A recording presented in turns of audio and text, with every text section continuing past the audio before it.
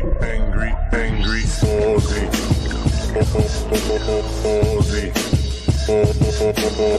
Aussie. Angry Aussie.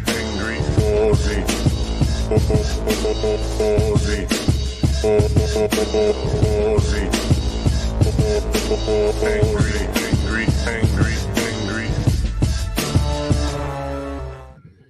All right, it's Friday night, party night.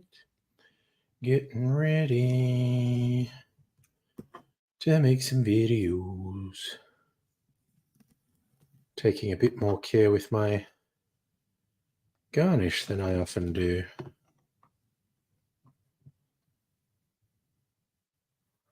Just trimming it. Hey, Justin. All right, Canberra Airport. Nice. Look at that. Very sexy. Where's it best showed off? There.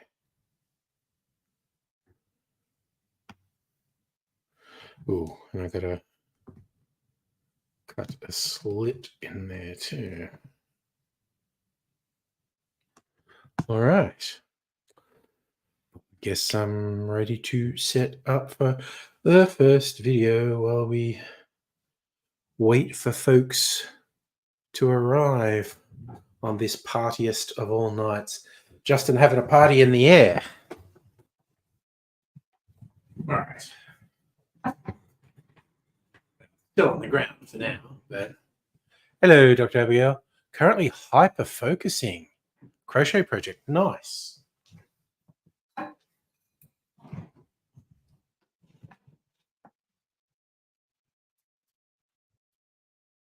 Right. Setting things up. Okay.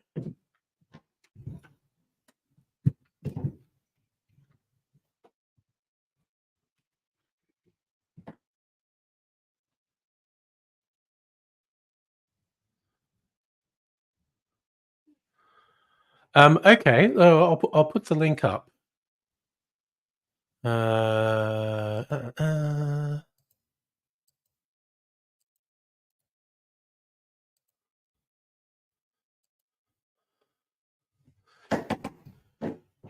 want to see if you can get on your phone?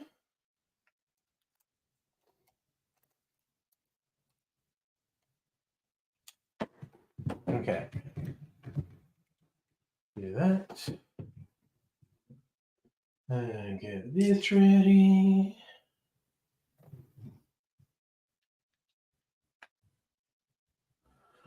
All right. Hello, Supper. How are you going? Oh, okay.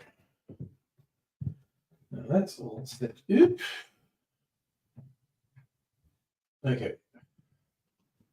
So we're going to want this glass. Okay. Now, 3 different rums. I'm personally not convinced makes that big a difference. You're going marvelous. I would love to hear it. Marvelous.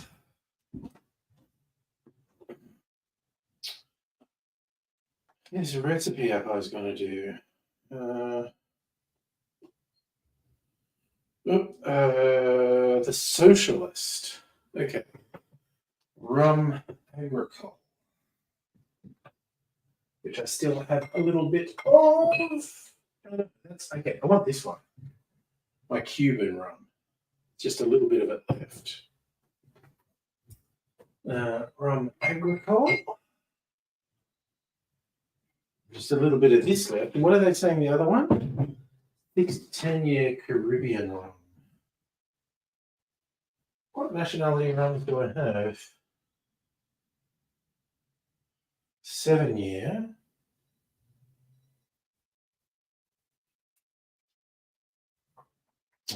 Aged at the base of a volcano. Nicaragua.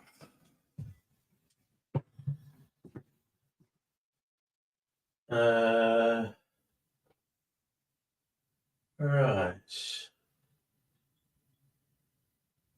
You know what? I'm going to go with that. And sweet vermouth.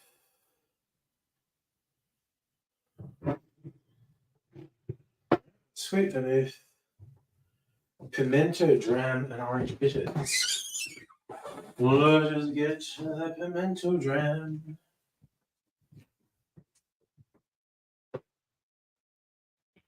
Alright. From the mysterious cupboard of mystery.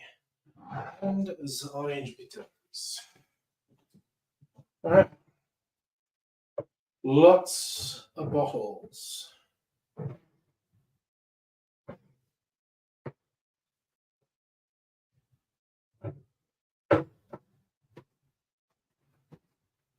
Okay, got everything set up. Does each country have a national rum day? Oh, look, I don't know. There is also an international rum day. The Rum Rebellion. Yes, it was the soldiers rebelling against Bligh, Governor Bligh. He was a piece of shit by all accounts.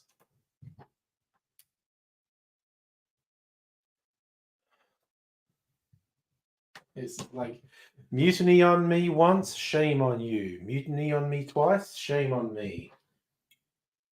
Bit of an indicator that Bligh was a dickhead. Two mutinies, one on a ship and one in New South Wales. All right, so that's set up.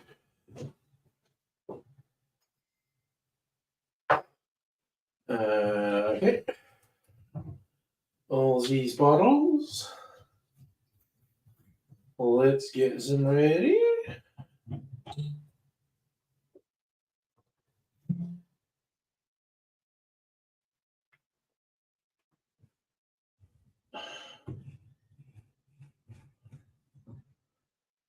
And the bitters. And we're starting with the rum. Rum agricole.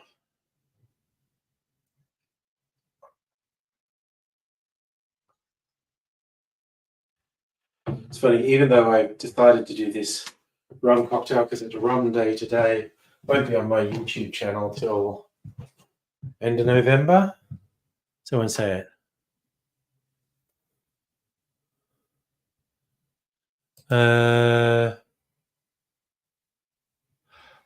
Oh, that's interesting. What does it say? Oh no, there you are. I'll try and we'll have Justin there. Look, I just kind of have you there until I finish making the video. Right. So that's all right, all right, all right. Let's start shooting this.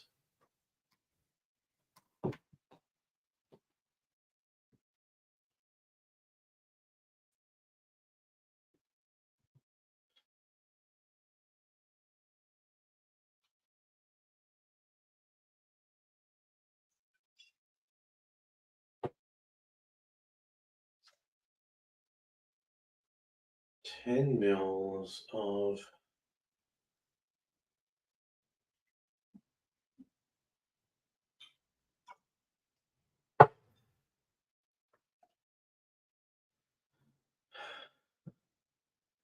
$3/4 of sweet vermouth.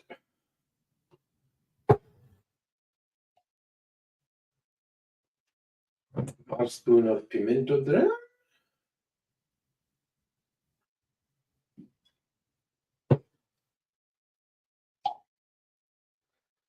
Three dashes of orange bitters.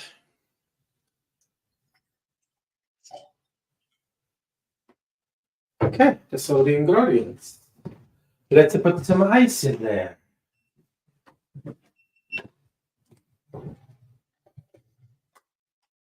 Ice, ice baby.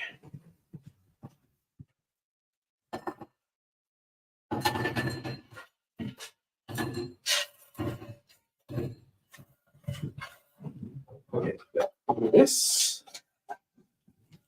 Dang, I should have been chilling my glass. That's okay. Okay, let's start her up again.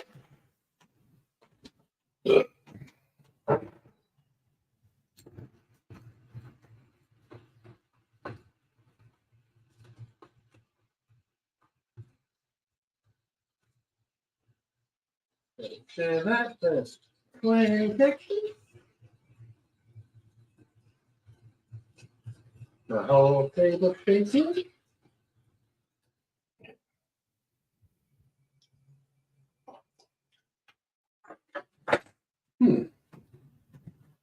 That's just interesting.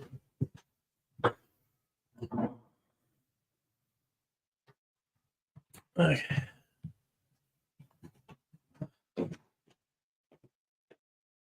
I'm good.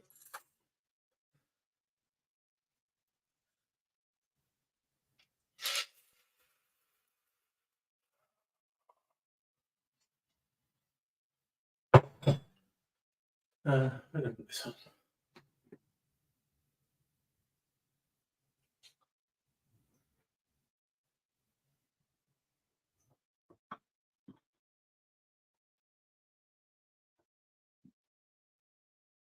All right. It kind of looks pretty. I'll take a picture for the somebody.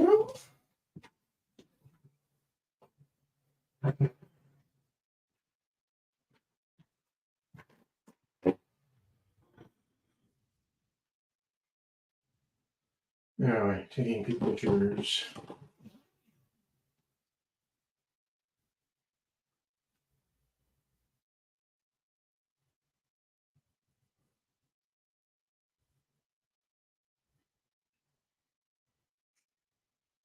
All right. Now, you got to do the talks.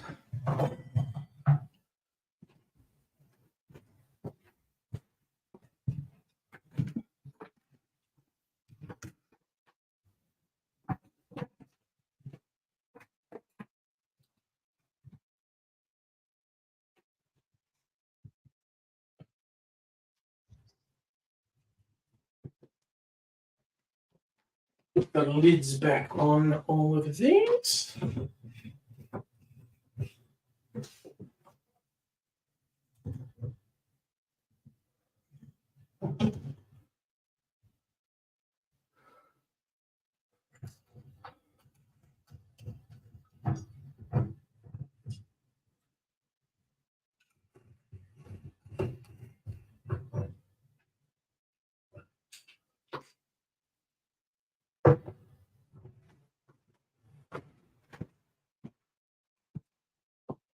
Oh, good Lord. Hey, Rose, how you doing?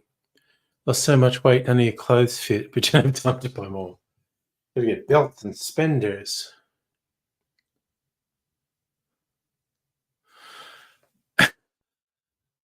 Sorry, I like this. You know a drag king called Justin Cider. Nice.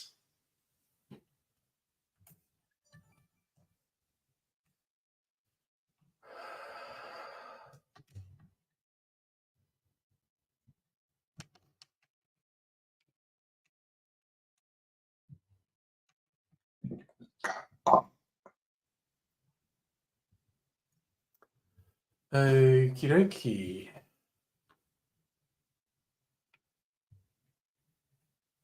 Did that way. There we go. Oh, all right. Ready?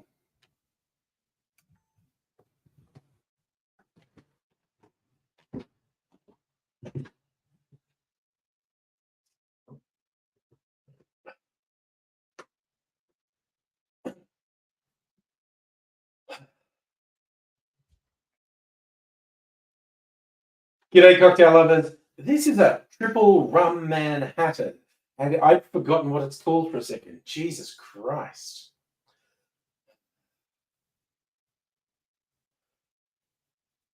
G'day, cocktail lovers. This is a triple rum Manhattan called The Socialist. And look, I have to admit, I don't think my palate's that subtle. We get a lot of these tropical drinks or just rum blend drinks.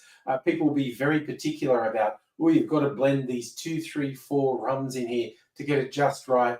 I don't think I can tell the difference. I know hardcore rum aficionados will be saying they are. So I'm not going to challenge that. I'm just going to say I followed the instructions, even though I'm not sure I can particularly tell the difference. But I judge it on, do I like it? Let's have a taste. Mm, yes, I do like it. Oh, it's like definitely like a Manhattan as if you made one with whiskey, but there's the very different rum character as opposed to the whiskey. And it's quite nice. And with the various components, it's quite sweet as well. I'll take you through the ingredients.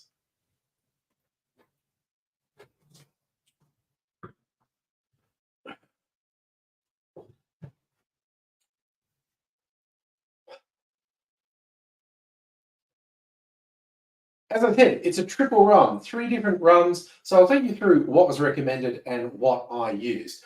First is some rum agricole, traditionally from Martinique, which is this is actually a very traditional one from Martinique. The main difference between a rum agricole and rum agricole is made from pressed cane juice, like fresh from the cane, whereas rum is traditionally made from molasses, which is the boiled down residue of sugar making process. So they're both essentially fermented sugarcane juice, but they come from different stages of the life of sugarcane juice.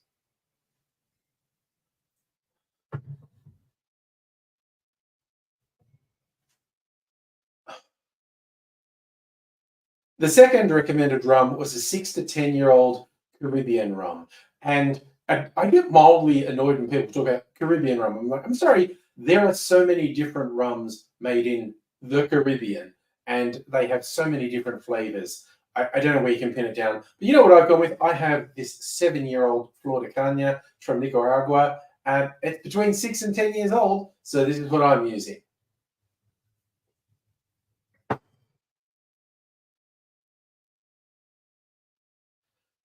The final recommended rum element was a more than 10-year aged rum.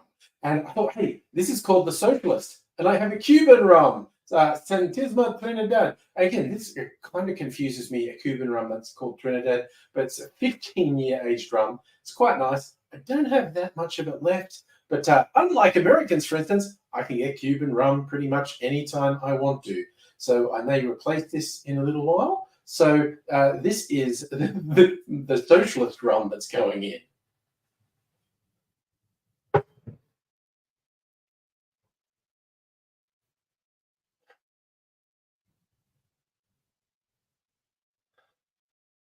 And this is a Manhattan variation. So there's sweet vermouth in there too. I'm using this Australian sweet vermouth from Unico. And there's a little touch of pimento dram as well. And I really like this liqueur. It's rum based and it has all those tropical island spices in it, make it very unique. And you don't need much of this to make a big difference to a drink.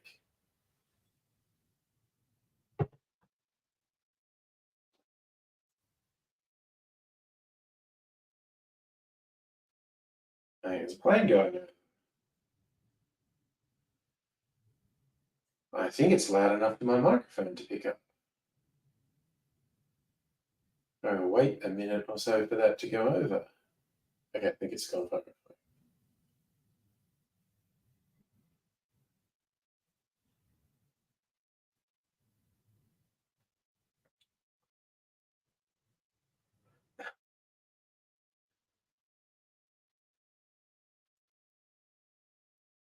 I guess if I wanted to be scientific about this and say, can I tell the difference with a rum blend or individual rums, I'd actually have to make 4 of these. This one with all the rums, and then 3 different ones just using one of each of the rums. But A, I'm not a scientist. B, I would be an unconscious scientist if I did that. So I'm just going with this one. It works really quite well. Here's how we make it. In a mixing glass, we put 3/4 of an ounce, around 22.5 mils of our rum agricole, and then 3/4 of an ounce of our 6 to 10-year-old aged rum, then half an ounce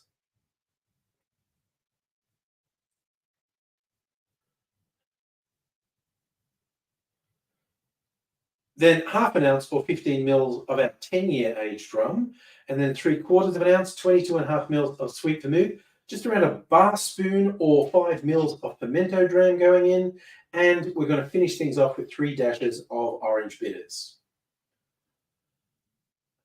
Add ice to the glass, stir that for 20 to 25 seconds to chill and dilute the drink, and then straining that into a chilled Nick and Nora glass and garnishing it with a twist of orange peel.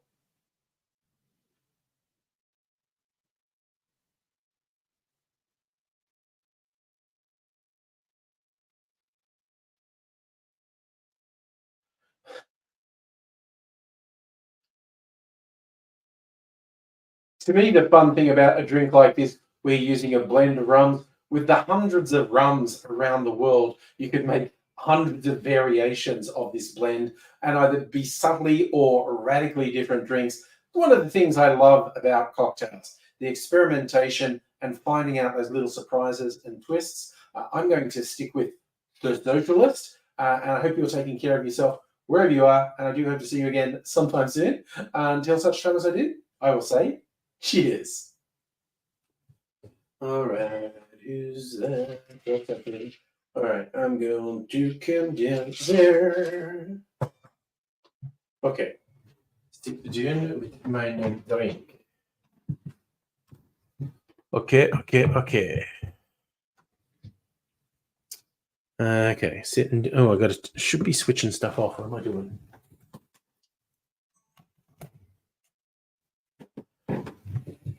Okay.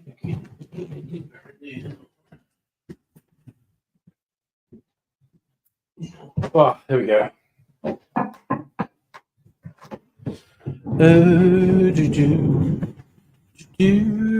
Here we are.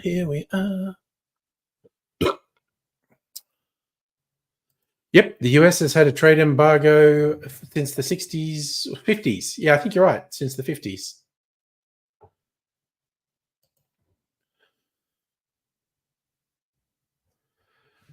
So legally, I don't think Americans can get that rum I used. I was going to put it in this glass. Put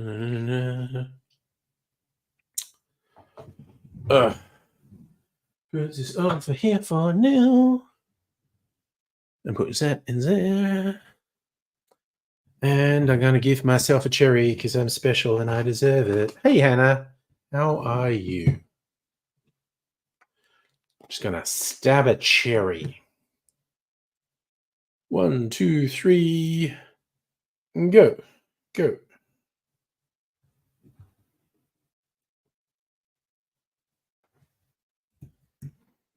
All right, I don't know. Justin keeps flicking in and out. Eating the biggest damn blueberries ever seen. Nice.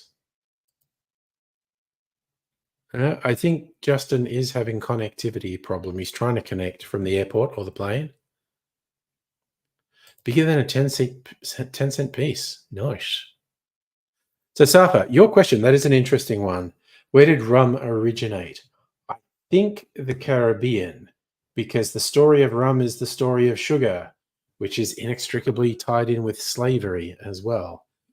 But I think the slave plantations in the Caribbean produced lots of sugar, and I think they made rum with the residue. So it is widely credited with the Caribbean generally. Caribbean, depending where you went to school, is where rum originated.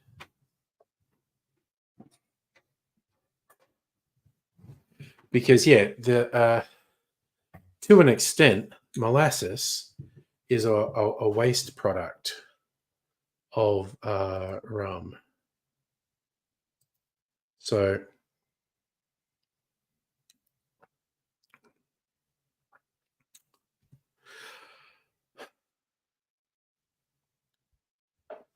Well, okay.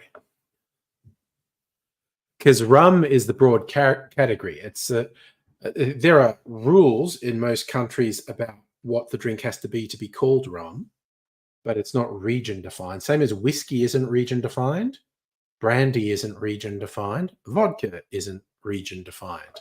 Cognac is, which is incidentally COGNAC. Cognac is, no, the Caribbean is a region. It absolutely is not a country. And that's why I wasn't pinning it down to any of the islands. And there's also Central and South America sugarcane plantations where they make rum as well. So yeah, cognac is a subset of brandy. It's a specific brandy distilled in the Cognac region of France, and it has to follow particular rules, not just be from cognac. Justin, I certainly can't see your window. It just goes black when I try and put it on. Limited edition fruit. I mean, it might be difficult to grow. So, oh, there's a little Justin. Oh, he's on the plane. Sorry, I'm going to make it bigger because he's actually on the plane. Look, he's looking out the window. He's on a plane, everybody.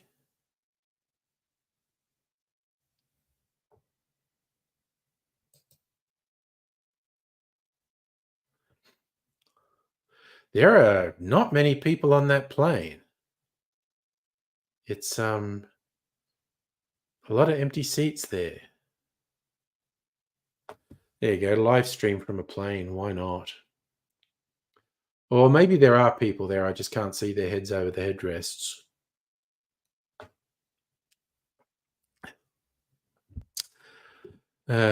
Justin, inside the Sky Tube.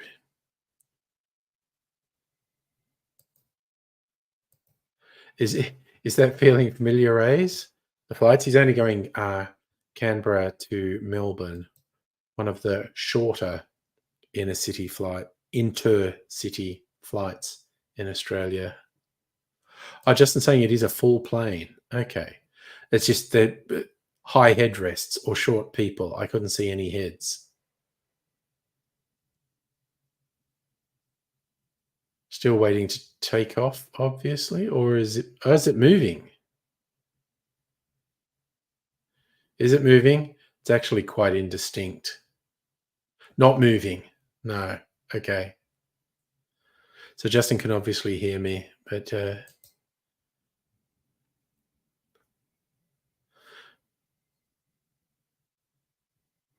so yes, it seems like the signal is going to be intermittent. Oh, it might come back there. Look, he came back. Came back. High headrest for short people. Title of your sex tape. Noish. Did I read that Russia is slowing down YouTube for desktop computers and not mobile phones? No, I did not read that. Completely unfamiliar with that as a concept.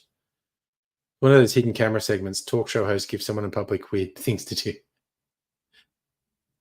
Yes, but I'm not going to compel Justin to do anything weird. He's just showing us the sights from the plane. And I wonder what the connectivity would be like when you're up in the air. Well, I guess we'll find out.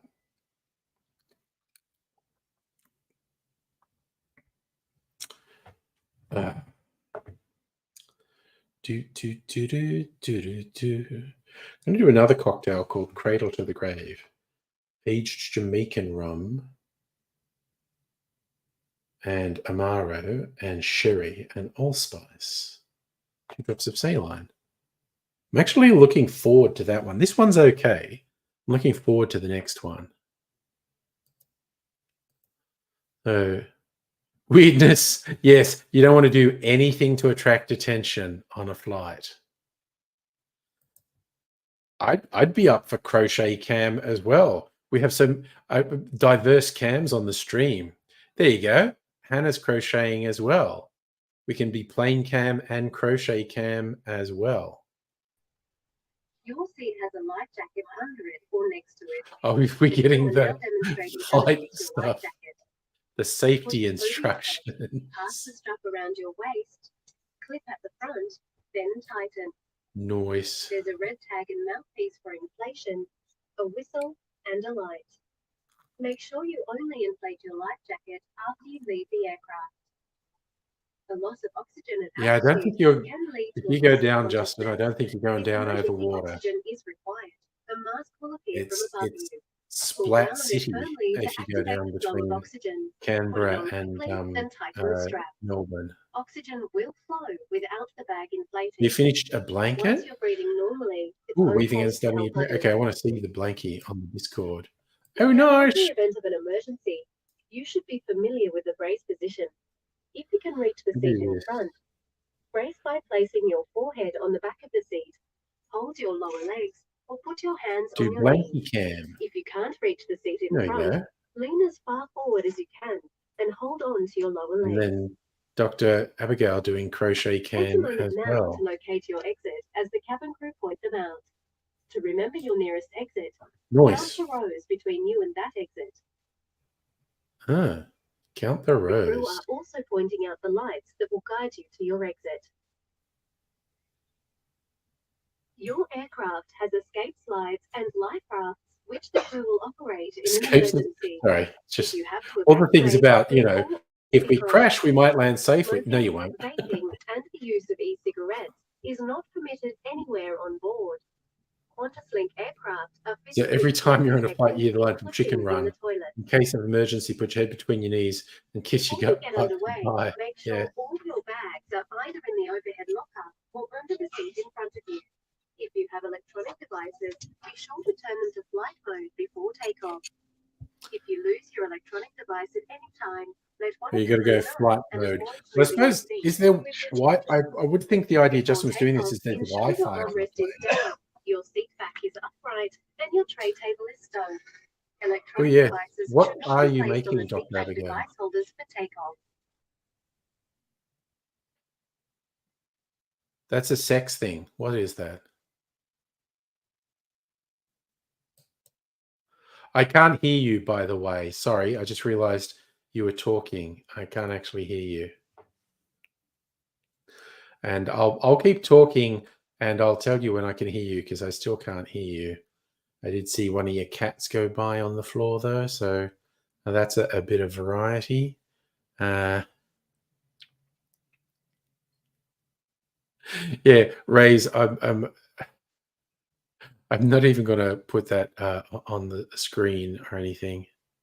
How about now? Can you hear me now? Now I can hear you. Yes. Hey, stupid browser. Okay. So Okay. totally not a sex thing. Okay, That's so what you said. recently I saw a video about how these guys who do leatherworking, they had one of their designs for a camera harness Yep. stolen. Yeah. Stolen. Their design stolen by the people who made the movie Twisters. Right. It appeared in the movie. Right. So their sales went up, but the movie props department totally stole their design. So I'm stealing their design too, and this is the start of a camera harness that I'm making, and I'm going to send lots of pictures to these guys that I'm crocheting this harness, and I'm writing the plan. I'm writing the plan down, the stitch pattern. Sorry, the pattern, because I'm making it up as I go. But so far, this is what I've got, and I've these buttons all unbutton as per the design of the original harness. These are all like they had holes all through this section here. I've like copied as much of the design for this pattern as I could, even if it doesn't make sense for a crochet pattern. Like I just want it to just the edging, that there's no edging on leather work, of course, but Yeah. I wanted to put edging on this so that it's a bit more robust and doesn't curl as much, and it just looks nice. But apart from that, this is what I've got so far, and it's that goes over the shoulder, and Yeah. then there's a bit that goes here, and there's a bit that'll go across the chest, which is the piece I'm making right now, and it straps to here and Okay. straps to the back, and then there's another bit that goes under the arm, and then there's a bit that holds your equipment, and I'm going to crochet a camera to attach Good to crochet camera. Oh, nice. to the harness, and I'm going to 3D print the hardware for all the buckles and stuff Oh, for it nice. as well. And then I'm going to send pictures of what I made and send the pictures to them and say, I heard Twisters stole your design. I stole your design too. I hope you don't mind, but it's crocheted. Check this out. And yeah, hope Nice. they appreciate that I'm because sure they will. yeah, and it's all crocheted, and I'm not selling the pattern. And like half the pattern, like I've changed it halfway through because I've made subtle changes. Like Yeah. the first strap I made, I've made changes, improvements on this in this second strap compared to that I should have done in this one as well, and it's Alright. just been a learning process. But yeah, it's been fun, Alright. and it's So been a bit of a hyper focus. yeah, well and So good. yeah, yay! How Yeah. the heck do you make a buttonhole? Skip a stitch and add an additional one. Okay, so you make. I'll show you. I'll make a buttonhole and then just like just unstitch it. So just say I want a buttonhole here, right? All you do is say it's a 2 centimeter button, right? And I've measured this myself. Your mileage may vary depending on your yarn. I'll just chain 2, skip 2 stitches, and just go into the next stitch, and that leaves a gap. And then on the next row, you just stitch into that chain space, and it just makes a hole. It's Uh-huh. pretty simple. Yeah. Yeah. And Hannah did Yes. actually have another question. Where do Oh, you yeah. source your yarn? I feel like we get the shit end of the stick in Oz. Oh, yeah, absolutely. Most of the yarn I get from fucking what's the place called? Lincraft or Spotlight. Occasionally I'll good ones. find some. Yeah, just your standard places. Yeah. So I've got this book. This is if you're gonna buy any book about crocheting, I highly recommend this one. This has got absolutely everything you'll ever need. Jane Crowfoot, The Ultimate Crochet Bible. It's just like for everything you need to know for beginners up to experts. It's just, yeah, you name it, it's probably got it in there. And yeah, it'll teach you anything you want to know about crochet. Occasionally I'll find yarn at Kmart or even like the reject shop. Even Officeworks is selling yarn now for some reason because that's what you need in your office. Yarn. Yeah, some yarn. I know, They do right? sell some weird stuff in they actually Yeah, sell quite a bit of craft stuff. craft stuff. Yeah. Yeah. And that's the heading it falls under. So yeah. I see, Safa. You should find knitting and or sewing classes then. It's a good practical skill. Yeah. Sewing classes. Old clothes make great scrap fabric. I famously turned an old pair of jeans into a book cover and used it for a D&D character. Oh, nice. Spotlight, but I feel like the yarn weights are so off. I got my megaphone. This kind of line from Hobby, which is pretty good. Yeah, okay. I don't trust the weights. I just that as printed very much. I just go by feel, and got on board with the things to do at home a little too. Yeah, because they sell acrylic paints and they sell all kinds of craft, like drawing and painting, Yeah. and they sell like Copic markers and. Oh, we're taking off. Looks like Justin's taking off. Yep. Strictly say against black belt in op shopping. It's a good skill. Black belt. Yeah. Office work sell, yeah. Also around Melbourne, there are a bunch of specialty yarn stores in like trendy suburbs like Northcote, and there used to be one in Fitzroy, but people are too poor in Fitzroy apparently. Right. It moved. Oh, I think they were a victim of COVID actually. Yeah. So you Justin saying your favorite part is takeoff.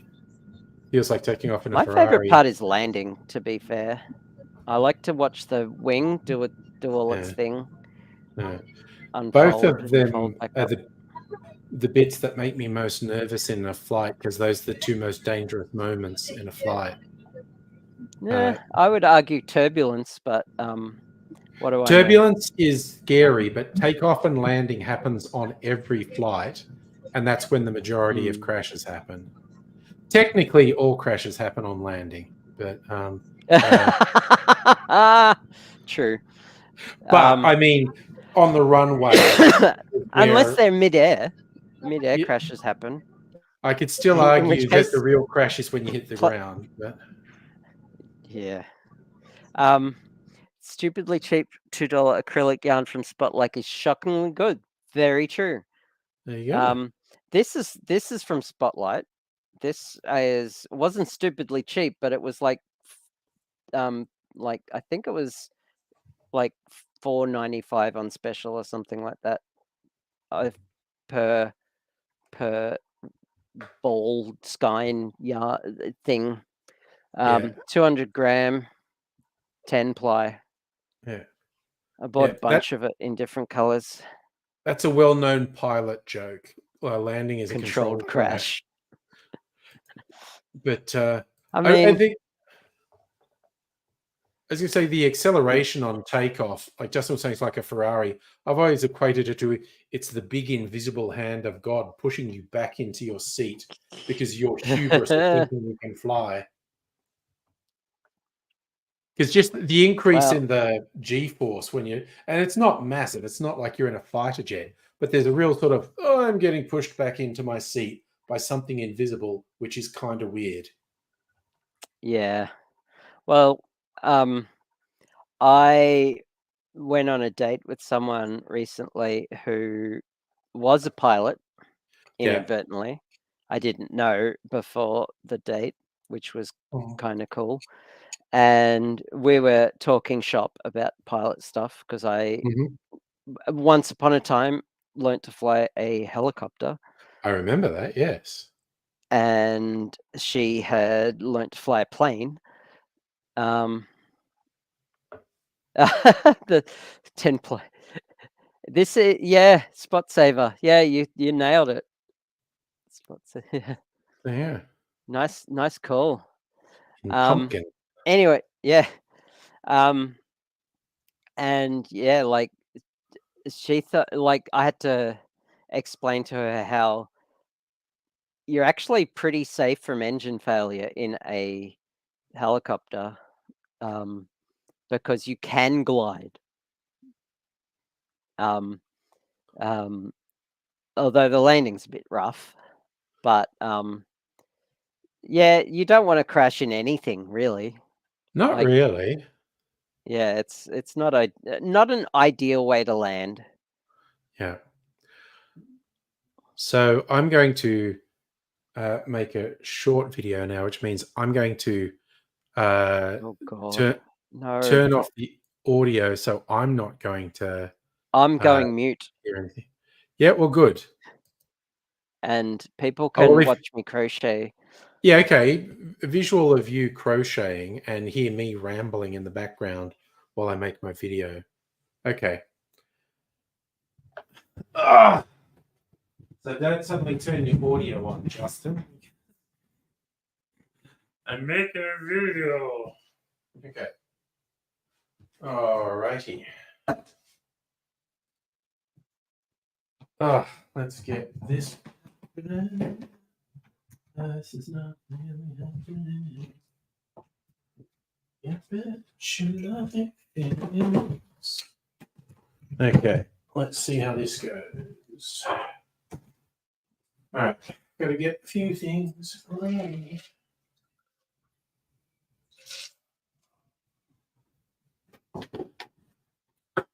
Here I come in.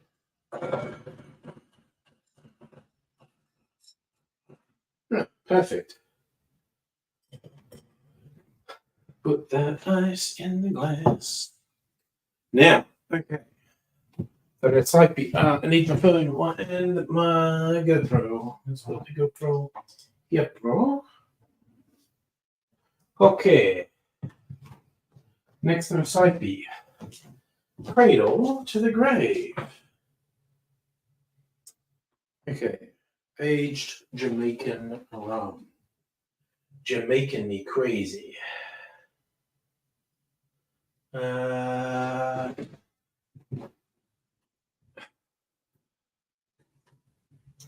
just feel like using different rum. I'm going to.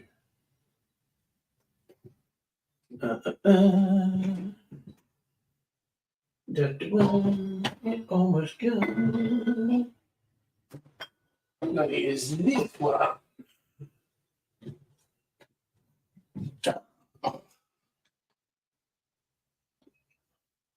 Jamaica. Okay.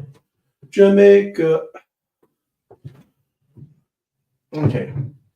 Sherry. And we'll put this one back. Thump, bang, crash. And I'm going to do Maro Negro.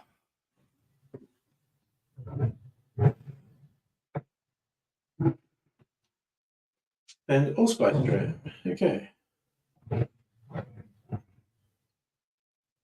And Ceylon. Okay. It drops of Ceylon. There's my Ceylon. If you do. Okay, let's get all this happening. Okay.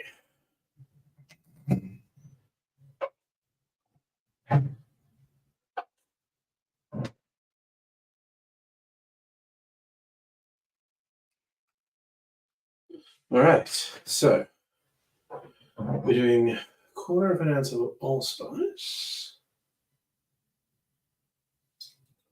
And where's my other jigger? 1.5 ounces.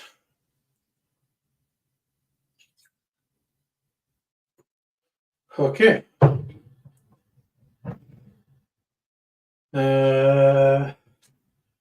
Ready, steady, go, I guess. No, looks like Justin's flaking out.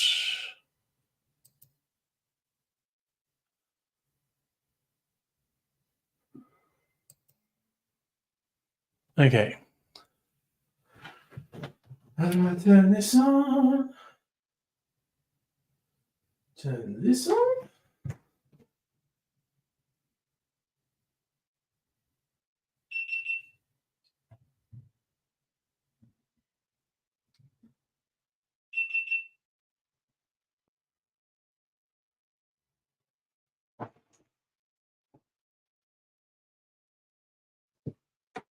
Okay.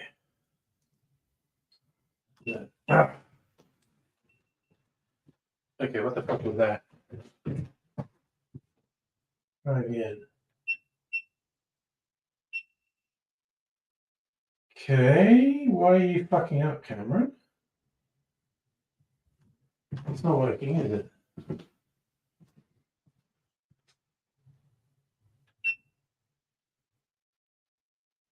Now it's working. What the fuck? Honestly.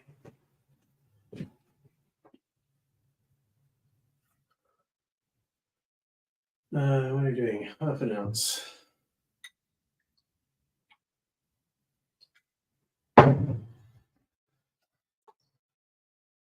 Half an ounce of sherry.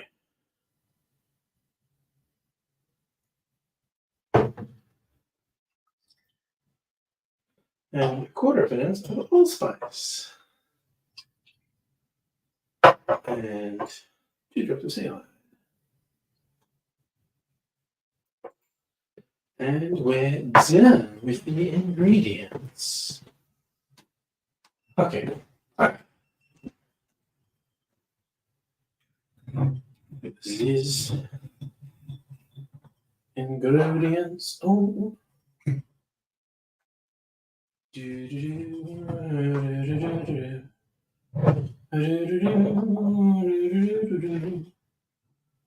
Okay, let's do this. And let's get the icy. The icy.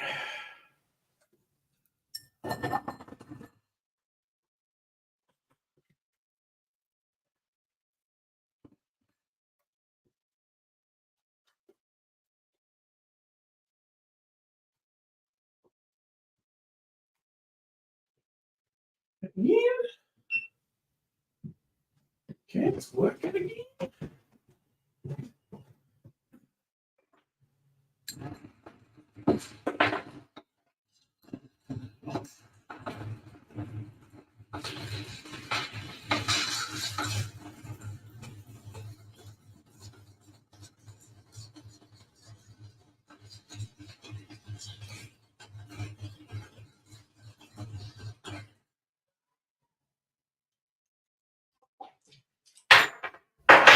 Oh yeah, that's more like it.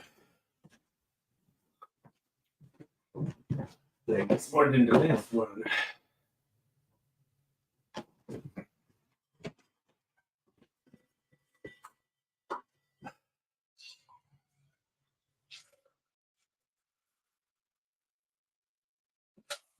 Brown drink.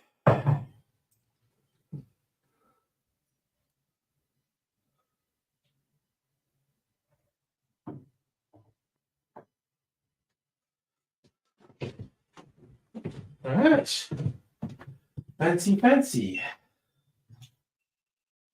Fancy, fancy, aren't we fancy? Ugh.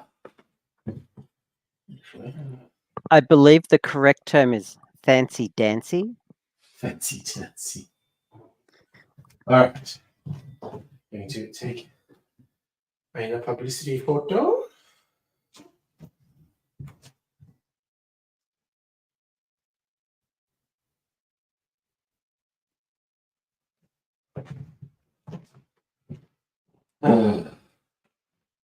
That was the wrong button.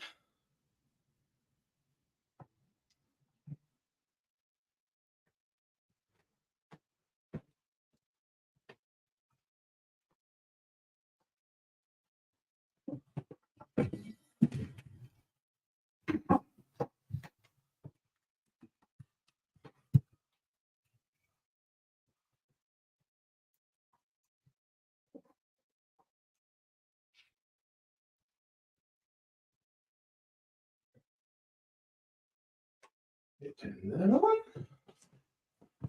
Turn the camera on.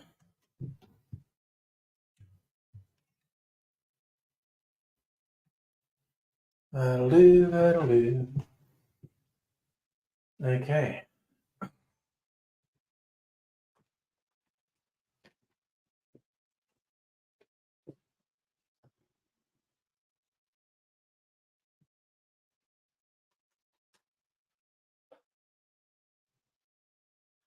G'day, cocktail lovers. This cocktail is called Cradle to the Grave, somewhat adjacent to a rum Manhattan, but it doesn't use vermouth, but I am going to give it a try. Oh, I really like this one. It's quite sweet, much sweeter than an average Manhattan. I'll show you how to make it.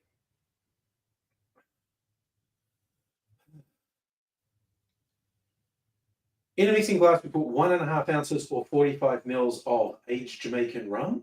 Then we add half an ounce or 15 mils of Amaro Montenegro. And then we add half an ounce or 15 mils of sherry.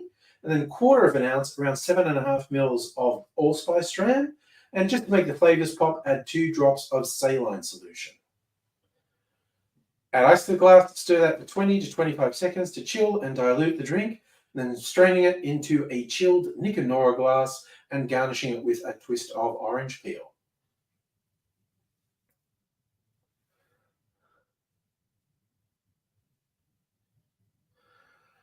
All of which gives us a drink that takes you from cradle to grave. Although don't drink when you just out of the cradle. That's bad.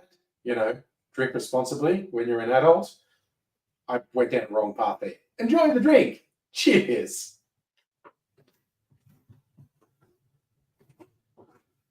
All right, and that's all the videos I'm going to make tonight. Not even really necessary to make them. I'm so stupidly far ahead with the cocktail videos.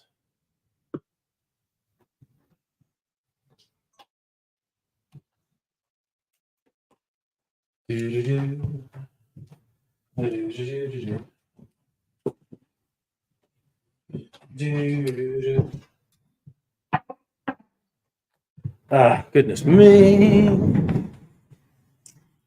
Ah, okay, settling Dune. I'll just close that and turn that off. Oh, Kitten's come to join the fray. Oh, shaking hands, very cute.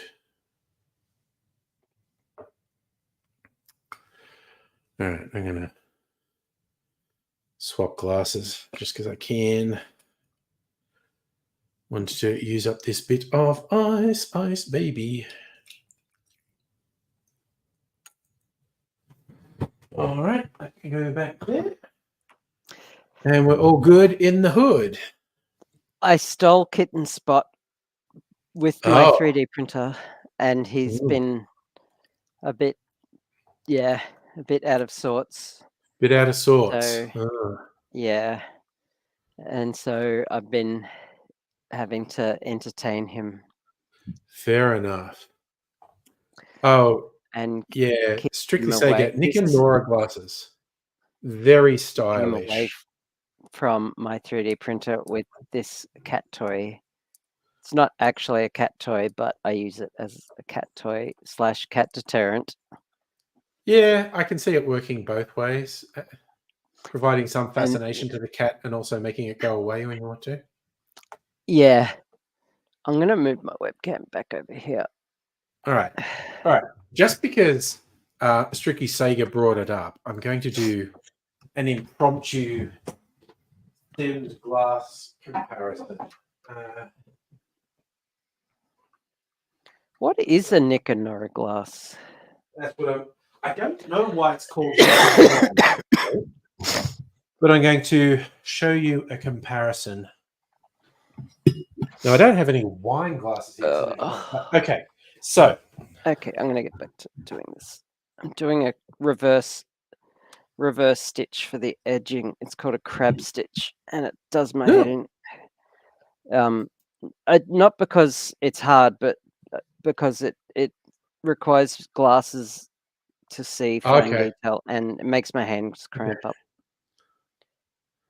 All right, so this is like the most traditional coupe style. You know, it looks like coupe. It's just called coupe, stemmed glass. It's like a cousin of a wine glass. Sometimes people would call this a champagne glass. Even this, it's not a flute, but anyway, this is a coupe.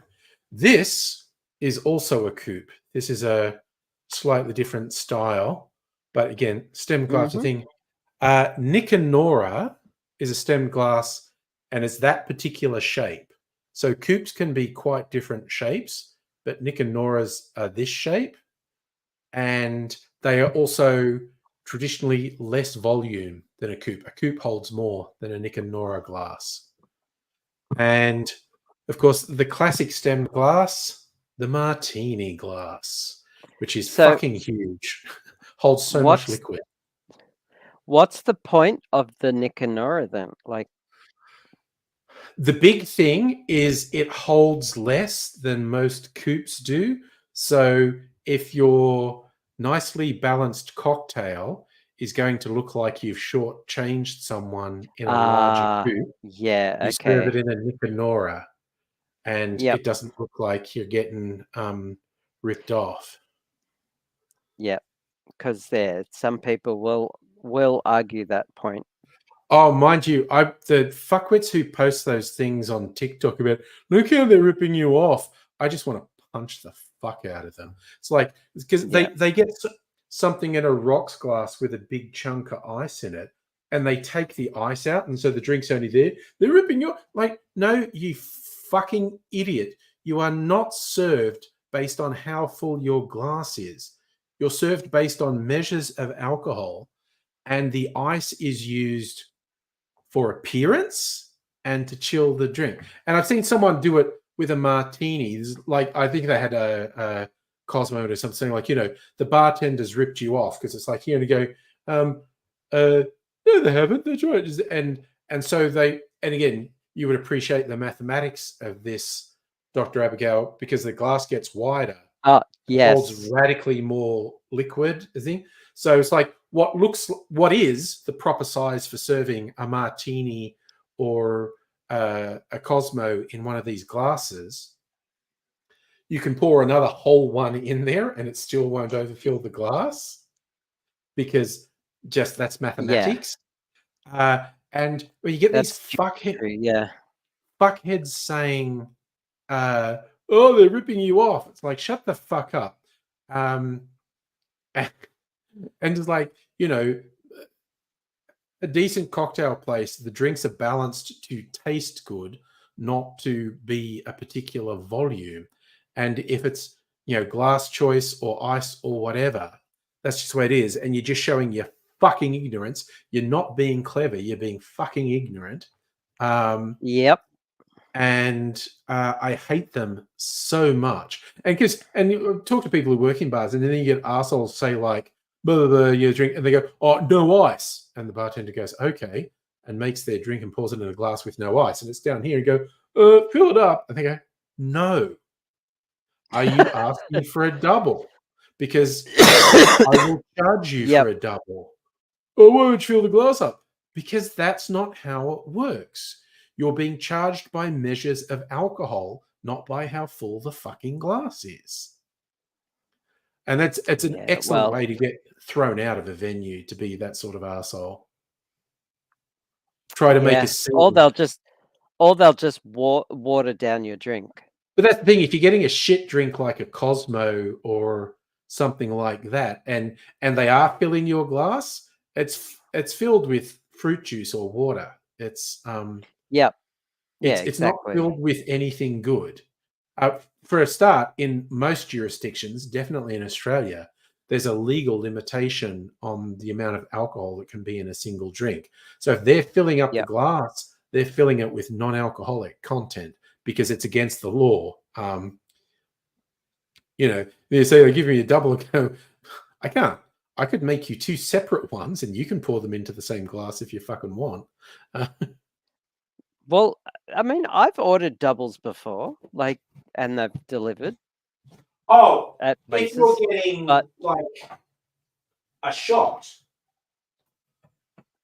if you're getting, rum and Coke and you say make it a double, they can do that because most cocktails are doubles. Most cocktails. Sure. Oh, okay. Most cocktails are at least two standard drinks. Yeah, if not more. So, sure.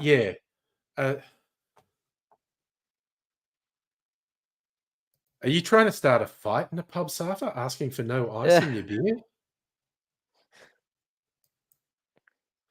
There's ice Oh. in beer? No, I think Sarta's causing trouble. Ask for no ice at McDonald's. I mean, I don't mind doing it there because those post mix things literally cost them 5 cents. So Yeah, but so the post mix machines, they're calibrated so that the drink tastes properly to Coke standards with the ice. you're giving them So a when fair you bit of credit there. well, a little bit, yeah. They're supposed to be calibrated thusly. But so if you get them with no ice, you're actually getting more of the syrup than you should be. Yeah. Thus more sugar and stuff. So take that what you will. And to answer Hannah's question, this is just a cheap a just a cheapy hook that is a knockoff of Okay. whatever brand, but it is 3.5 mil. Yeah. Um, So I just didn't have it. I didn't have a. I have an abundance of sets, and I have like this set I've got here under all this stuff. And for some reason, I just couldn't find. This was just what was in reach. So yeah. I mean, I've got a project in the works up there, and there's a hook. I think that's my good 3.5 mil hook sticking out of it Okay. So over I was going to there. say, Safa, I don't know if you've been taking crazy pills or you've just been getting trolled in pubs, but you categorically, absolutely never, ever, never have ice put in beer in pubs. It does not No, because happen. it comes out of the tap cold. That's why Yes. there's already ice frosted over on the tap. Yeah. Yeah. So I don't know what you're on about, but it literally never happens. So Yeah, if it's okay. ever happened to you, someone's fucking with you. Yeah. This aluminium set I bought on eBay for like $10 are super smooth and I effing love them. This set I bought at I actually bought this at the quilting show a couple of years ago, and again, super smooth. Nice. $15. Oh, it's got a Nice. 3.5 inch in there. I'm gonna swap. 3.5 mil. I'm gonna swap because this one is kind of crap, Oh, and this isn't the best yarn. nice. And these the ones that glide through And yarn without friction, so I don't friction. get Don't wrist get wrist pain. pain. Yeah, because I get fibro pain if I'm fighting the yarn, but mostly that's because of I put too much tension on the yarn as well. I have to relax. But yeah, that's way easier. I don't know what brand these are. I think they're just as long as these aren't aluminium. These are probably just they might be. Yeah, I don't know. I've got a bamboo one. It's 5 mil. This is awesome. This bamboo Oh. hook. It's so nice. I wanted to buy a set, but they were exorbitant. So I just bought one. They were so expensive. So I just bought one for the project I was doing at the time, and it was just so good. It's so light, and just I could just like use it how I just wanted it, and it's smooth and buttery and just yeah, such a good hook. I was hooked. You were hooked.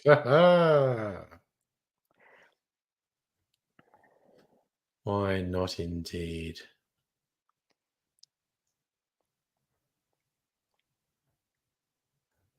Hmm. I mean, I've seen good crochet hooks on the cover of those crochet mags you get at Coles, and Oh, I've yeah. seen awful ones. I've seen plenty of awful ones there too, Yeah. and it's just comes down to preference and oh yeah, the grip.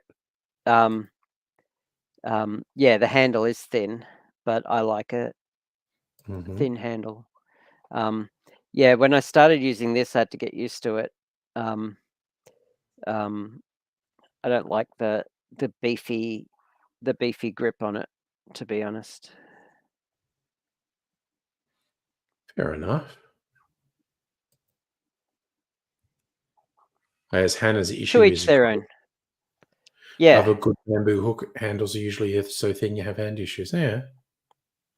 yeah, I don't mind that. It's the it's a different case for me. I just have to make sure I'm not putting too much tension All right. Ooh, and keep things loose. big question. Are My you grip a holder or a knife pen grip? I'm grip a or pen? knife grip. Knife grip. Okay, there you go.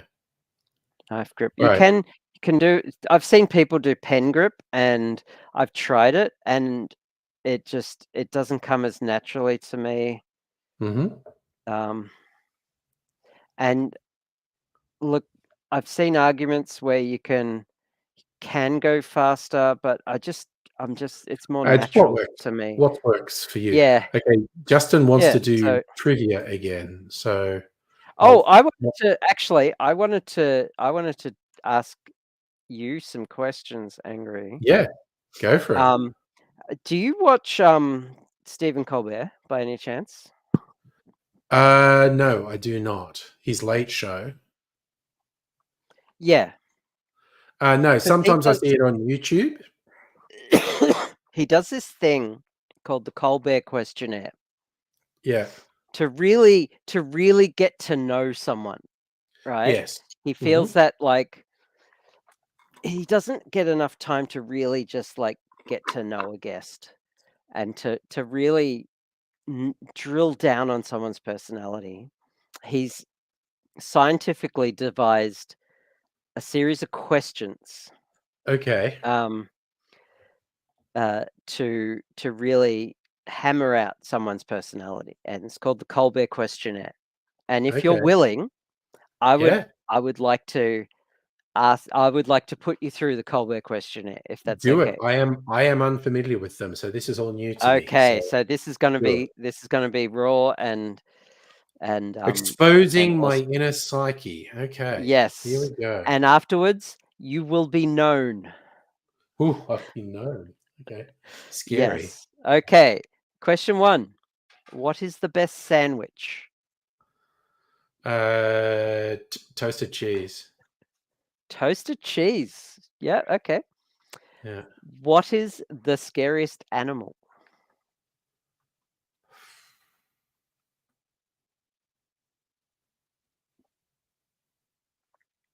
Ooh, I think this is context sensitive, but what is coming to me is an aggressive venomous snake.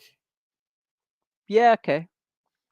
Yeah, Like the fair enough. ones, like most snakes will go away from you, but in breeding season, for instance, some of them will go out of their way to attack you.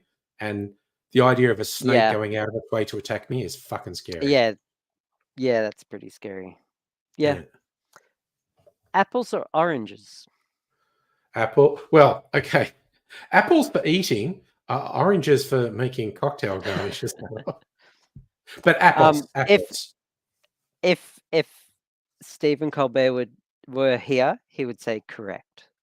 Yes. Have you ever asked someone for their autograph? Yes. Who was it? Oh, oh, back when I was at college and bands would play and I'd be interviewing them for the radio station, I would get heaps of stuff autographed. I've got autographed Oh, cool. posters, autographed records, basically musicians. Cool. What do you think happens when we die? We become fertilizer. Morbid, but sure. This Colbert's a Catholic, so he I has know. I different know. No, answers. it's a, So like what happened, but what happens after we die is the same thing that happened before we were born.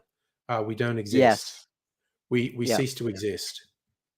true. Wow, that is also my opinion. Yeah. Um, favorite action movie? true, Strictly. It's a morbid question. Mad Max Fury Road. Cool. Window or aisle? Window. Cool. Favorite smell?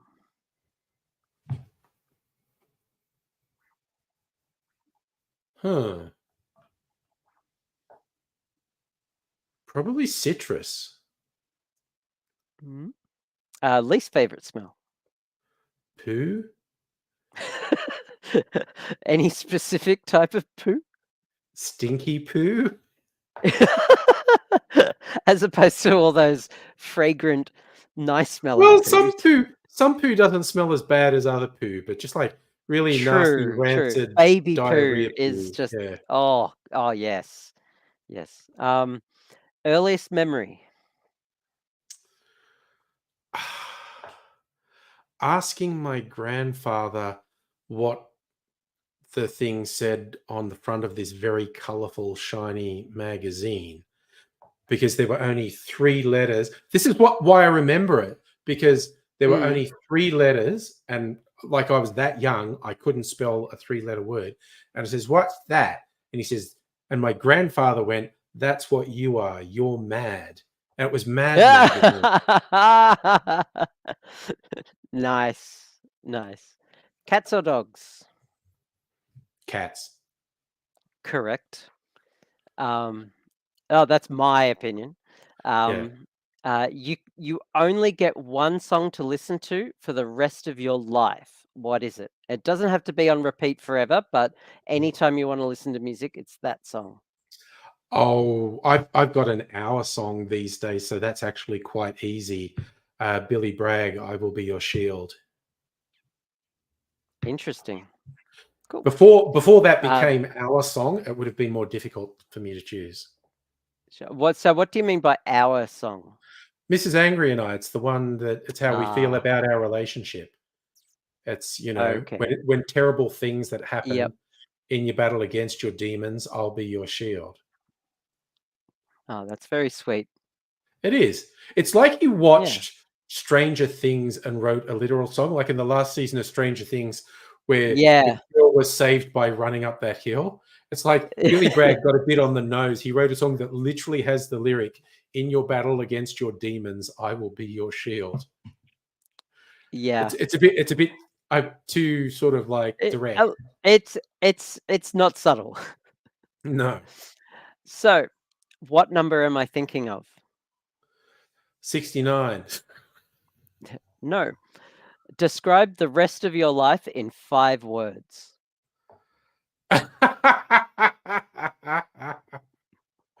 uh Rest of my life in 5 words. Weirdly, I came up with less than 5 words, as in more of the same. But More of the same. Yeah. Well, you don't have to use all 5. You can save one. yeah, I'll save one for a rainy day. Very good. Well, Mr. Angry, congratulations. You are known. There you go. I like that Justin threw some There answers you in. Fave smell, fresh cut grass. Worst smell, old flatmate. Yeah, Oh, actually, uh, unwashed yep. humans are pretty bad. Mm, And 5 words for the rest of yeah. their life: get old and die Get old happy. and die happy. Yeah.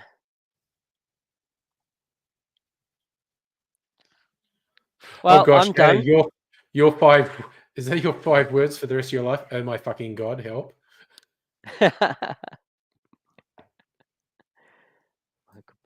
Oh, Everything. nice. See, my Sorry, do I keep calling you Justin? That's the second time. Sorry, Strictly Sega. strictly, yeah. My brain maybe not work good. Yeah. Yeah, help. Was it Well, name's Bond? I'm He's gonna get having a back to strong call a bondulance. Sorry. this. Who wanted to jump in? Oh, Justin was going to come in and Oh, do trivia. Strictly Sega was going to God, I jump did it again. Why do I? in. You did. My brain's not working.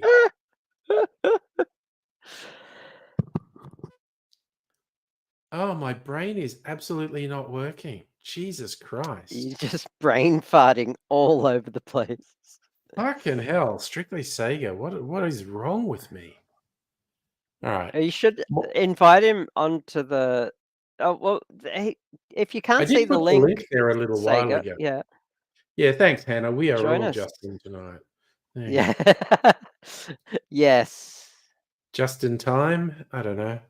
I think just to make it easy for you, I put the link in again. And because it's rum day, add 2 rum cocktails. Now I'm going to have some of my clarified rum cocktail because it's rum. How long does Bailey's last in the fridge once you've opened it? Oh, kind of forever. It's got enough alcohol content. If you're keeping it in the fridge, it's just going to keep for years. Cool. Okay, I don't need to worry about that. Like someone gave the figure because it's the same. Sorry, I bought a liter because it was all right. like $3 more expensive than the smaller Then the bottle. smaller one. So Yeah. I'm like, it was on special. Yeah. I saw the alcohol content thing for eggnog because I love freaking people out by saying I'm aging eggnog, for 6 months or a year, and they're like, "What? Egg and milk?" Yeah, but alcohol, and I think it's like 16 or 17%. If it's over 16 or 17% alcohol, it's going to keep. Okay. Is that the same? Like, is that for liqueurs? Do you need to keep them in the fridge as well? No, I do recommend it with sort of milk or cream based things. Okay. But liqueurs, if you put liqueurs in the fridge because they have such high sugar content, they're probably going to crystallize in the fridge. Oh, okay. Which you don't want. We should do a jackpot. Okay, I thing can't hear someday. you, so I've got to fix. Okay. My Well, we can hear settings. you, so I'll keep talking and letting you know that He can't hear us, so I know, but he'll hear me when he hears me, which is why I'm yeah. monologuing, Well, so he knows when he's fixing we sound. could just call him anything There at we this go. point. Oh, well, I think he can hear us now. Can you hear us now, Justin? I did that one Now on purpose. you're too slow, Abigail. Ah, bummer. Or did you call me on Justin again? Yeah, because you like not Justin. Yeah. No, I did it on purpose that time. I've got it's like a weird Tourette's thing I've got, but I've got it under control now. And Pat in the chat, how you doing, Pat? Oh, Pat's here. Yeah. He's either establishing an alibi. coming back from whatever he may or may not have been doing out there in the world, or he's just establishing an alibi. Yeah. No, officer, I don't know how 6 underworld figures got whacked last night. I was at home watching a live stream on the internet. So people saw me there. Well, yes. I definitely did, because I want to wake up tomorrow. Hey, wake up alive. How you doing? Nothing worse than waking up dead. I know. Oh, look, there, Pat's saying he had to be home by 10 p.m. No killing after 10 p.m. apparently. So that's a rule. All my killing before 10 p.m. Oh dear. Alrighty, so what trivia source are we using tonight, if we say go? This was one we had before. We did this one already. That was the movies one. Movies, yeah. I'm taking one of these earpieces out because I can. You know, when you talk with headphones, you automatically talk louder. Yeah. This was one I was testing you on last night, which you guys were just smashing out. It was great. 80s and 90s. There you go. This is from the Glenn A. Baker collection. That's like impossible trivia. Yeah, they were pretty arcane. And this is the one that I told you about that I got that was all new questions. Oh, yeah. That we were like, I don't even know who that band is. So, yeah. Yeah, if you're asking me young people questions, I'm going to be shit out of luck. Well, we'll move that to the side for now. Where are all the queer trivia questions? Well, music. Well, no one's movie. asked me to get. I'm a movie music guy. You should get if you Yeah. want queer questions, you need to buy a queer box set. You know. But get real. If we're talking music and movies, at least half the people involved are queer, whether they're out of the closet or Yeah. not. I mean, So no what I life. was thinking is just mixing it up in between them all. Yeah. Not shuffling the cards or anything. Just 1, 2, No, 3, 1, like, 2, 3. do that and see how we go. Oh, Sophie's home. Hey, Sophie. Hi, Sophie. I'm on the stream. On the Angry Aussie stream. We're watching you guys at work. She was watching you at work. Yeah. Brooke thinks Dr. Abigail's hair is gorgeous.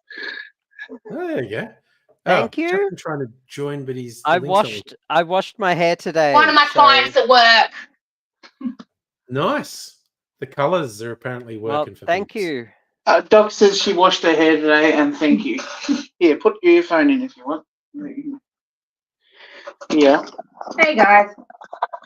Hi, Hello. Soph. Nice to know you were watching us at work. No, I can't hear him. Oh, Can't hear us. Okay. Wait a minute. All right. I'll press more. Settings. More? Audio. No? Oh, isn't that strange? What happened? I can't hear him. Sorry. Oh, also, if Redfoot, if you're still there, you see, like decorating the bar. Nice. Oh, well.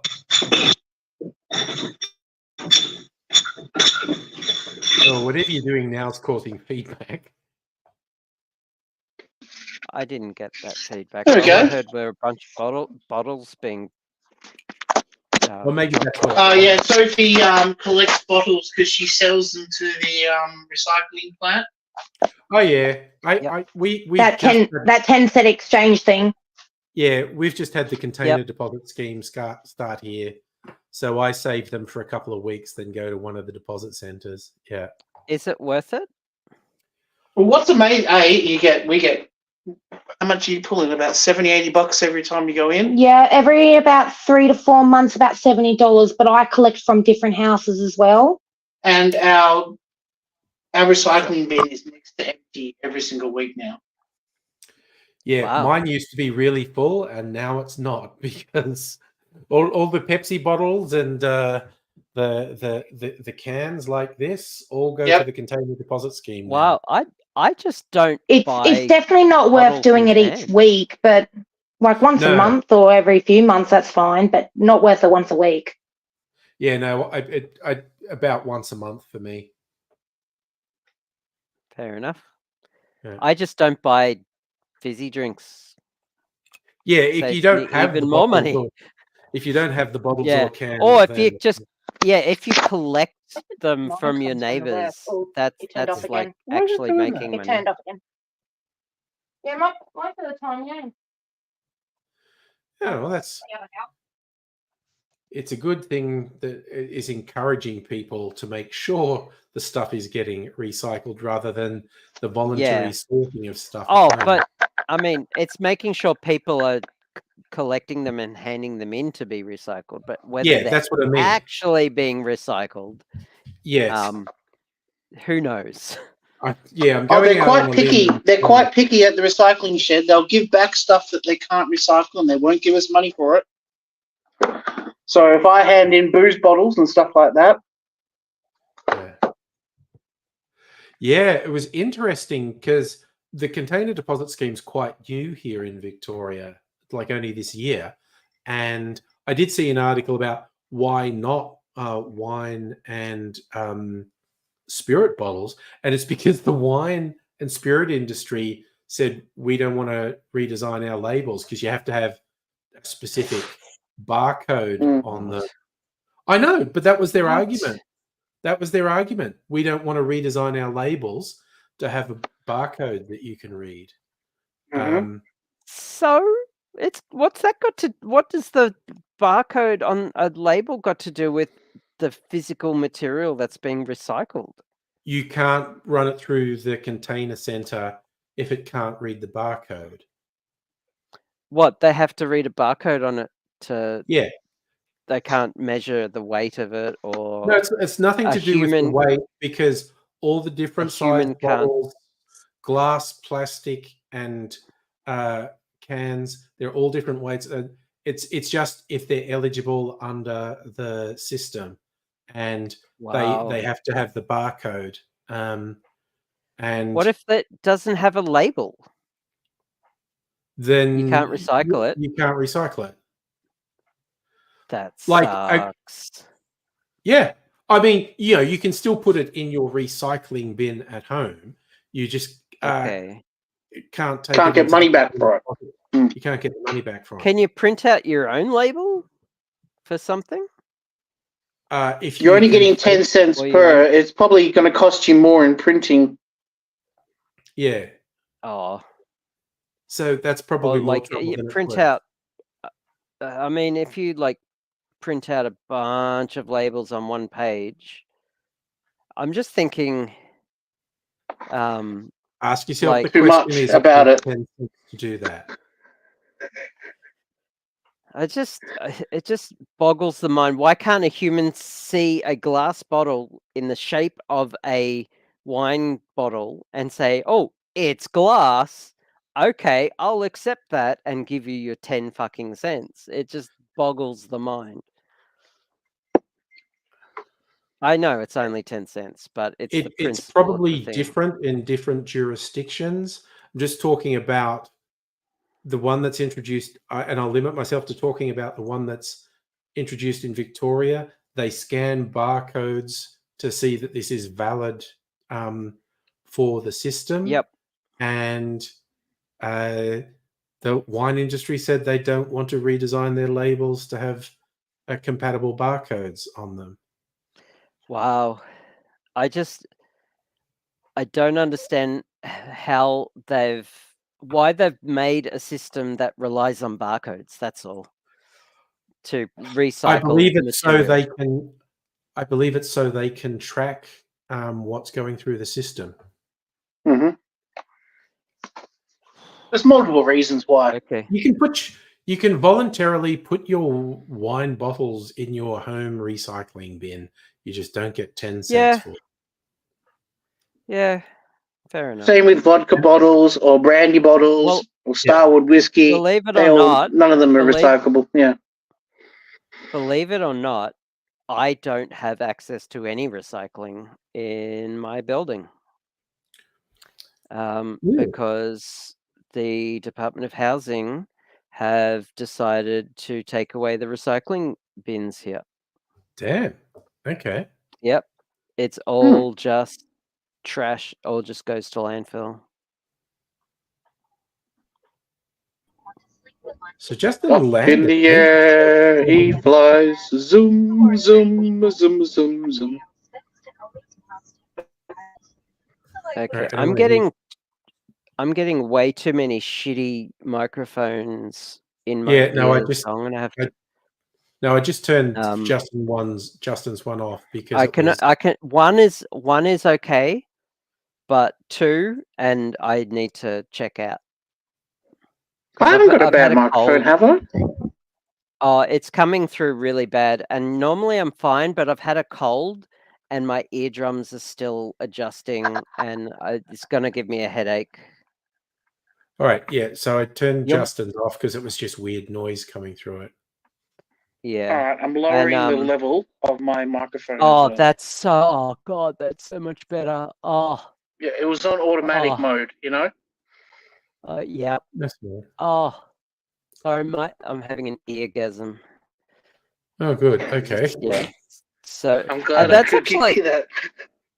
That's actually a brand of earbud for musicians, I think.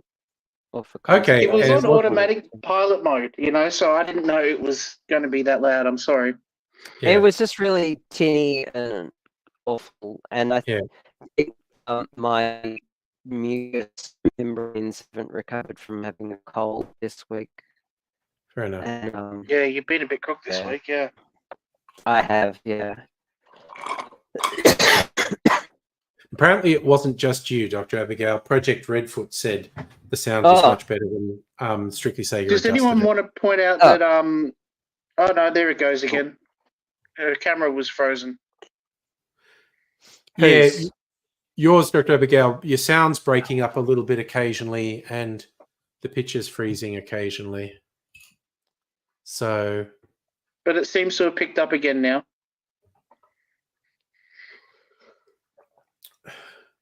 Well, how about we go back to crochet camp? okay, fair enough. It was just reminding me I'm of And I'll lightening say- up the room a bit. Zone out for a bit. Oh, that's fair enough. Reminding me of the old better Simpsons change the joke camera. when Homer's on a Zoom conversation with some of his friends, and Mo freezes on screen, sort of like, and Homer goes, "Oh no, your camera's frozen, Mo," and he goes, "Oh no, that was just my Bell's palsy acting up," and it was just, I had that once. I was in my 20s. I had it for about 6 months, I think. okay. It was. Is I barely Justin noticed landing it. already? I thought he landed a Short while flight. ago, but the plane still seems to be taxiing around. Yeah, it's taxiing. Yeah. I missed the landing. He wasn't on Landing's the screen best when he part. landed. He did type in the chat that he was descending, and it's like I think he switched on again while he's on the ground. He even said Where on the is he chat, now? I don't think I can film the landing. Melbourne. Cool. Yeah, he's staying in Melbourne for a week. More Melbourne's medical an- things. In the Cool CBD. place to be. Yeah. The happening place where I almost never go. Cheers, good call. Yes. Where I almost live. Ah, Yeah, God, you're I'm not so far. glad you introduced this cocktail to me, Angry. It's such a good It's drink. my new favorite cocktail now. Yeah, And plus, Which you can cocktail is tweak that? all the elements. You can it's just called like, the View Curry. yeah. French for the Old Square, which is a part of New Orleans from whence the drink comes. It's a classic New Orleans style drink. And it's got Very a bit boozy. of balls to it, you know. Yeah, no, they make the New Orleans drinks are very, very boozy. But since I've been drinking cocktails, I don't get drunk that easy now. So You're building up a resistance. I need stronger stuff. Anyway, let's do a trivia question, eh? Let's do a trivia. How's that sound? Yeah. I like it. So I don't know if there's anyone in the chat. We'll just see how we go. He wears that one a lot, actually, Celtic. That's one of his most common angry shirts he Well, wears. actually, I wear them all the No same amount of time. You just remember this one. No Okay. one's commented on my shirt. I was refraining from Well, the fact that the it feels controllers kind were of on your rude nipples. because it kind of emphasizes the No, I no. know, that's You know the what I mean? point. The joke. That's the joke. tracks That's of the land, joke. you know, yeah. Yes, but I sourced this T-shirt from a lesbian porn video, Oh, okay. and I saw sure. it there, and I thought I must have one of these T-shirts, and I Yeah. found it online, and bought one. And Why since not then, indeed? no one's ever randomly come up to me in a lesbian bar and done what And the said, hey, two let's play ladies What some have you were Street done. hoping Fighter. for. Yeah, yes. I can do So, the yeah. roundhouse kick on Street Fighter. Okay, one of the hard Anyway. ones. Yes. Okay. What hit did Cat Stevens write for the Tremellos? Wow. What hit did Cat Stevens write for the Tremellos? Correct. I'm aware of Cat Stevens, obviously. He's a piece of shit. Is he? How come? I thought he was a hippie. Most hippies are pieces of Hippies shit. are just boomers. He Yeah. converted to Islam and then aggressively supported the calls to murder Salman Rushdie. Fuck Okay, anyone who boomer. says things like that. Oh, So- what did he say? He converted to Islam and he aggressively supported the calls to murder Salman Rushdie. Oh, yeah, okay. Fuck him.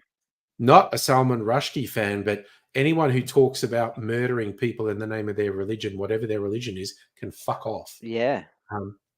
And so, Yeah, Cat exactly. Stevens, he calls himself, well, for a while he was going by the name Yusuf Islam, and then that was not very marketable. And so he just calls himself Yusuf now. Wow. Piece of shit. Okay. Anyway. But So I what have was the no song? idea. I have no 'cause I don't idea know. what Cat Stevens wrote for the Tremolos. All right, it's Here Comes My Baby. And I still don't know it. Okay. I know don't Cat even know what Stevens. that band is That's called. the hard music trivia. I'm not expecting anyone to get those. Yeah. Okay, let's do a fun one. Yes. Who at the age? Oh, we did that. Right. Sorry, I must be picking from the wrong side of the pile. Because that was last question we asked last night about John Singleton. Ah, yes. Okay. Yep. So was that. Okay, hang on a second. Here we go. Okay. What actress played Andy in Pretty in Pink? Molly Ringwald. Correct. I'm looking at the main screen and I'm on delay and I should be looking at my phone. Sorry. That's Okay. So, yeah, well done. Music. What duo is considered the most commercially successful English pop group of the 1980s? Pet Shop Boys? No. A duo. Oh, Wham! Yes. Yeah. Yes, correct. What city did Dr. Fraser Crane live in? Seattle. Bingo.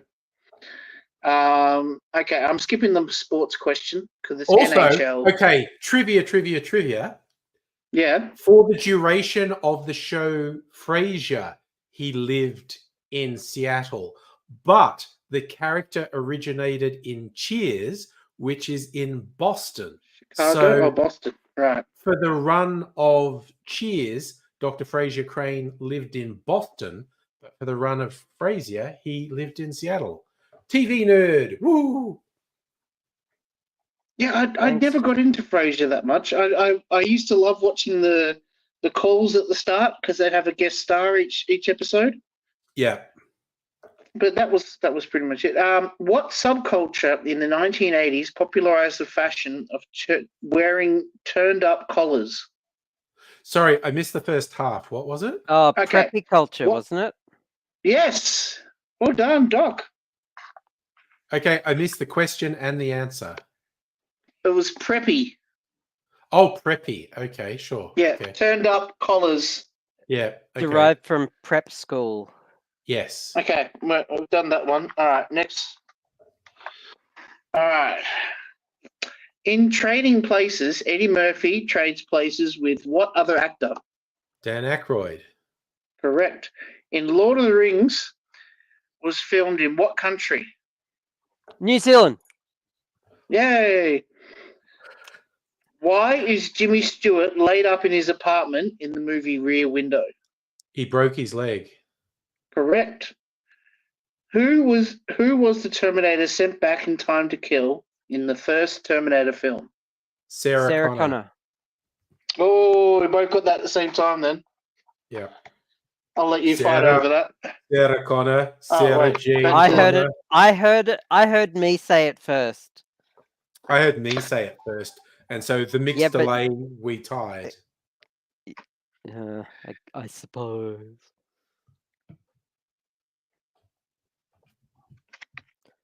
Wow, I didn't know that. Okay. Which controversial American rock singer's father was a Navy Rear Admiral?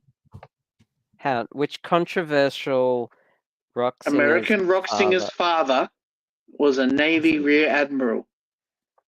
Controversial. Controversial? Yeah, he was controversial. Marilyn Manson. Idea. No. This is from the Glenn A. Baker collection. That's a Glenn A. Baker one. I don't know. No, don't know. Who does Glenn A. Baker think is controversial? Oh, you know it would be untrue.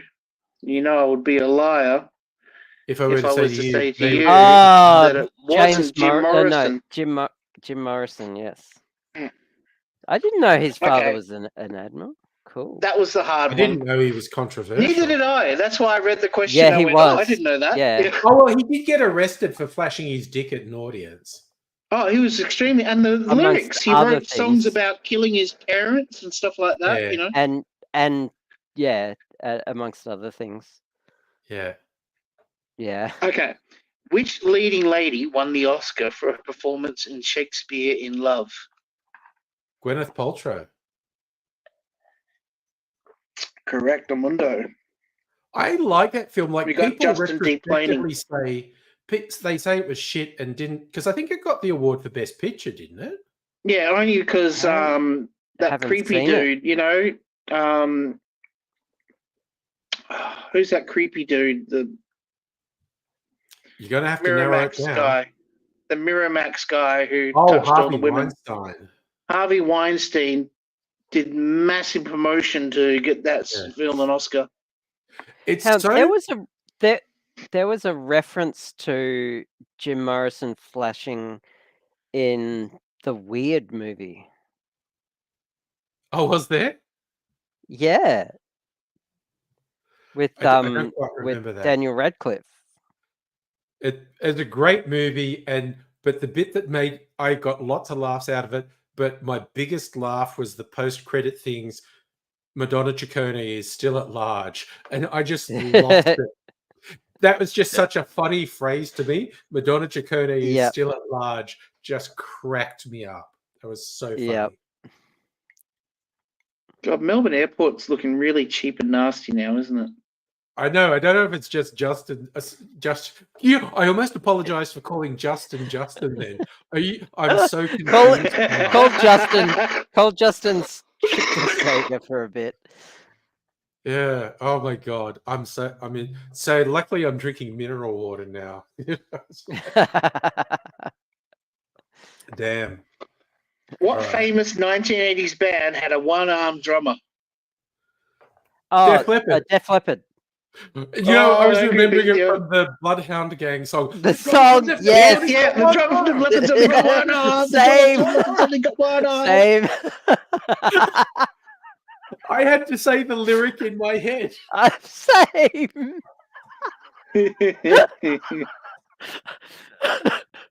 Oh dear. I had to do the exact same thing. Oh dear. Why is everybody always picking on me? Could you walk like a girl and you sit exactly. Who played Mike Seaver on Growing Pains? I don't fucking know. God, it's a name you haven't heard in years. It's a Unless show you're on hardcore religious. Oh, Kurt What did you say? Kurt Cameron. I think Abigail said that before you did, Angry. Did you No, say I Kurt didn't Cameron say- F Dog? No. No, Okay, well done then, Angry. No, Well done. no. Hardcore If I was religious. keeping points, it would go to you. Yeah. Well, yeah. I mean, you gave him a pretty solid hint, but sure. The religious thing, that religious was is how I a got very, Which ANC activist was finally released in this world from prison in February 1990? Nelson Mandela. Yeah. Because in another world, he had the Mandela effect, didn't we? Okay, now I'm going to go yes. on my semi-regular rant about this. I love talking about the Mandela effect, how we think we remember something and it never happened. But I thought, because I was thinking of mandalas, some mystical East and whatnot, but I read the person who coined it, they thought Nelson Mandela died in prison, that he was never released. And I'm just like, okay, I now hate you. You're a fucking moron. That's not an alternate reality. You're just a goddamn fucking moron. It was one of the biggest events of the 90s, his release, and he was in the public eye up to his death, saying you thought he died in prison. Wasn't he like voted? He became Prime Minister of South Africa. Prime Minister of South Africa. President, But he was in the public eye until he died. I'm sorry, if you think he died in prison, that's not a weird quirk of the universe. You're a goddamn fucking moron. You're No, thick as I call shit. it the Bernstein Bears effect, but no one Yeah, knows what no, I'm the talking about. Berenstain Bears. Oh my god, that was the one that got me. That's they- a weird quirk of the universe, not Nelson Mandela. Yes, it Mandela. should be the That's- Berenstain effect. Shazam. I That- thought, honestly, there was a movie by Shaq called Shazam. That just did my Yes, head and into, it was yeah. actually no. You're mixing it up. Shaq Yeah, did there's a movie do called movie Kazam. where he was a genie. People are Yeah. convinced there was another black actor who did a movie as a genie that was called Kazam, and they're actually There is. no. I've got I it think on Laserdisc. I've got it on You've- Laserdisc, Angry. You've got it backwards. No. It's called Kazam. I'll send you. I'll show you a picture.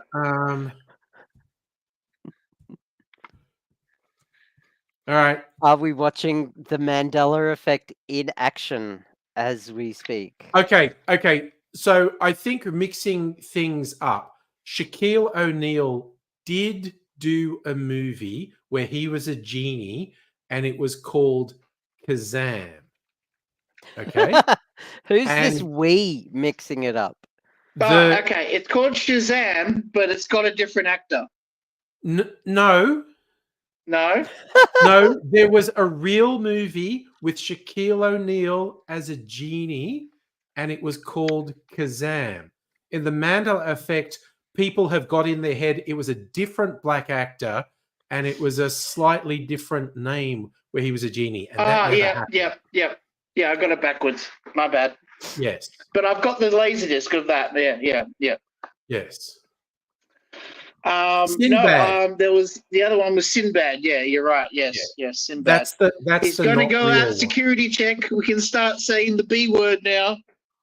Yeah. No, I'm not going to. No, Who, he's not what? out of the airport yet. We don't just he might have his speaker on. We don't want to start screaming, he's got a bomb in his bag. Everyone run. Oh, angry.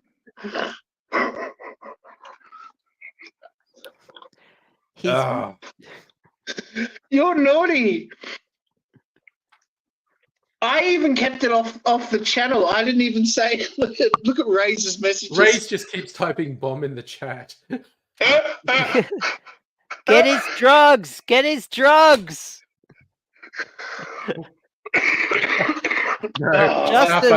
Justin, have you got my?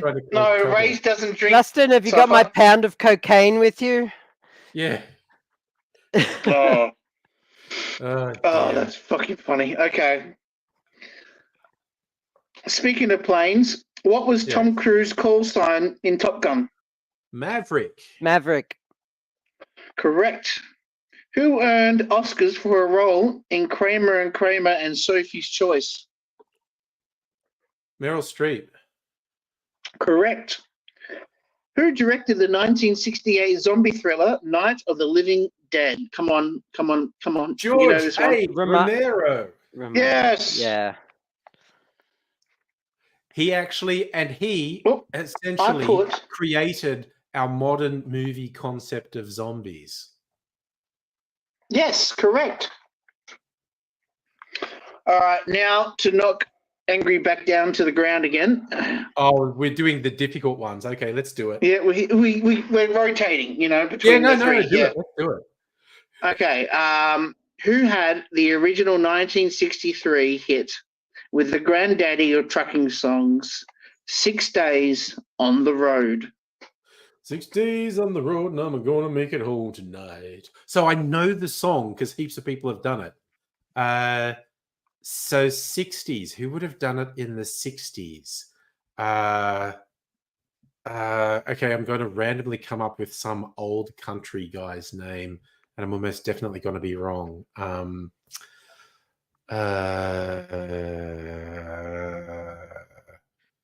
God, I've got someone in my mind, and if it turns out to be them, I'll be really annoyed because I can't quite get their name. I know, it's not Willie Nelson. No. Not Chris Christopherson. No. Waylon Jennings. That's the name I was trying to think of. Probably not. No, who was it? Dave Dudley. Oh, him.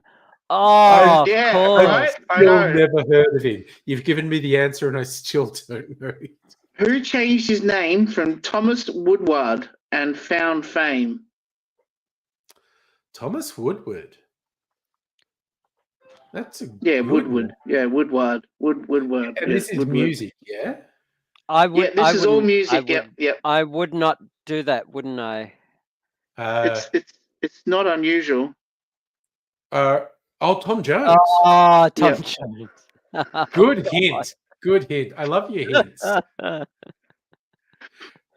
Australian Do you acts. remember Edward Woodward did ads a while, like decades ago, for some wood product, and go, "Who would do that? Edward Woodward would." It's Yes. a bit like nibbling Nobby's nuts. Who sang the theme song and appeared in the film The F.J. Holden and hosted Frankie in J. Melbourne Holden? Tonight? Sorry, what? He also hosted. Yeah, you got it already. It was He also Frankie J. hosted Holden. in Melbourne Tonight. Remember? Was I actually Yeah, right? Frankie J. Holden. Yeah, Right. you got it. Yeah, you smashed I that one. don't even know Who who that recorded the is. 1975 album Zuma? God, never heard of it. No, He's absolutely. a old man. Oh, Neil Young. Yep.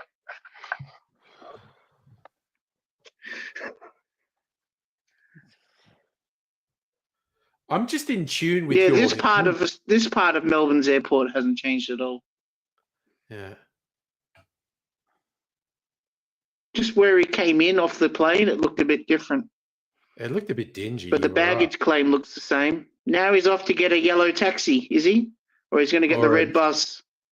Or an Uber, who knows? Okay. Ray's legit waited just so he could do the bomb thing. Now he's going to work.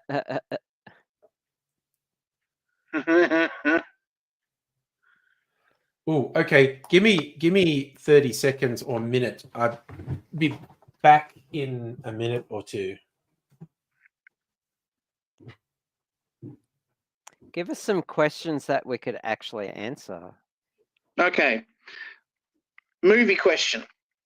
What attraction did Stanley's public defender have in My Cousin Vinny? What a fiction.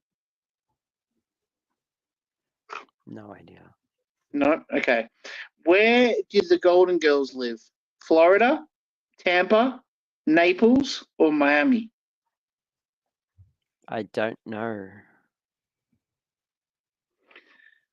Where was the first 5 seasons of X-Files filmed?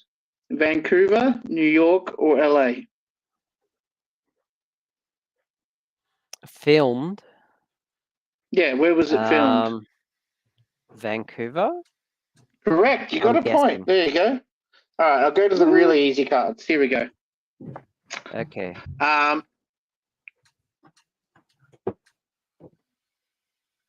In the first Die Hard movie, why is Bruce Willis in LA? To see his To wife. visit his wife for Christmas. You both got that. Well done.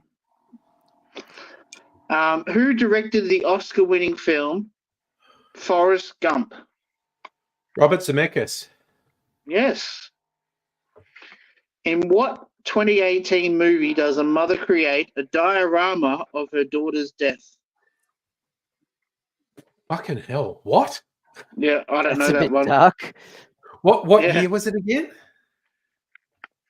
In 2018. Oh, was it I just saw Heredity? your face on the delay. It looked like you just sniffed a lemon. What was it? Oh, Heredity? Justin's in the car park. It was what? Did you say? Did you say Hereditary. yes? Oh my god! That was a fucked up movie. Like that was not even good fucked up. There was just nasty fucked up stuff in that movie. What genre you was know- it? It's horror. I'll look it up. Okay. I'm bailing on the ultra hard cards, and I'm going to bring in the new questions to see maybe if Abigail It's has got- a bit more luck with these. Yeah. Maybe, you know. It's got a good lead. Just to balance, What- just to balance it out a bit. Hereditary. what's her name from Muriel's Wedding? Hereditary movie. Oh yeah. What is the name of the chick from? I know who you're talking about too. She was in It's, Tony Collette. Tony Six Feet Collette. Under. Tony Collette. Oh, Toni okay. Collette. I was thinking of the other girl, the best friend. Yeah, no, Tony Collette's the lead in that. Muriel's Wedding cast. It's just Yeah, Rachel nasty. Griffiths. I was thinking of Rachel Griffiths. Rachel Griffith's not in Hereditary, is she? No. No. It was just you said Muriel's Wedding. Oh, okay. Sorry. Yeah. Yeah, no. My brain went to Toni Rachel Collette. Griffiths. She's good, but I just found that movie to be nasty, and not at all scary, but just with just some nasty, fucked up shit in it. But anyway, me making value judgments. It suffered from me like that. To me, there's hardly any horror movies that have a good, satisfying ending. Like for me, the overwhelming majority of horror movies struggle to have a satisfying ending. Two exceptions, I'd say Talk to Me has a good ending and Get Out a good ending. Evil Dead What about Rises. Midsummer? I still haven't seen Midsummer. I have to watch that at some point. Yeah, no, I've got that on my watch list as well. Yeah. It's worth it. I like most it. people say it's worth it. Yeah. Ooh, Yeah, nice. no, shot of I it. still haven't good watched. director. I still haven't watched Get Out. Oh, it's worth it. It's really Oh, Get Out's cool. Yeah, I like Get Out. a horror movie where the monsters are white people. Yeah. Yeah. That's just life. That's just Yes, accurate. it's like, well, that's fair. It's like, oh, what's a black person's horror movie? White people. And it's Police. yeah. Okay. I got my freezer martini for the first time in a few weeks. Who I'm plays gonna- Harry and Sally in the movie When Harry Met Sally? Who plays who? Harry is Billy Crystal. Oh, Yep. Meg Ryan. Yeah, that's right. Sally. Meg Ryan. Yep. Yep. What 1993 thriller features a murdered wife, a one-armed man, and an obsessed detective? Oh, Fugitive. Harrison Ford. Yes. Fugitive. Ooh. It's Man, one of what my a pretty favorite movie. movies. It is pretty It's- good. It is a really good movie. Yeah, no, yeah. she got that quick too. Yeah. Yeah. What movie was adapted from the book Traveling to Infinity, My Life with Stephen? Adapted, not adaptated. Yep. Oh, did I Um, say adapted? Yep. Yeah. How much have you had to drink? View Carade's no pretty idea. strong. Yeah.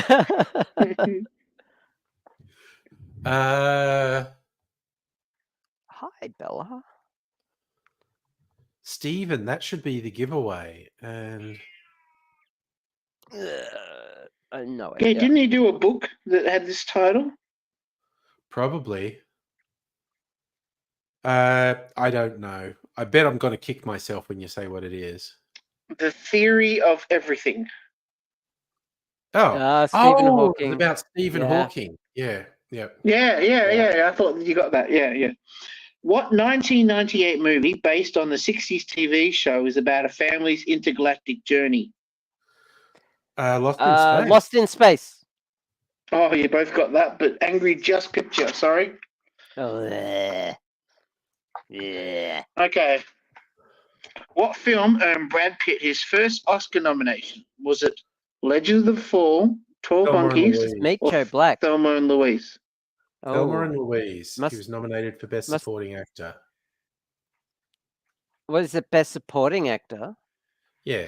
Yeah, because that's not what Oh, it says here. It says his first Oscar nomination, but it could be, yeah, it should be that. To be honest, the is it- answers, it doesn't say that. What movie does it say?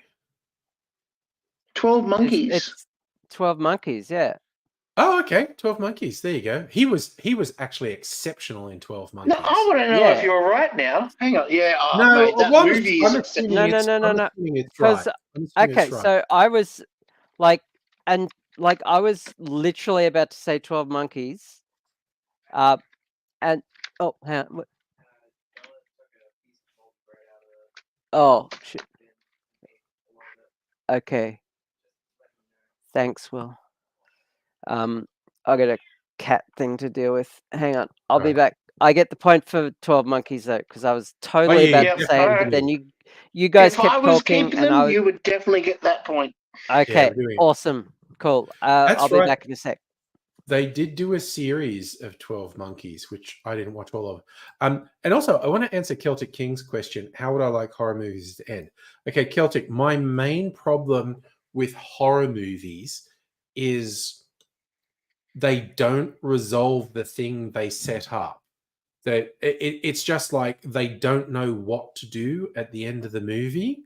I get that feeling so consistently, and particularly when your protagonists are fighting against some supernatural force. For it to be satisfying, there has to be some way for the protagonists to defeat the supernatural evil. The one thing that drives me up the wall is when they set up a whole thing and it's like there's logic and rules and this will work and this won't, and the protagonists do the thing that should work, that should defeat the supernatural force, and it just doesn't.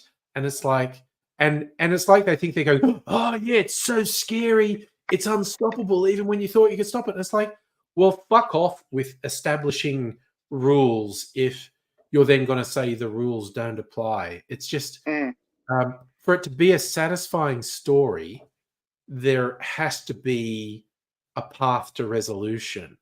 And the protagonists don't have to win, but you need to have rules and be consistent with them. And hi, Fallen Dreams, how are you doing? We're doing trivia and chatting and talking about movies, specifically horror movies at the moment. But you know what I hate the most about horror movies is Yeah. when they have a cast that you absolutely hate. They're all just absolute idiots, and you cannot get behind them and support them and go yay if they make it. You just say yay when they die because they're so stupid. You feel like you're cleaning out the human race, Yeah. And I just lose all interest in supporting them, You know what? It wasn't really a horror movie. It was somewhere between an action and a slasher movie. I'm trying to remember what it was called, but it was a couple years ago where it was rich Hollywood elites hunt Trump supporters for sport. And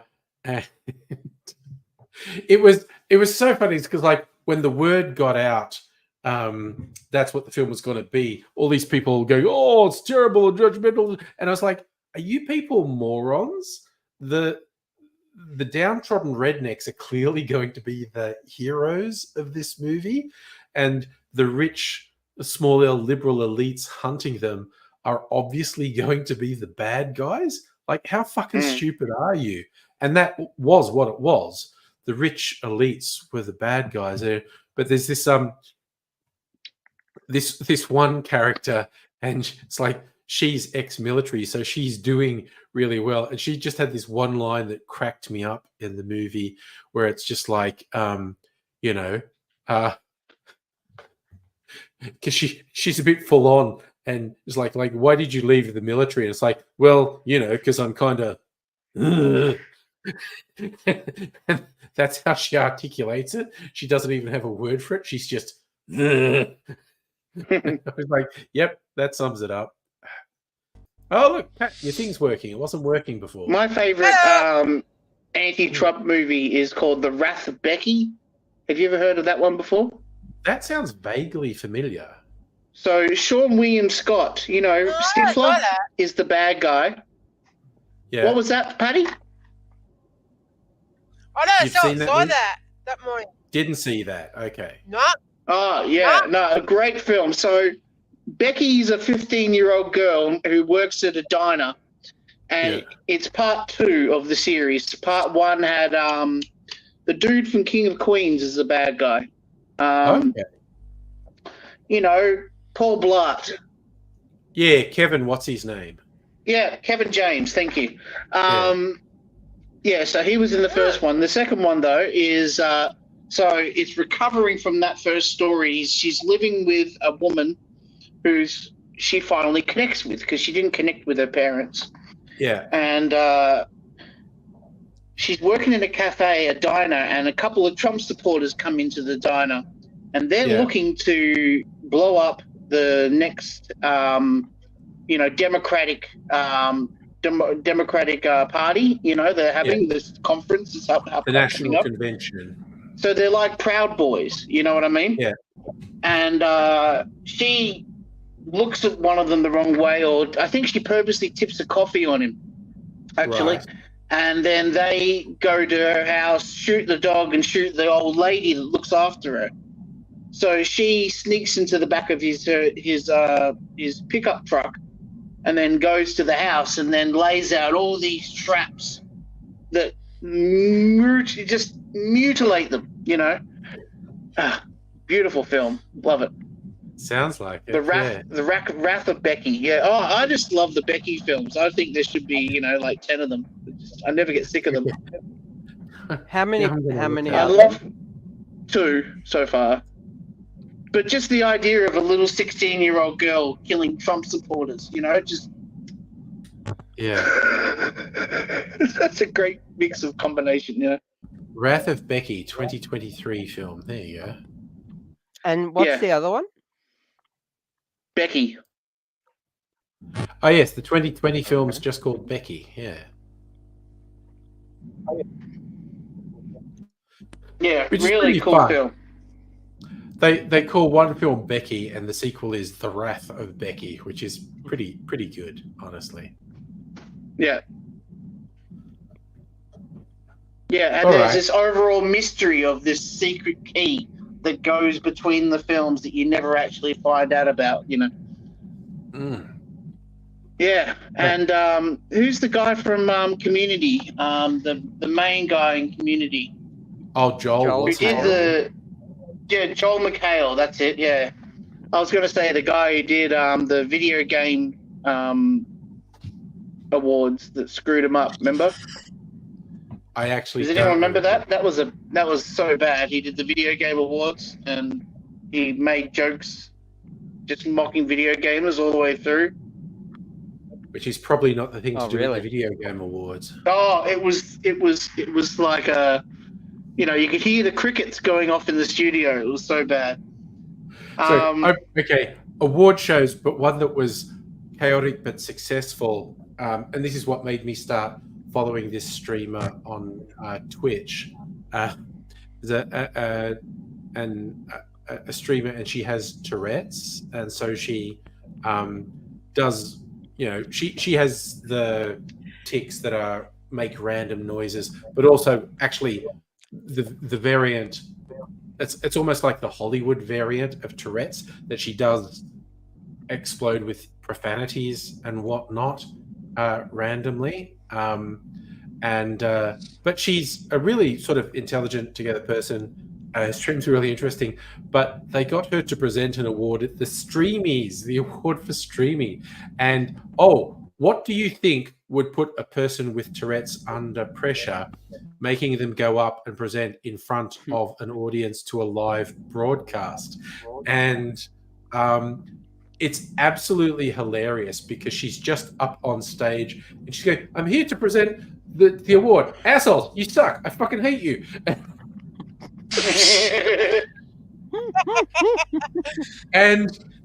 But the audience loves her, but she's just on stage and her twitches are like 10 times worse than they usually are because it's this ridiculous pressure situation. And it's just um, hilarious when she's reading nominees. It's like, Stacey Smith, slut. Wow. It's so funny. But again, she's really insightful, intelligent, and honestly, I like her politics. Her politics are very much like mine, very hard.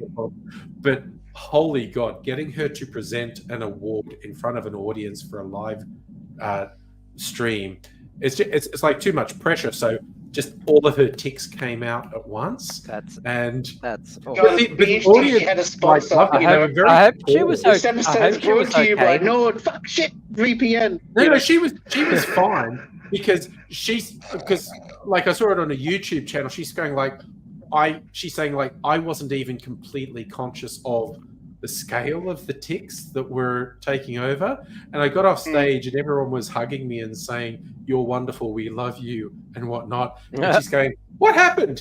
It's just like, oh, That was when she knew she had fucked up. Yeah, no, but again, I found her really good. But it's also like her tics aren't just swearing and profanity. She'll make random noises, and some of the tics are physical. Stream for a minute while I go to the loo. Yep, I'll hold it. Her Twitch handle is Sweet Anita, like her name's Anita. Yeah. Putting. What a legend. Soph, how are you doing? You going to hold the fort, Soph, while he goes to the loo? No, or do we got to change earpieces? Sharing. Can you hear it now? There you go. You're in charge now, Sophie, while he's off going to the loo. That's very intimate, sharing earwax. Well, it's an intimate relationship. Shared more than that. Oh, gross. I don't want to hear about straight people things. I wasn't going to go there, Soph, but you did. So. Yeah, I know that. Okay, I can kind of hear you because this thing's turned off again. Oh, okay. Well, that's fine. We'll struggle along. I was literally asked. I was asked today how many girlfriends I've had, and I had to preface the answer with, "I've lived a life. Like I'm not young. I've lived a life." And then proceeded to count, and I just stopped counting at like 13 or so. Yeah. And what prompted the question? I was going through photos trying to find a photo, and it just became a wall of X's, and all these photos I was going through, and they were like, "How many girlfriends have you had?" And I'm like, "Oh God." A few. Well, I'm not young. Yeah, there's been a few. It's mainly because of my 30s. My 30s was, Slutty 30s. Hey, don't slut shame. No, I'm not shaming. I'm celebrating. Yes. I don't know. Well, yeah. When I got to 12, I stopped counting, and then I saw another photo and remembered someone. And yeah, so I don't know if that's a lot or not, but they were like, what? But they were like in their 20s, so yeah. What do they know? Look, it is what it is my opinion. Also, I just wanted to deflect away from the icky straight people sex thing. The intimate sharing talk. Who wants to know about that kind of stuff? Well, the door was open. I pressed it again. Because it falls out of my ear, I keep pressing it. I have to push it back in. So easy fix. No, we're having technical problems. We're having Justin is no longer in the air. Should No, he's on the Sky bus going into Flinders Street, I think. Well, I mean, technically, we're all in the air. True, we are in and amongst the air. Yeah, no. We don't live submerged in dirt. Jim Beam. I mean, if you like Jim Beam, Safa, that's pretty good price. Good mixer. That's an excellent mixer.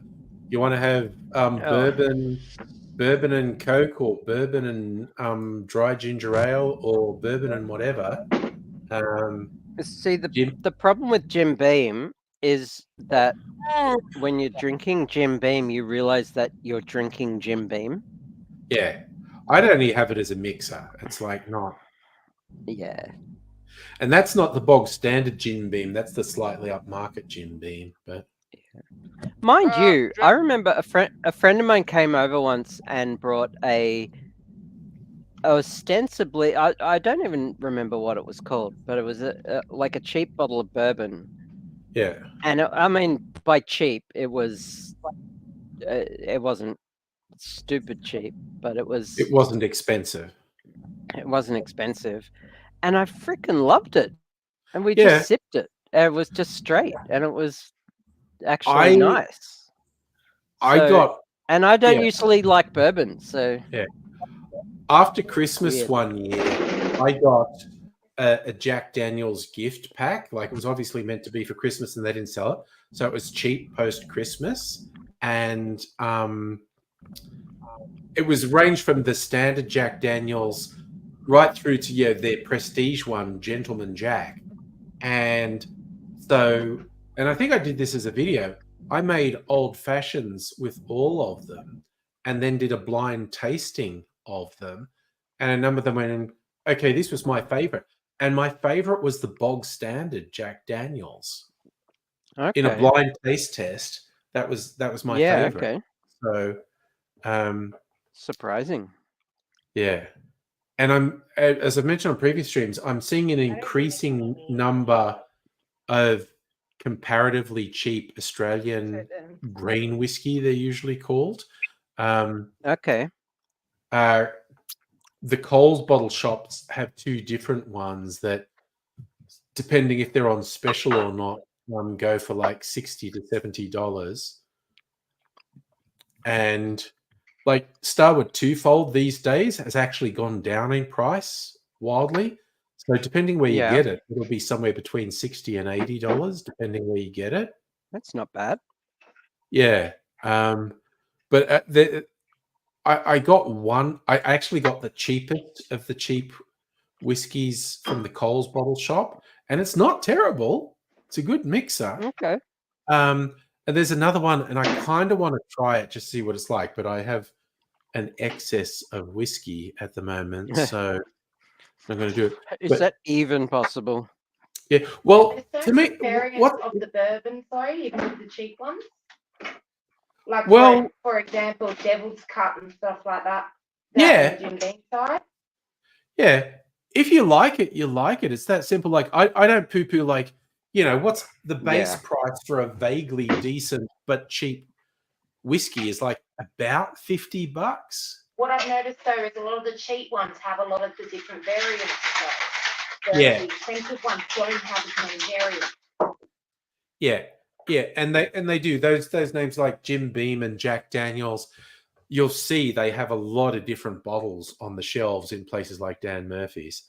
They do, and they just have massive warehouses of hundreds of barrels, probably actually thousands of barrels that they're making blends from, which go out. I don't even know how that works. Like places like Jack Daniel's, even the Scotch like Johnny Walker, they're circulating millions of bottles of whiskey a year. It will work similar to like a brewery, but like in a factory kind of way. Yeah. I don't know. They have to maintain the only sort of breweries maintain standards somehow. In really has been the Margaret River region and around Melbourne. Yeah.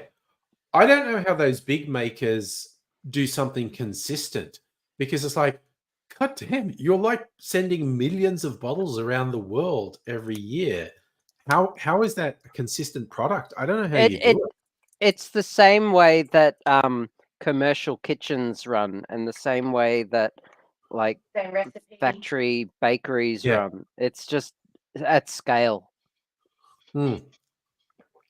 But I actually, even if I don't like the product, I tip my hat to the people who manage the logistics of actually creating all of that and getting it out, because that's a huge undertaking. Yeah, It's true. it requires quite a skill to do that successfully. But yeah, my favorite bit of trivia, I was reading some stuff on American whiskies, and there was a real downturn in bourbon in like the 80s, and a whole bunch of distilleries basically went out of business, but they had like hundreds, if not thousands, of bottles of barrels in I'm still warehouses, here. Just on my head, like, and these barrels just stayed in the warehouses for decades. Yeah, okay. And then late 90s, there's a massive upswing in bourbon again, and someone went, Yeah, like someone who had our time done has come. a bankruptcy thing has gone, hello, I've got thousands of barrels of whiskey that have been sitting there for 20, 30, 40 years. Suddenly, Starts humming, these we're are, into money. they were rubbish. Now these are boutique. And things like Pappy Van Winkle and whatnot, there are these really prestige brands in the US. They were literally abandoned in warehouses for decades. Yeah, okay. And then there was this massive uptick in bourbon obsession in the US, and someone started going, well, I've got a 30-year-old bourbon. Oh, I will give you $2,000 a bottle for that. And they're like, cha-ching. Yeah. I reckon some people relied on that. I reckon there wasn't a lot of luck involved. There would have been some. But no, these places Because- literally went bankrupt. They went into receivership, and someone bought these barrels for the old pennies on the dollar thing. But they they couldn't do anything, and they were sitting there for decades. And then there was this massive upsurge in bourbon obsession in the US, and these people just went, oh, well, I've got a 20, 30, 40-year-old bourbon. And people went, I will mortgage my house to buy that from you. Yeah, because no one buys that many barrels and keeps them for that long if they don't think they're going to get a massive ROI. Like, well, they were literally calculated getting them risk. At most 10% of the face value of them.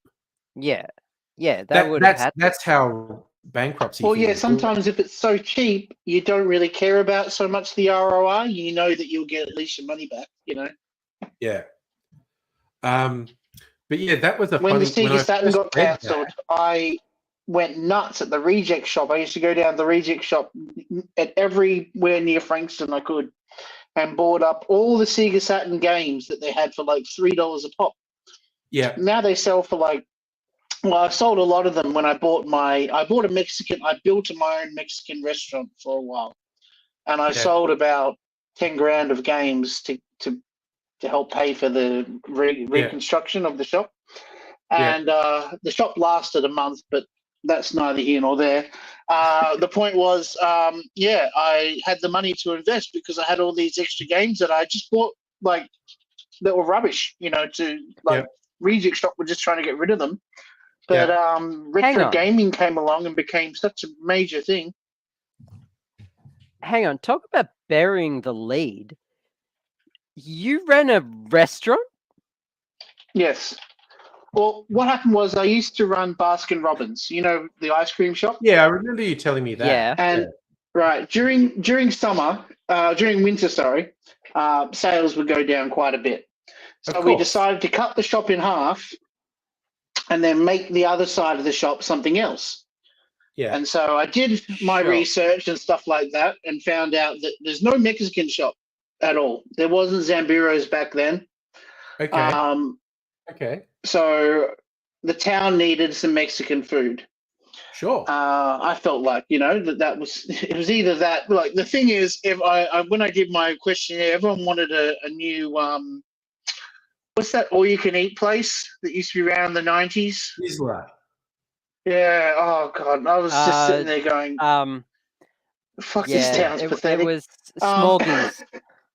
Smorgies. With the big volcano you walk through. Smorgies. I used to go to Smorgies all the time. It was Smorgies was awesome. Classic. Yeah. But it really is shameless, those kind of places. Anyway, yeah. So. Oh yeah. I started a Mexican shop. We had a great menu and stuff like that. And then the owner of the shop ran out of money within the first month. Oh shit! That was he owned the actual shop. I was going in partnership with him. Oh, okay. And I couldn't contribute anymore. I already put in like 10 grand, including 5 of my mum's money, Mm-hmm. Yeah, so I was, we just had, like, literally, it was halfway through the day on Saturday, and he called up and he goes, look, the board has decided we're going to shut it down. And I'm like, damn. It was so heartbreaking. Yeah, it was called Maracas. That was the name of the shop. Okay. Which I thought was a good name. That's a pretty good name. Yeah, I got 1 month. Oh, wow. Did you get your money back? I got some of it back. I got around 3 grand of the 5 that I got that I gave. Wow. Mum didn't get any of her 5 grand back at all. Someone fucked up to only last a month. Someone really fucked up. Oh yeah. Like who? Well, it was kind of my fault because what happened was I had never built a shop in my life, and I was given the whole thing to do myself. And, I'm good at managing a shop, but building a shop and designing a shop is a whole new story. And so, but you're not the one who piked out. You're not the one who ran out of money. No, I got the place going. It took me 8 months to do so, which is a long time in business-wise. You know what I mean? Okay. But I didn't know what I was doing. That's how I look back at it now. Did you have help? I had my best mate Blade help me a lot. He was working for free there so was I at the time. Okay. We were going to do that for 6 months. We were willing to work for free for 6 months just until the place got up and going. So there wasn't any cost to the place besides the food that we bought to buy to cook with and stuff like that. And a chef, I hope. Oh, we didn't really need a chef. It's Mexican food. Have you ever seen a chef at Zamburos? It cooks itself. It really does. You put it in a slow cook or what we call a pressure cooker. And yeah. What? Why are you giving me that look? I can see you giving me the look. I'm not looking at you. I'm staring at the camera. Not at this camera, at camera 2. I was looking for this, my cheap. Oh, did you just say that unironically? Chef Gordon Ramsay should come and just slap you right in the face right now. For not having a chef for a fast food restaurant. No, for saying that Mexican food cooks itself and you just slap it in a slow I'm sorry, cooker. but the meat really did. It would go in a pressure cooker and it would cook itself overnight. I'm not buying it. I'm not Have you never used a pressure cooker before? I have 2. I have 2 pressure cookers. What year was this? 2015. And a slow cooker. Right before Donald Trump became president. I don't eat meat, though, and I don't know the market in Frankston. Oh, we had vegetarian options too, but it was a lot of beans, Yeah. Pinto beans and rice and and if you stuff like that. if you slow cook beans overnight, they just turn into It wasn't. mush. No, we didn't slow cook beans. It was just the meat, and it wasn't slow cooked. It was pressure cooked, like Well, chicken, you like don't the KFC. Yeah, but you pressure cook because it's quicker. You slow cook overnight. You don't pressure cook overnight. You Yes, pressure you cook do. because it's quicker. You pressure cook because it's quicker to cook. You slow cook overnight in a crock pot or slow cooker. Pressure cooking, you gotta monitor and Yeah, because we would leave it on for ages, and it would make the pork so you could pull it apart, like pulled pork. Yeah. I know what slow cooking does. I just like the reason I was making the face, and this is not an indictment on you at all, because running a business is hard. It's fucking hard, and to actually get it off the ground for a month is pretty awesome. I'm not gonna cast aspersions on It was very heartbreaking. on that. It put me into a Yeah, mass of depression course. for about a year Yeah, afterwards. And of then Donald course. Trump became president, which made it even Oh, worse. Even yeah. worse. I mean, 2016 was when the apocalypse started, and that's my Yeah, when David But, Bowie died, that's when it all went to shit. Yeah. yeah, and Harambe. hmm But the reason I made the face is that good food needs to be cooked properly, and the taste, the evidence is in tasting it, and Oh yeah, no, like we had the when you people who came during the time Yeah. was loving it. Okay, well that's all that matters, and The food was good. That wasn't the problem. I'm The problem sure. was So I'm sure it wasn't all of how cooked long it took overnight me to set up and how in a much it pressure cost to cooker. redo all the piping. Because when you have a food shop, you've got to have a certain size drainage pipe. Yep. And that cost $20,000 to replace just alone, which was Yeah. more than pretty much the shop was worth. Oh yeah, Look, there restaurants. was yeah. Oh, there was a bar down the road in Collingwood. It was literally the only dedicated lesbian bar for the longest time in Melbourne. It was called the Glass House.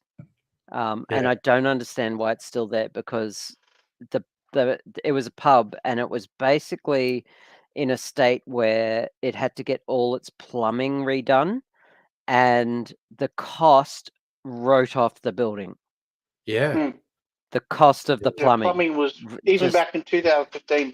Plumbing it was ridiculously Well, this was before. Yeah. This was like 2012. This is like way before then, and yeah, they had to sell up, and it was gone, and it was shattering. So yeah, so I understand that. So that's what happened. So and the company that I worked for was a charity. They would produce a book called I forgot the name of it because it was 10 years ago now. But what it would do is rate charities, like, for instance, give star rating, and that would advise rich billionaires and stuff like that who to donate to, e.g. World Vision Foundation got 1 star because a lot of the money stays in the company. Only 10% of the actual money actually goes to the charity cause. Yeah.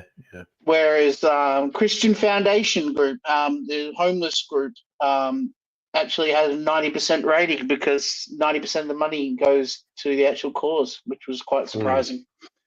Like, that's what I did. Is we would raise money with the shop for the charity, so this book could be produced every month. Cool. Yeah, that's fair. Also, That was my is like, life. Yeah. yeah, I just have a confession. Anytime a lesbian bar's mentioned, my Simpsons obsession kicks in. The bit where Yeah, the fire exit. Yeah. Yeah, Homer same. got barred from Moe's, and so he's looking for another bar. And about the third one he tries is a lesbian bar, and he's sitting there, and he's like the only man there, and he goes, "Something's not right here." And he's Yes. braced. Like he goes, "Wait a minute." Is that the There's episode no with fire Lurleen? escape here. And he storms out, "Enjoy your death trap, ladies." The exact quote is, "Wait a second, this lesbian bar has no fire escapes." Because the premise is that you think he doesn't know it's a lesbian bar. Yeah. Yeah. But he did know, and he's just talking about the fire escapes. Yeah, and And then he it's says, so wholesome yeah. in the end. It's wholesome, and it's just classic era Simpsons, funny as fuck. Yeah. Yeah. And I do like the Right joke. on. Yeah. And it's like Yeah. about the 5th time you've repeated the joke. But I Which do. I think Yeah, is he does. He it's loves fun- I Simpsons just have a jokes. Simpsons obsession. Angry And loves Simpsons jokes. Yeah. I need to It's- equate it's- this event to a Simpsons thing, you know. Yeah. It's terrible. It's getting I'm funnier aware than the that- jokes themselves. I'm aware that it's terrible that I have this obsession with equating things to The Simpsons. But literally every time someone mentions a lesbian bar, I just want to go, "Enjoy your death trap, ladies." So lately Get we've it been printed going on a through the t-shirt. episodes I'll all in wear it. order because usually we watch it on shuffle, you know. Yeah. And we're up to season 9 at the moment. And last night's episode was Homer becomes a sanitation expert. Oh, And that's starts a great pushing all the rubbish underground. And Yeah, Steve yeah. Martin was in it. Steve Yeah, Martin Steve was, Martin was the original. He was in charge of garbage, and because the weird way America works, all those roles are actually elected. Oh, that's with the song from from U2. U2 was in it. Yeah, yeah. Can't someone else do it? Yeah. Steve Martin now heads a bluegrass band playing the I love some of his banjo music. Yeah. Banjo. The banjo. Yeah. Yeah, no, I love some. he's played music for decades. Yeah. Yeah. And he's really good at it, and He is. yeah, his music is awesome.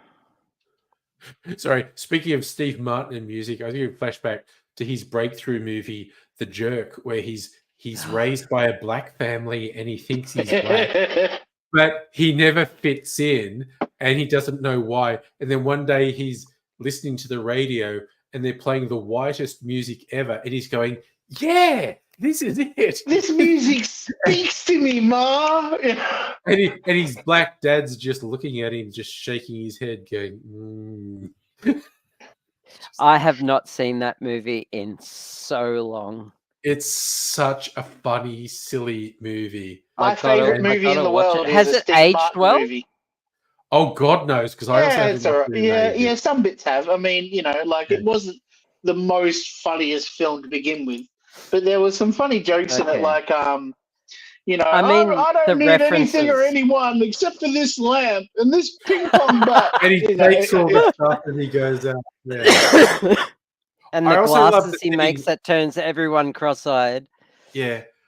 I love the scene where he's working in the petrol station and the cans. The crazy guy with the gun has picked him at random from the phone book and is shooting at him, and he keeps missing and he's like hitting the oil cans, and Steve Martin thinks that oil cans are just spontaneously sprouting leaks, and he doesn't know what's happening.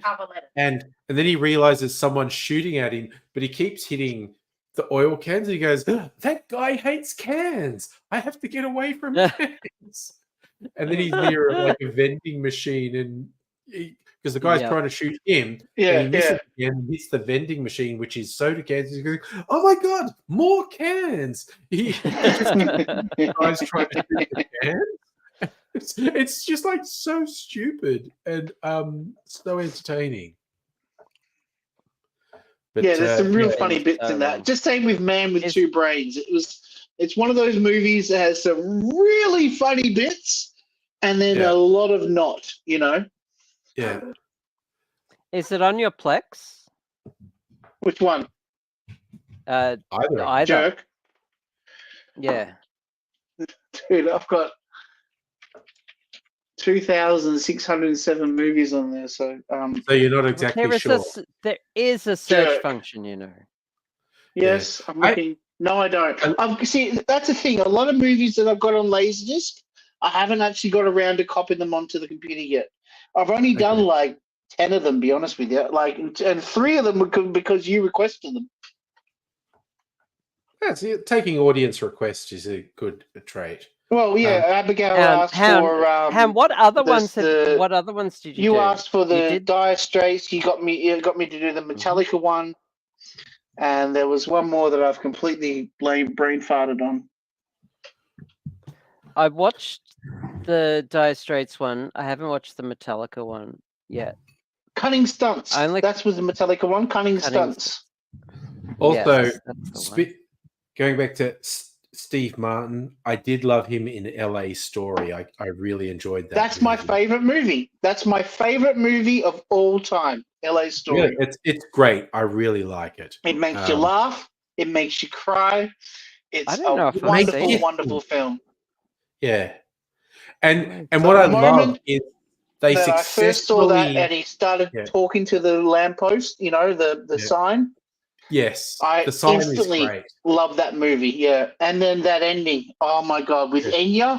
Oh yeah, I love with LA Story that a lot of it is. Seen it. Oh, it's good. A lot of it is really. I'm not giving away spoilers. That's all I'm saying. You know, just saying that it really hit me in the way of making me laugh, and it made me cry, and it touched me right in the feels. You know. Yeah, but I love that a lot of the movie is very conventional sort of rom-com stuff, but they throw this absurdist stuff in there randomly, and it would just make me crack up laughing because, like, Richard E. Grant is in it, and I love him. Yeah, and the testicles. There's this and again a slight spoiler. One joke where he's been fucking someone, and when he's walking along, there's this bell ringing noise, and Steve Martin goes, "Can you hear bell ringing?" And he goes, "It's my testicles, it's damn nuisance."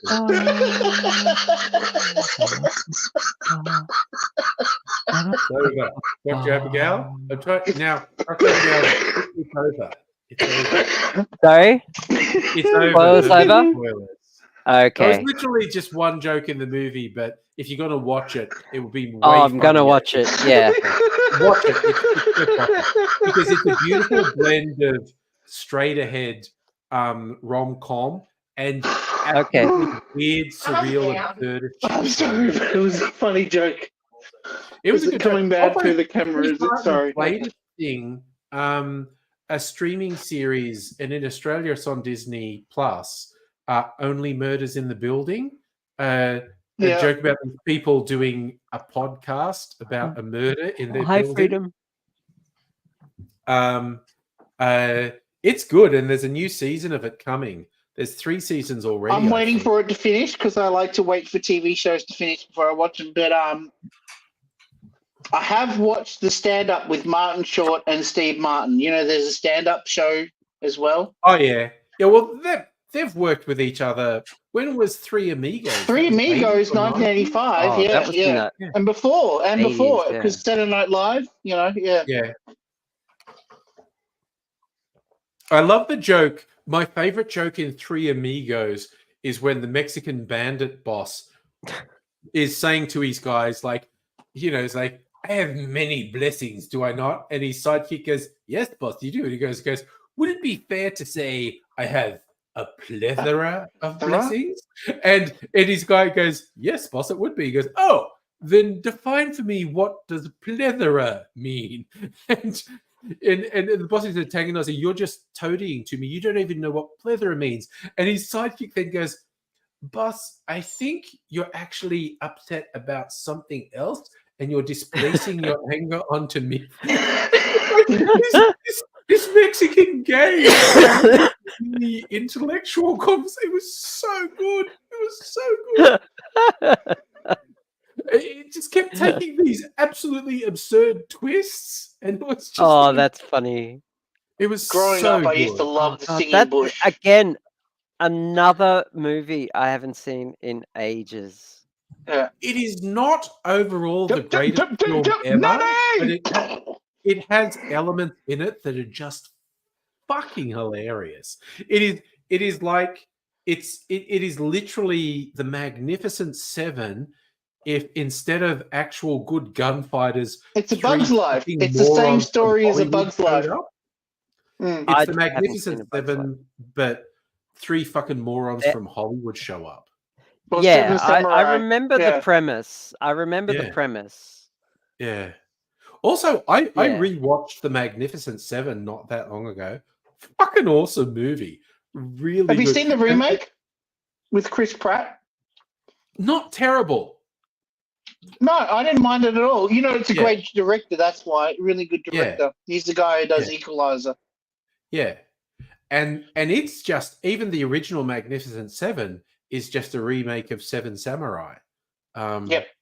Which is was also really a great good. movie. Oh my Yeah. goodness, yes, yes. My second favorite Kurosawa film. My favorite Kurosawa film is Yojimbo. Oh my god, Kurosawa just makes such good films. Like, and Yeah, again, and Dreams. Dreams is up there as well. Love Oh. Dreams. Dream. I saw that in the cinema. That was trippy as fuck. Oh, that this movie. the Van Gogh bit made me Yes, completely fall that in was love my with Van favorite. Gogh. Van Gogh. Yeah, Van Gogh that bit. was same Oh my here. God. And the hell when they all had the horns and they were crying in pain because it was hurting their head. No, Dreams was it? Oh, that was such That a was fucking amazing good film. Great film. But also Can't say I I've loved seen any we other did the ones. Shakespeare ones because like last night I should say, my theme was it was the anniversary of the death of the historical Macbeth, but he did Yes. his version of Macbeth is called Throne of Blood, which is pretty fucking good, and his version of Hamlet is called Ran, and Oh, is that Hamlet? Okay, I've Yeah. seen Ran. Yeah. Ran is Hamlet, and Throne of Blood is Macbeth. I haven't seen Throne of Blood. It's good. It is. Yeah, I'm sure it is. Yeah. It's Macbeth with even more violence. Well, the thing is Kurosawa. You never get disappointed with Kurosawa. You know. Yeah. And What's the one where they're sitting under the rain in the rain the whole movie, and it's about the different angles of story. It's the same story but told in 5 different ways. Oh, I'm trying to think. It's become famous because, like, it's all these people. Because so many movies have done that now. Yeah. All these people witnessed the same thing, but they saw it completely different ways. In different angles. Yeah. Yeah. Oh, that's his. Yeah. Ah. Anyone in the chat? Let's look it up. Where's Kurosawa. Megaleech when you need him? Yeah, Megaleech would have done it. Movies. Hang on, I'll know when I see the name. And there was the one that got the Academy Award, Kagemusha, the Shadow Warrior.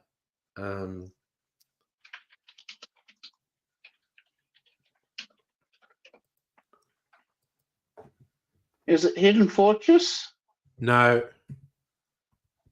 Rashomon? it's Rashomon. Yeah. Yeah. I'm just going through the ones that I've seen. You know, like my computer keeps a log of everything I've watched. Yeah. Rashomon is the unreliable narrator writ large. Yes, unreliable narrator. Yes, that's a great way to put it. Yes. There was a comic anthology that I really liked from the 90s, an American guy called Evan Dorkin, and he would do some longer form stuff, but he would do a lot of stuff that was making fun of the 3-frame comics from daily newspapers, and he had some absolutely fucking hilarious 3-frame ones, and one was worst Rashomon ever, and each frame was just someone going like, yeah, it was the farmer that did it. And the next person goes, yep, I saw it. It was the farmer. He did it. Everyone's actually just telling the same story. They just go, Agreeing the "Yeah, it was same that guy who story. did Yeah, it." yeah, yeah, yeah, And it was like, worst Rashomon ever. yeah. But he was God, very dreams at the funny. cinema. You are so lucky. I first saw that on SBS. You know how SBS played all those awesome foreign movies? No, you saw great You know, stuff. and on I was SBS. staying up late one night, and I'm like, "Oh, what's on SBS? Oh, what is this?" You know. Yeah, because it was Scorsese played Van Gogh. Played Van Gogh. Yeah, Yeah, and there was and it was there was produced that by great, Spielberg. that great moment where the Japanese guy comes through the paint and he walks up to Van Gogh, and Van Gogh looks at him and is taking in the scene and just goes, "Why aren't you painting?" Yeah, there And is so much Van beauty in Gogh the was just world. going, I because can't what? contain it. Yeah, it's like what's in front of me is so inspiring. I can't conceive of someone not painting it. It was great and Hey, Minnie. trippy as fuck. That movie was so trippy. Yeah, absolutely, yes. And there, oh god, there was that one bit of the people trapped in the snow and with a rope and trying to pull themselves. Oh, that bit. Sophie made me turn it off when that bit came on. She 'Cause it hated that bit. Yeah. Well, he was And then trying to saw put the you angel. in the Yeah. pain and the stress because it goes on for so long, and it's Yeah. just like, And then, wow, then he's all they literally- find out that they're only meters away from their tents. You know. yeah, because he's trying to make you feel the stress of this going on, and so it goes on for. In conventional film terms, it goes on for way too long. One of my favorite segments was the garden. You know, the beautiful garden. Yeah. And they talks about being one with nature, and how if you wanted to, nature can provide everything that we need. Yeah. I think that segment made me a bit of a hippie. You know. Yeah, and fair enough too. It's funny how you learn a lot from films, you know. Another late night SBS film that made me think of when we're talking about late night SBS films. There's a film called David Holzman's Diary. Have you seen that one? I've never even heard of that one. So David Holzman's Diary is in 1962. He rents his own camera and starts making the equivalent of a YouTube video. Sure. Right. This was made in 1962, though, so there wasn't a YouTube, obviously, but it was the exact same thing, just vlogging his world, you know. Yeah. And it is absolutely mind-blowing film. It's on the Criterion Collection if you need to get a copy of it. I'm not going to say nothing about it. I'm just going to say it was a mind-blowing film. Okay. And I'll leave that with you just to go and dig that up, because that's not many movies get a 5-star with me. You know, I've got like 20 movies in my life that's hit 5 stars. So what are you going to say? But he did say something. I'm not going to say nothing about it except that it was an awesome film. To be fair, Dr. Abigail, I know you're being a grammar pedant, but he did not say nothing. He said something. Exactly. Yeah, that's what he said. It's awesome. Yeah. Also, speaking of Criterion, I love the videos on YouTube where they get actors and directors. Oh, the clubbers. Yeah. Except some are so fake. They try to act like fucking film snobs. Ethan Hawke doing it is so funny. Because you know that he just wants to watch Bad Boys for life, you know? But he's trapped in this Criterion closet and has to look like, you know, and he's pulling out, you know, oh, look, Armageddon, you know? But, yeah, if you're unfamiliar with it, it's a series of videos on YouTube that Criterion do where they get actors and directors. And it's like in the closet, it's a storage room that's got all the Criterion discs. Have another pass in the morning, Bubba. Yeah, and they just look at these I've got 2 days to hundreds, get this done, but this one hundreds of isn't discs, for senior Bubba. and they pick something they want to keep. Maybe we should. Yeah, I know the one we're talking about on the. That's why I'm doing a cover letter, not just a resume.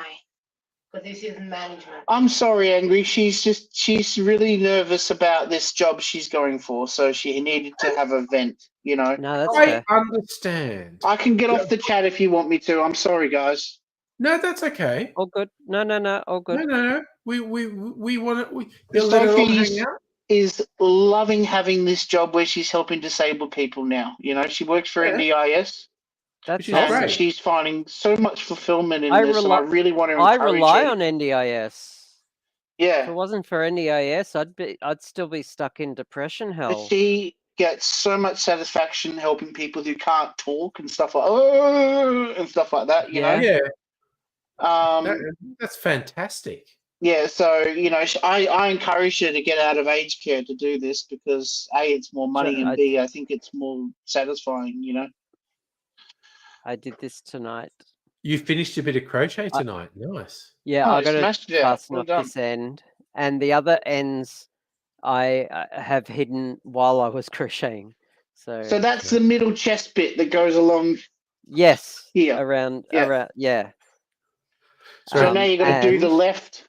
I've sized it so that it just fits straight onto these buttons here. Oh, isn't that clever? Yeah.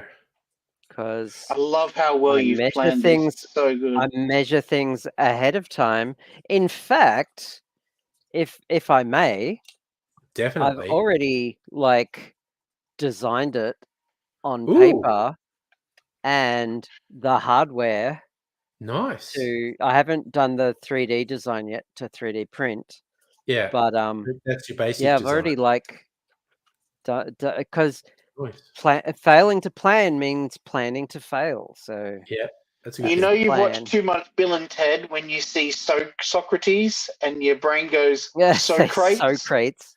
Literally what I was going. We're all on the same wavelength. Literally, Jim's making an intellectual point, and I just want to say Socrates. But also, how good was that bit in the second Bill and Ted movie where Billy the Kid and Socrates are getting on? That's the first really one. well. Yeah, and they're throwing the ball to each other in the background and stuff like that. Yeah.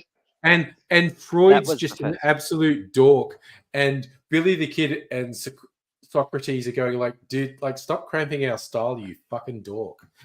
Which is it's just so funny. Geek. Yeah, and it's just like Billy the Kid and Socrates are best buds, and they're both just going, no, Freud, you're a geek. Get the fuck away from us. What are you doing?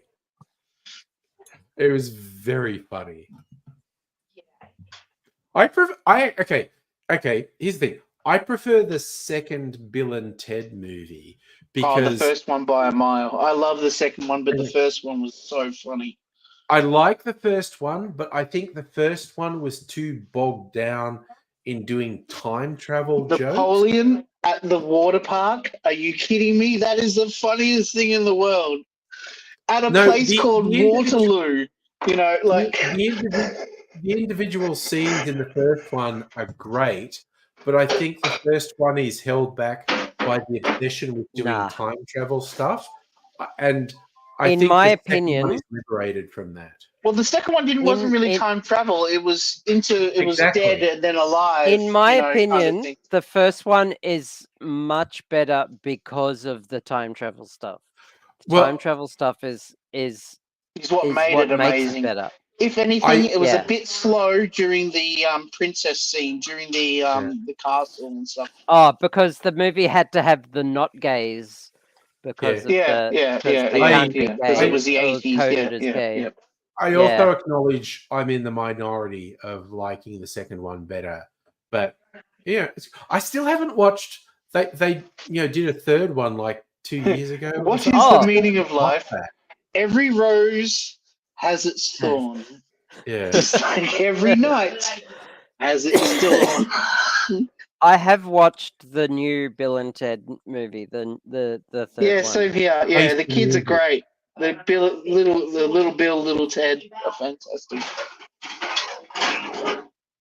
I did love the bit in the second one where they go to heaven, and it's like Death says you've got to find the smartest person in heaven, and it's Station, the alien, and Death mocks them and goes, "Did you think the smartest person in heaven was going to be a human?" And Bill and Ted go, "Yeah."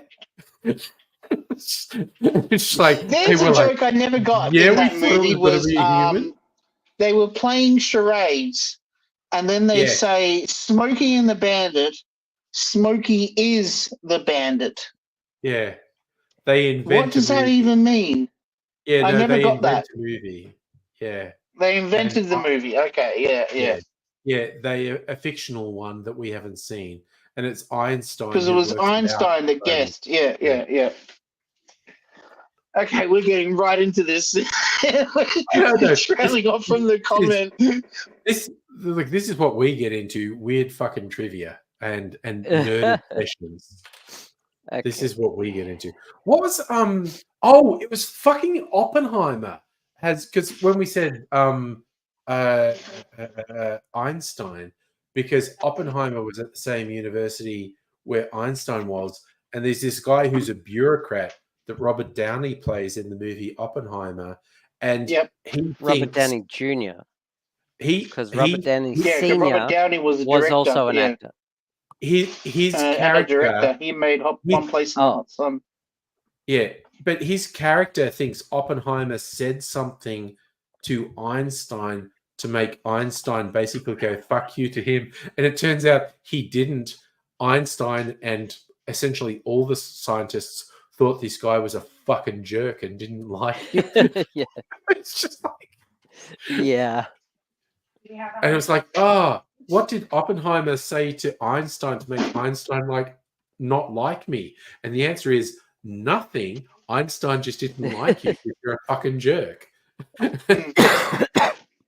That was good. That was good. Oh.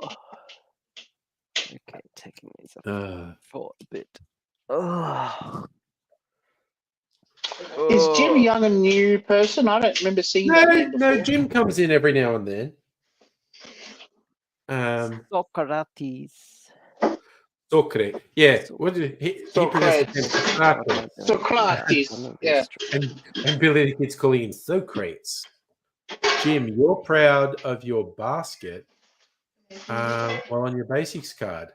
I'm not exactly sure what your basket is in that context, Jim, but I'm on your side basically. If you've got while on the basics card, you got something that you're happy with, because subjecting people who are doing it rough to horrible shit is a horrible thing various governments have done. They should be fucking illegal. Oh, yeah. And even there were rumors that when Labor initially went, yeah, that shit the Liberal Party was doing about limiting what people could do with their benefits payments, that's evil. We won't do it. But then there were rumors that they were going to bring it back in for some people. Yeah. I don't know. Oh, speaking of which, while I've got you here, Abigail. Yeah, I've got a question that I asked you on Discord that you didn't answer. Oh, shit. What was the question? Okay. The question was, did the Greens really vote against Labor's environmental protection, and why? Oh, don't ask me policy questions. I have no idea. Probably yes, and probably because it was shit. Yeah. And I have no faith in Labor. Attached to something else shit. But I can find out. I don't know for sure. I'd be curious to know because I don't get why that they keep siding with Liberals. You know, like. I don't and a lot know of the that time they sided with the Liberals. Well, a lot of the okay, so anytime the Greens side with the Liberals, it's because the Liberals just try to vote down anything Labor related, and the Greens will try to vote down anything that's literally shit. And Labor environmental policies are pretty shit. Like they'll vote in something that is ostensibly environmental. For example, there was a hydrogen gas project, but it was using coal to new coal mining to build a plant to manufacture hydrogen to then export that hydrogen to Japan, and the Greens tried to shut that down. Like But that's that was a type of- plan to make gas to a net zero, right? no, okay. That- no. So I just want to point out, you just No. without any context or link, you just said on the Discord, did Greens vote against Labor thing? If you could provide a link to a specific bit of information. specific. Oh, absolutely. Yeah. Sorry. Yeah. Of course, I should have. You're right. I should have. It just Yeah, happened on that day, and it was like, oh wow, that just seems okay. weird. Yeah. That's all. Because And my go-to is always you, Doc, because you you make sense of a lot of what the Greens do. You know, Fair enough. it's not an attack on you at all. You know that. No, I know. I'm not a representative of the Greens. I know that. No, but you assist a representative of the Greens, though. A few of them too. So my favorite one, the usually- dude in the wheelchair, he's so awesome. Oh, he's very cool. Senator John Green, I think. Names are the worst. I hate names. So Jim, you're sorry, saying you Jim. literally wove a basket, which I think is very cool. If you learn basket weaving, I think that's very cool. Didn't he mention that a couple of nights ago? Quite possibly, yes. Hi, Hannah.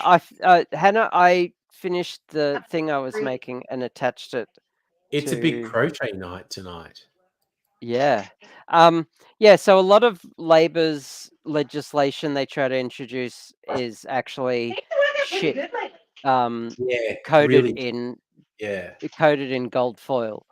And and they're still like opening up coal and gas projects all over the place. They sure are. And okay, so the Greens aren't supporting the ALP EPA proposal because ultimately each state has their own EPA. The ALP have failed to use powers that they have under the Minister to Stop Fossil Fuel project altogether. Making a new agency won't help the project stop. The ALP proposal has significant flaws and problems. Ultimately, it's a greenwash effort from the ALP who are refusing to implement the platform they went on the election on. They went to the election on. They claim they want to save the Great Barrier Reef from the yearly bleaching. However, the ALP is in fact signing off on new projects to grow the 400, 500 million gigatons of coal currently being sold and burned each year. It's ultimately a giant middle finger to this promise. Yeah, totally. Yeah, so I get it, you know. Yeah. Yeah. It was last week in Parliament. The whole week was just constantly about the EPA. Often it's because of things like that. Very rarely it's because of playing politics and trying to attach things to other bills, but it does happen. But usually it's because they're just shit covered in gold leaf or something like that. I've got to get this off the print bed. Hang on. All right. So Hannah, I thinks she's finished 3D printing something. Yeah, Hannah thinks she's got another controversial crochet take. Really? Okay. Pulling from the center or pulling from the outside? All right. I'm posting a link, but it's just a YouTube video during question time, and it's time coded. Okay, so you know when to start it. That's the best I've got. Sorry. YouTube video on. It's in. No, we can't do it now. Obviously, I'm just saying for later when you want to watch it. For later. So I just printed. Not now. No, I know not to play videos during the the stream. No, all good. I've been here for 3 years. I should know by now. You know, yeah. But it's a rotating. It looks like a CD holder. Yes, it does look a bit like a CD. Clever. yarn holder, and it like just freely rotates. I can stop having to yank on it. And I Nice. just finished 3D printing it. Nice. So yeah. Hey, should I go back to trivia questions again, or should we just actually? Yeah, I think I need to do a toilet break. Toilet break could be good. Good idea. I need to go to one too. All right, so I'm going to put some elevator music on while we all take I've broken the seal, so yeah. And I'm gonna look at Hannah's crochet question. Yeah, do that. After answer it while we're gone. Yeah. Well, I need to take a break too. So when I get back. All right, we're all taking a break.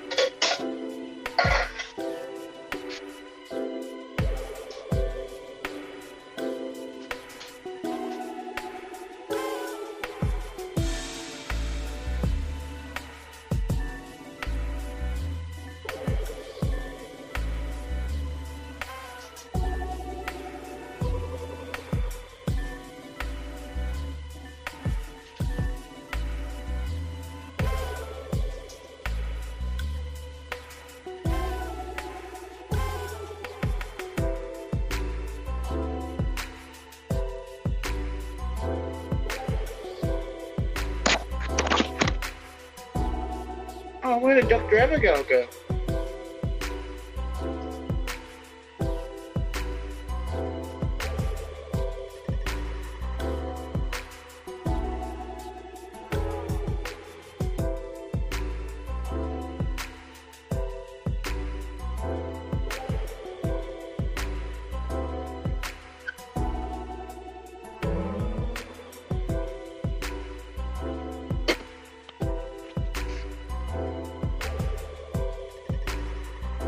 Who's on?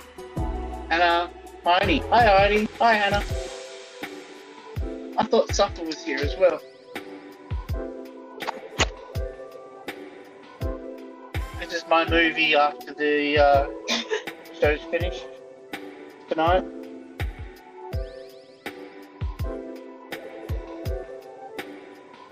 Oh, okay, that's what happened.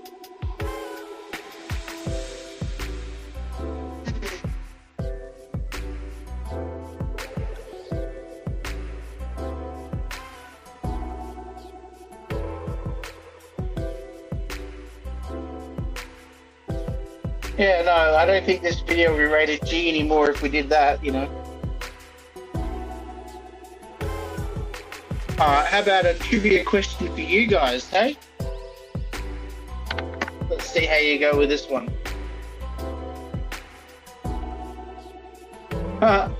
It's funny, the first question was actually, who plays the jerk in The Jerk? Is it Steve Martin, Peter Sellers, or Tom Hanks?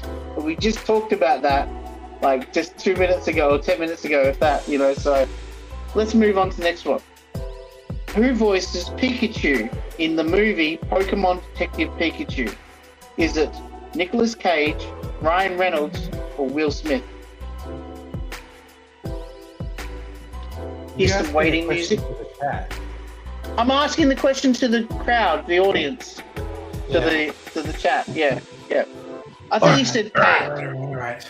Okay, I'll switch low. Correct. Ryan Reynolds is the answer, Heine. Well done. Hell yeah, Heine's in.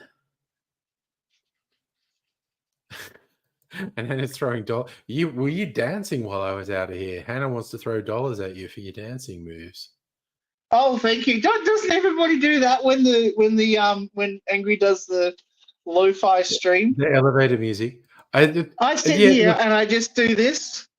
Sometimes when I'm watching the stream, you chuck on the lo-fi music, you know. Yeah, I could have logged in with my phone and taken you with me, Hannah, but He's done it before. When he did I the have. toilet at Dr. Abigail's house. I have just got my reaction to AIDS mode at Dr. Hannah's Dr. That was the Dr. funniest Abigail's moment. Oh my god, that was so funny. Your face when you had that big squirt in your sphincter.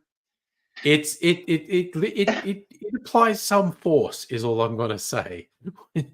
When you set the B-Day to AIDS mode, it really The AIDS mode, yeah. goes, it really fucking goes for it, is all I'm saying. Damn. It's a whole thing. All right, I'm going to drink some more fucking mineral water.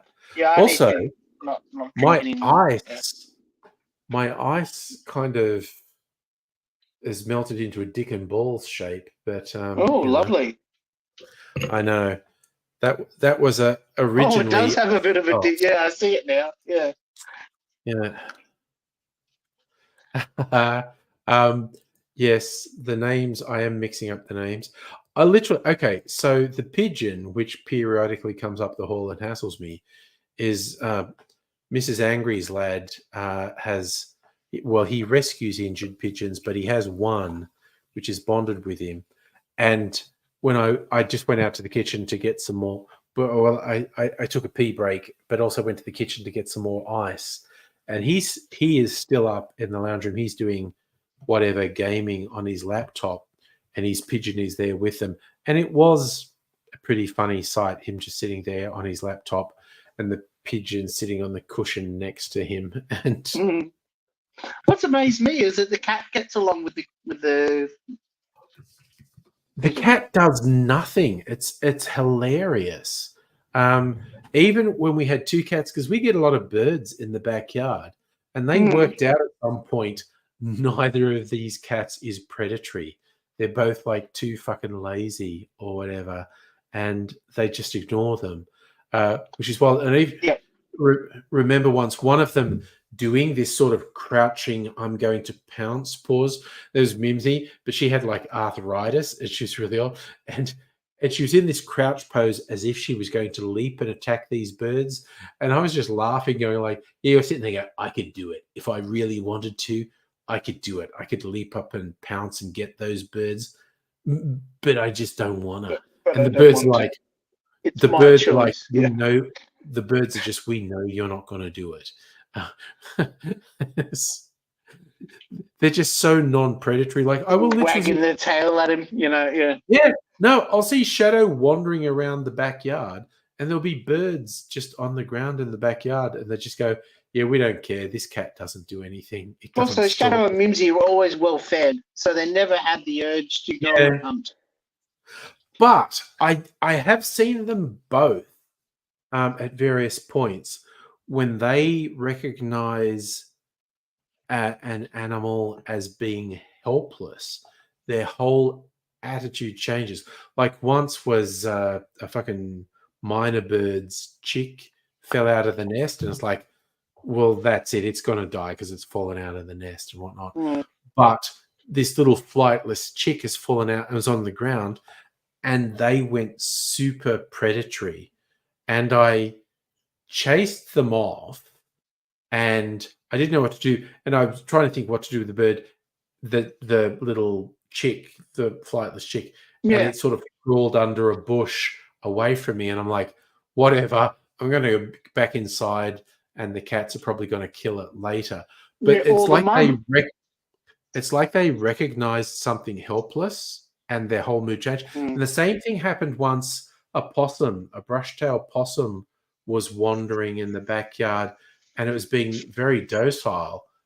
And Mimsy went super predatory towards it. And I thought, what's that about? And I chased her off, and I went to the possum, and the possum didn't react to me until I was right on top of it. And then I saw a lot of its fur had been ripped off, and it had some scratches on its skin. So a cat that was way more aggressive, a cat that was way more aggressive than our cats had attacked it and done a bit of damage. Other cat. Right. Okay, yeah. So it was in shock. It was missing huge patches of fur, and there were scratches in, and it didn't react until I got right up to it. So initially I was actually taking a video of it on my phone, because it's like, oh, this possum doesn't seem to mind me. And it's just when I got close to it, I saw it was missing big patches of fur and had scratches. So I got some gloves and actually got our cat Not quite carrier. yet, but I will last minute. Spinach does not take long to cook. Otherwise, it will Sorry, just what's dissolve. Cliff doing? Spinach doesn't take long to cook. She's not talking to me. We've got a third person living here as well. Oh, okay, fair enough. I thought she was saying Yeah, something else. Minnie's over around the corner. She has a little laptop set up on the kitchen table around the corner. Oh, fair enough. Yeah. So anyway, when I realized this possum was in distress, I got some gloves and I got our cat carrier, and I went and picked up. And the weird thing is, it didn't react to me until right to the point where I was about to touch it, and then it suddenly went, "Oh fuck, are you going to touch me?" But I grabbed it and put it in the cat carrier and took it to a vet that actually specializes in native animals, and I just said, "Yep, this was in my backyard, and it's in a bad way," and so they took control of it. But it was really weird. Like it was definitely in shock because it wasn't reacting to me at all until right at the point when I touched it. Isn't that what possums do? They play dead? No, that's the American opossum. Oh, okay. I thought it was our possums as well. Yeah. Australian possums don't do that. They run. Yeah. But yeah, this one was clearly in shock from being mauled by a cat somewhere. But yeah, I agree, Stuffer. Acting, good job, Angry. I'm glad you saved that possum. Yeah, it was acting really passive right up to the point where I actually touched it. And then it was like, what the fuck? But I had gloves on, so it didn't matter if it scrabbled and stuff. Scratched you or nothing, yeah. Put it in the cat carrier and took it to the vet. And I didn't ask questions. I'm just hoping the vet cared for it. But if, it's the sort of thing where if they thought they had to, they would have put it down, I guess. But I didn't ask questions. Hello, Dr. Abigail. Reading the chat and the story that Hannah wrote. Yeah, read that out, Angry. Hannah wrote, okay, dog was such a good guard dog. Left the key in the front door because keeps enjoying it. You'd come home, discover the dog sitting in the lounge room, getting belly rubs from your brother's friend who let himself in. Same dog broke a sliding glass door trying to attack a family friend it knew very well because they were inside a house while you went home. Okay, so it knew what was an acceptable thing and what wasn't. Wow. Knew who to trust and who not, yeah. Yeah. Oh, Safra, it's interesting what you said about feral cats and yes, feral cats our cat always comes in at night time. Yeah. Yeah. Also, domestic cats that are let run riot are very bad as well. But that's why we always bring ours in at night. Yeah. Ferals are a huge fucking problem in the country and probably in outer suburbs as well. And when the government had a thing like, we're going I think their target was literally try to kill 1 million feral cats because that's how many feral cats are out there. There are millions of them. And you got these weird people in the cities and suburbs saying, oh, they're going to kill our moggies. And I remember just posting something like on Twitter at the time going, will you people please get a grip? These people aren't roaming suburbs and cities grabbing cats. They're in the country killing ferals, which are a nightmare. And someone from the official account for this feral culling thing actually thanked me and said, oh my God, it's so nice to see someone saying, could you please be sane? And this government authority is not going to sneak into your backyard and murder your cat. Yeah. Okay?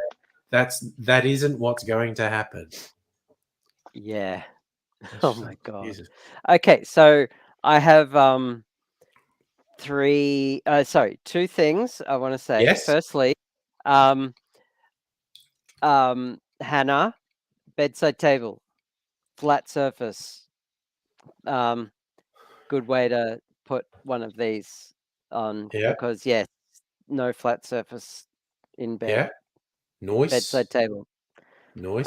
Secondly, outside. Of course I do it from the outside. From the outside. Like what kind of a monster does it from the inside?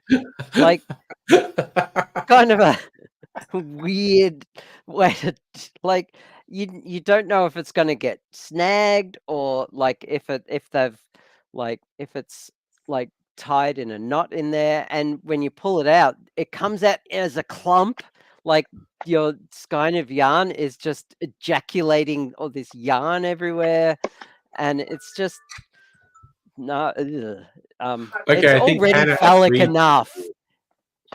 The inside. So many people do it. Look, I know it looks like a butthole, and you just want to just like kind of put pull your stuff finger out of in it. there and pull stuff out of it, and it's got a little tampon thread in there.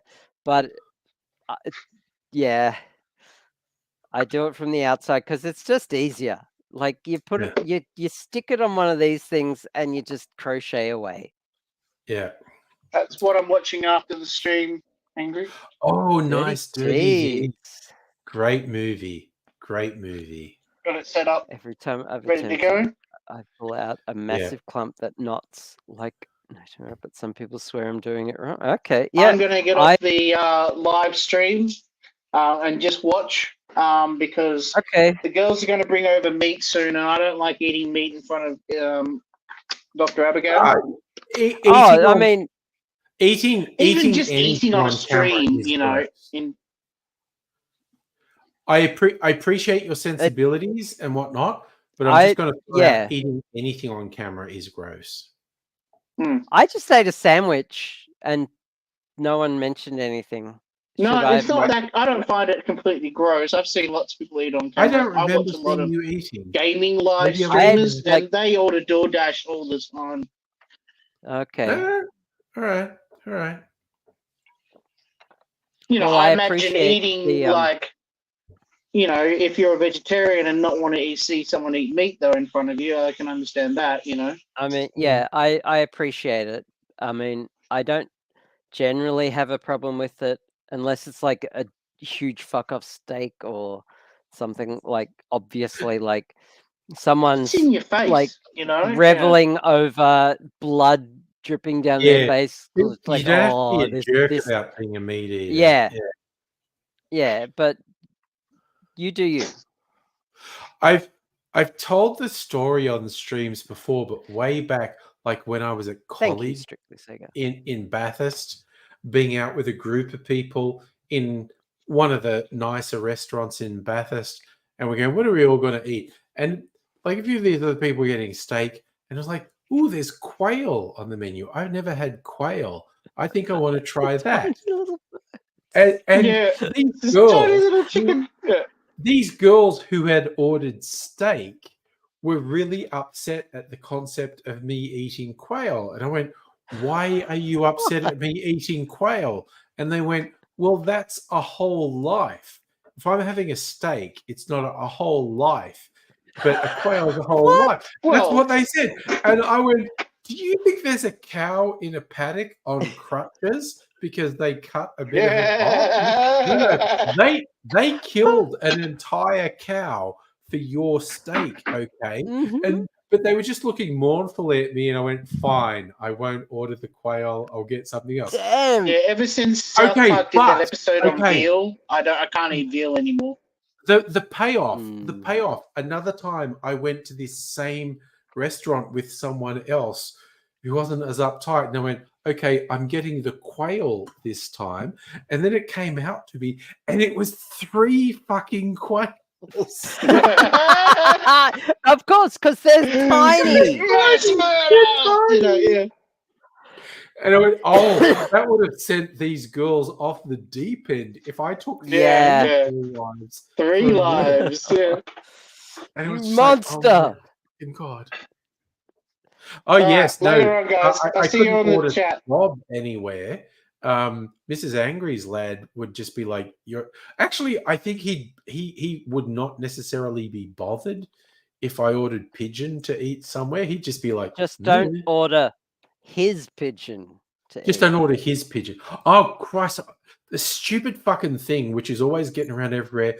I almost stepped on her. Like I was walking in a doorway, and she just wandered in, and I didn't see it, and I just barely missed stepping on her.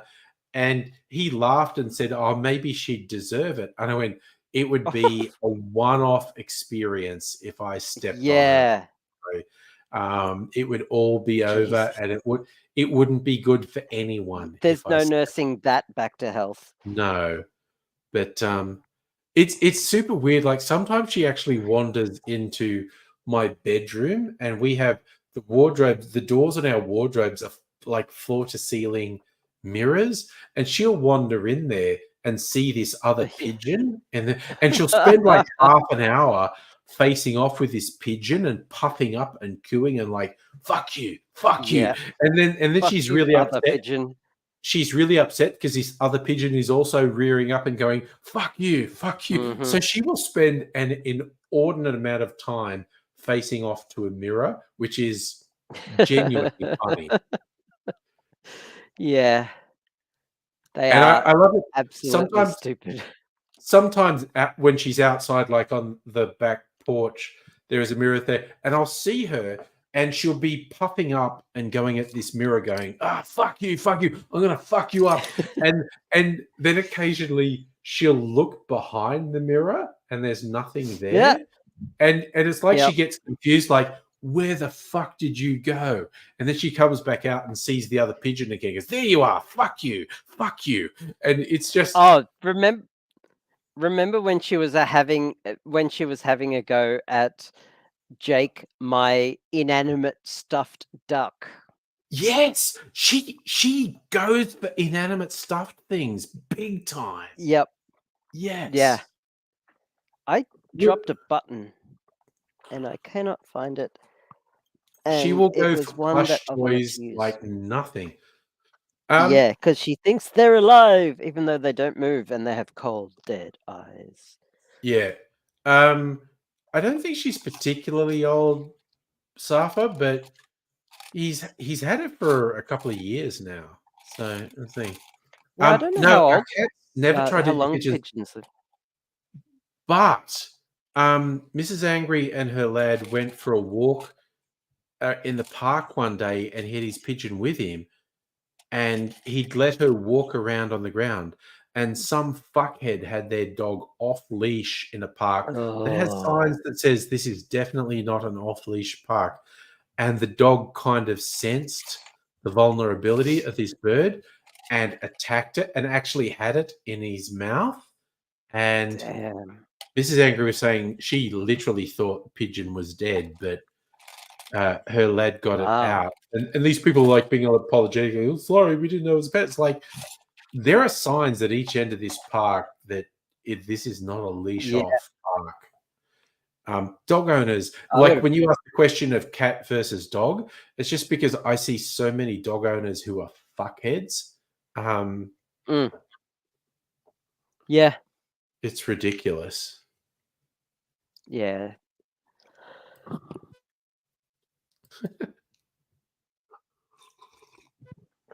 But yeah, it's Okay, even though like I'm I like really a want to find that relatively button. inner city suburb, I kind of like being around and seeing what wildlife we get. We get different possums around here, and the different birds. I mean, minor birds. I love our neighborhood magpies. I love magpies. I think magpies are great. Corvids But are just also, great. you get They're down to the dark and park. spooky, and Yeah, there's a lot of rainbow lorikeets in the park. And what's weird is the park is only a couple of blocks away, but there are never rainbow lorikeets in our backyard. But in the park, which is only a couple blocks away, there's always rainbow lorikeets. We also get they ravens. probably fly in. Yeah, we also get ravens, which I love because they're fucking huge. They're about 2 to 3 times the size of magpies. And like I've had one fly past me, not that far over my head, and they make such a loud noise when they fly by because they're fucking huge. But they don't like humans. They won't go anywhere near humans, whereas the magpies are not at all bothered by humans, and they'll be there. But the ravens are cool because they're just jet black and fucking enormous. Can you And befriend a raven? I've seen videos online where they're like, if you want to befriend a raven, here's how you do it, and they have a whole thing. And it's just like you put out the meat for them, and and it'll get to a point if they do start to more or less associate you with food, they will bring you stuff. It's like you put something out for me, I mean, so I that's will the bring end something goal. shiny back to you. Yeah. The end goal is getting raven gifts. Oh yeah, Like they're a familiar. Yeah, I haven't tried to do it, but I've seen some very interesting videos on YouTube of people who do it. And we get a bunch of migratory birds like at different times of the year, different parrots, Yep. Found the sulphur-crested button. cockatoos and corellas. They're not here the whole time, but certain times there. And this time of the year, we've got a lot of currawongs, which are like magpie raven related, but they're different, and they just have a beautiful song. And Yeah. the only thing I don't like about the ravens is they don't have a good song. They do that rah rah rah. Well. Whereas magpies have a lovely song, currawongs have a lovely song.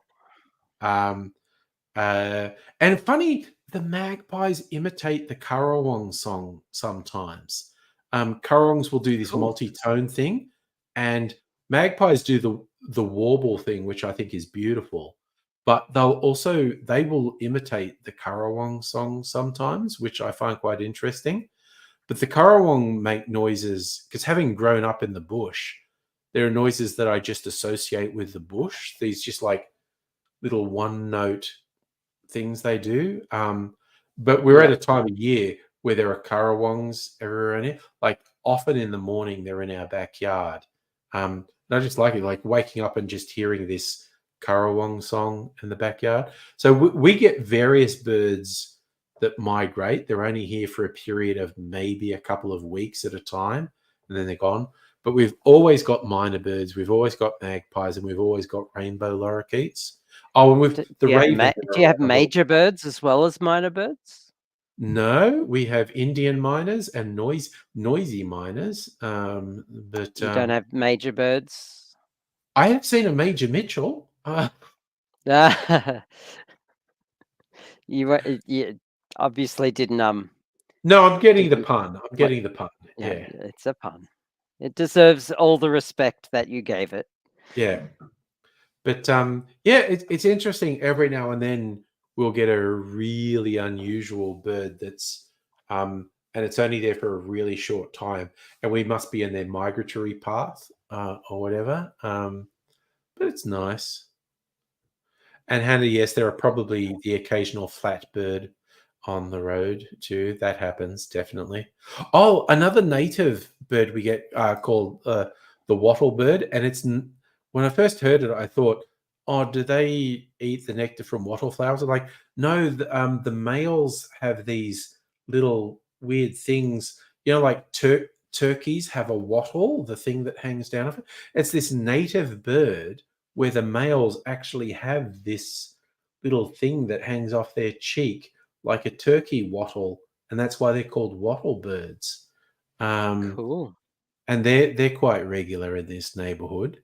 And occasionally we get these really cute tiny things, and I don't know what they are because, like a lot of small birds, they're like incredibly hyperactive and they move really fast, and it's really hard to see them clearly because they're just like, it's a tiny bird with ADHD that's just bouncing around all over the place.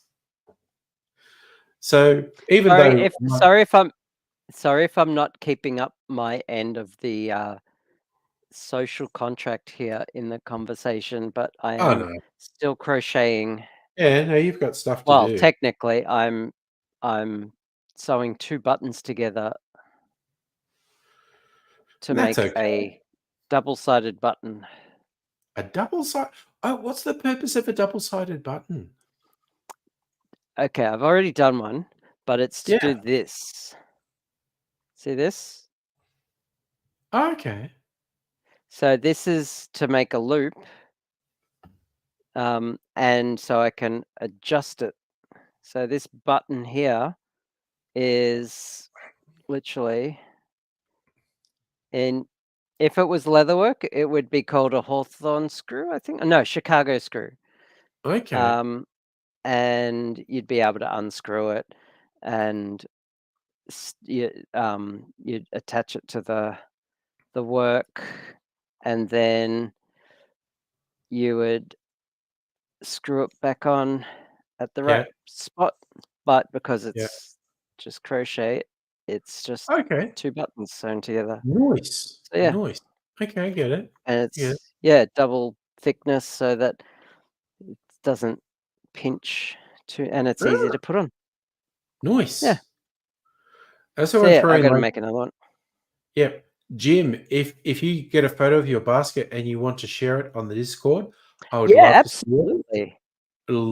I love to see things people are creating. I just reminded, this probably won't show up, but the little straw when I was drinking out of the glass because there's a big thing of ice that would have poked me in the eye, you can maybe see that there's some writing on this black straw.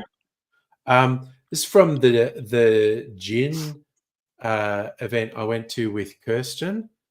A straw from the Ambleside Distillers. So yes, people had, you've got swag branded straws. I'm going to take those. Nice. Love swag.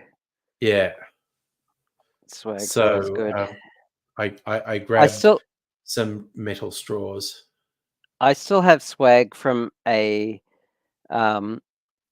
IT convention I attended in 1993. Oh God, I know. I remember a web comic from the height of like the .com boom and whatnot, where the nerds were going to various conferences and then coming back and showing off all the T-shirts they got from it, and their managers going, "Do you go to these events just so you never have to shop for clothes?" And one of the nerds goes, "I go to these events so I never have to do laundry." Which I thought, because there was a period in the late 90s, early noughties, where people were just forcing swag on you, and they would be like super angry if you didn't take their t-shirts, if you didn't take their mouse pads and all this stuff. So it's like, Safa, Kirsten's doing really well. She hasn't been hanging out in the streams because she's living life and whatnot.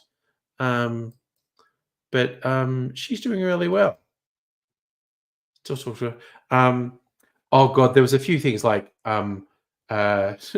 because weirdly I am now in a position where I have people reporting to me, as in I am a manager / boss for some people, which is something I never planned on, but has just happened.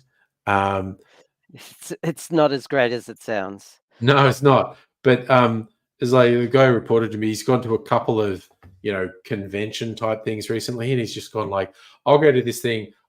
I'm just going to get a big bag full of swag and I'll share it with the team when I come back. And he's like, oh, look, here's a drink bottle. Here's a T-shirt. Here's a cap. Here's a mouse mat. He just keeps collecting all this stuff and bringing it back to the team and giving it to everyone. It's very funny. But, yeah.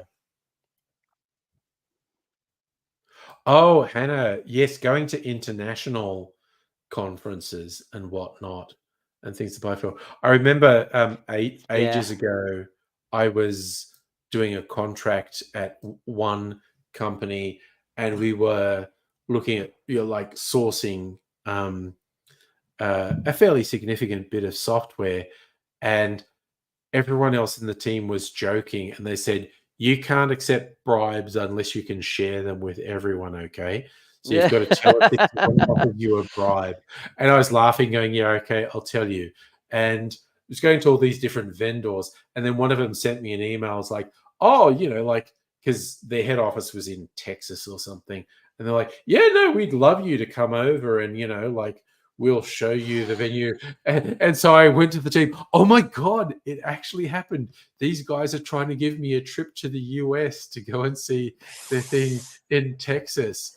And they're like, well, you can't share that. And they go, no, I can't. And I also don't want to fucking fly to Texas to just see a fucking tech company, for fuck's sake. Yeah. But it was just fun to tell you that these people were trying to bribe me with they were obviously going to pay for flight and accommodation to Texas to see this thing. And it was like, they probably would have paid for other things in Texas too.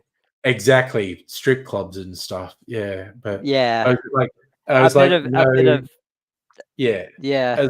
No, I can't actually do it because that's what we call corruption, and I can't do that. Mm-hmm. At least that's what you say on a live stream. It is. Getting swag is, did you bring enough to share with the class? I remember. Okay, this actually happened when I was in year 8. It's like if you were caught, like if you had lollies in your desk, if you're like sneaking one, and the teacher would go, "Did you bring enough for the whole class, or you have to stop?" And there's a guy who decided you could get a sugar hit from hundreds and thousands, and so. He had a bag of hundreds and thousands, and he's eating it. And the teacher caught him and said, "Did you bring enough for the class?"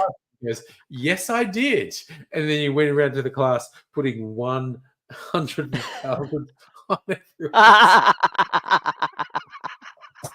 It was so funny. I wish I'd come up with it, but I didn't. My teachers never said that. They would always make you spit out whatever was in your mouth, no matter what state it was in. Oh, which is disgusting. It was, and like they would hold the bin and watch you as you spat it out. Spit it into the bin. Yeah, it was so disgusting. Oh. Yeah, no, that's not good. But yeah, it was kind of funny to work in this environment where they put 3 bags of multi-packs. Nice. What was that one? You busted with packet of shapes. Did you bring enough? About 3 bags of. Give everyone a little mini pack of shapes, which would just piss off the teacher, B, make everyone in your class happy. And suddenly everyone's eating shapes. Yeah. Like, yeah, because the guy with the bag of that's called malicious compliance, and I fucking love it. Yes, malicious compliance is an awesome thing. Yeah. You also get a thing in unions called work to rule, where it's like when bosses are fucking you over and saying, and they pick up some minor transgression and say, "Oh, you transgress there," and the union comes in and goes, "Right, you're fucking with people. Here's the industrial agreement. Literally everyone here is going above and beyond the industrial agreement. No more, you piece of shit. Everyone is going to work to the letter of the agreement and nothing more. They're going to follow the rules and nothing more to teach you fucking pricks that almost invariably employees are going above and beyond what's required of them. And so when you play little Hitler and harass them for minor transgressions, you are being extremely counterproductive. So you fucked with us. So from now on, it's work to rule. No one's doing anything that's above and beyond the minimum. And we are going to teach you a fucking lesson." Yeah. Malicious compliance is malicious compliance is fucking awesome. It's almost as good as pro revenge. Yeah. It's like you don't have to throw a spanner into the works. It's because almost invariably workers are going above and beyond what's required of them. So if management fuck with you, you just go, "Cool. We will go to the letter of our agreement and nothing more. And fuck you." Hannah's got some good shit in the chat. Hannah's got good shit. Your teacher You had a teacher that said, "Did you bring enough for the class?" But instead, "Did you bring enough to shut me up?" Nice. Okay. Yeah, honest. You were lucky. You know which teachers were okay with malicious compliance. Which ones would end you for it? As long as you weren't being problematic, they'd let you get away with stuff. Same teacher would pay for a student for a packet of chips if you went to buy lunch for him. You'd also go to KFC, buy a bucket of chicken, and sell it by piece. Ah, nice. Oh, that's how to make friends and influence people. Yeah. Okay, I remember when I was once you smell it, you got to buy some. Then yeah, I remember when I was at college doing art stuff, and there was this one lecturer who's doing photography and a couple of the other arts things. He had jokingly said, like, people had to do an essay for things. He's going, yeah, I don't even really want to read the essays, but if you attach a joint to the essay, I'll give you an A. And he just said that jokingly, and someone submitted an essay with a joint taped to it, and he showed it to me, and he went, I guess I got to give. I was a student. I was in the class, and he showed me someone actually submitted an essay with a joint taped to it. And he goes, well, I guess I got to give him an A because I said in front of everyone I would. Fuck. Fuck. Arts lecturers, they're hilarious. Oh, okay. Yep. So you're saying school went to a healthy school system, stopped selling favorite junk foods, so he'd buy KFC. Yes. Black market junk food. Yes. That makes it even tastier. Hey, you want any KFC, kids? Yes. Someone with a trench coat just opening it up, and there's fried chicken hanging off hooks on the inside of their coat. That reminds me of a joke my mum used to say when I was a kid, which says a lot about how cool my mum was, and still is. She, the old saying about if a creepy guy in a van comes past and says, "Hey kid, do you want a lollipop?" Yeah. My mum's answer to that was, only if you show me your dick first. Yes, I've heard variations of that one. And that just reminds me of that KFC trench coat thing. I remember seeing things like some British sitcom sketch comedy thing that ABC was running. I forget which show it actually was, but it's like it was the stereotype of a flasher. It's someone in a big trench coat, and he's like in a main street of town, and you just get a back view of him going up to someone and opening his trench coat, and they scream and run off. And then he does it to someone else. He opens the trench coat, and they scream and run off. And then they finally show you a front view, and he opens his trench coat, and he's got a full-length mirror strapped to the front of him. So the person's just seeing themselves and screaming and running off. It's just like, that was so weird. Wow. And it was like existential self-loathing or something. I don't know. Well, I've always said if the real key, the real secret to losing weight is always eat your meals in front of a mirror naked. Oh, that's Jesus. That's an unpleasant thought. Yeah, see what I mean? Yeah. So Hannah's got some more. Okay, you had giant Freddos, self for charity, banned because they were part of a health school. Filled your blazer pockets and sidled onto people going, "Want a frog?"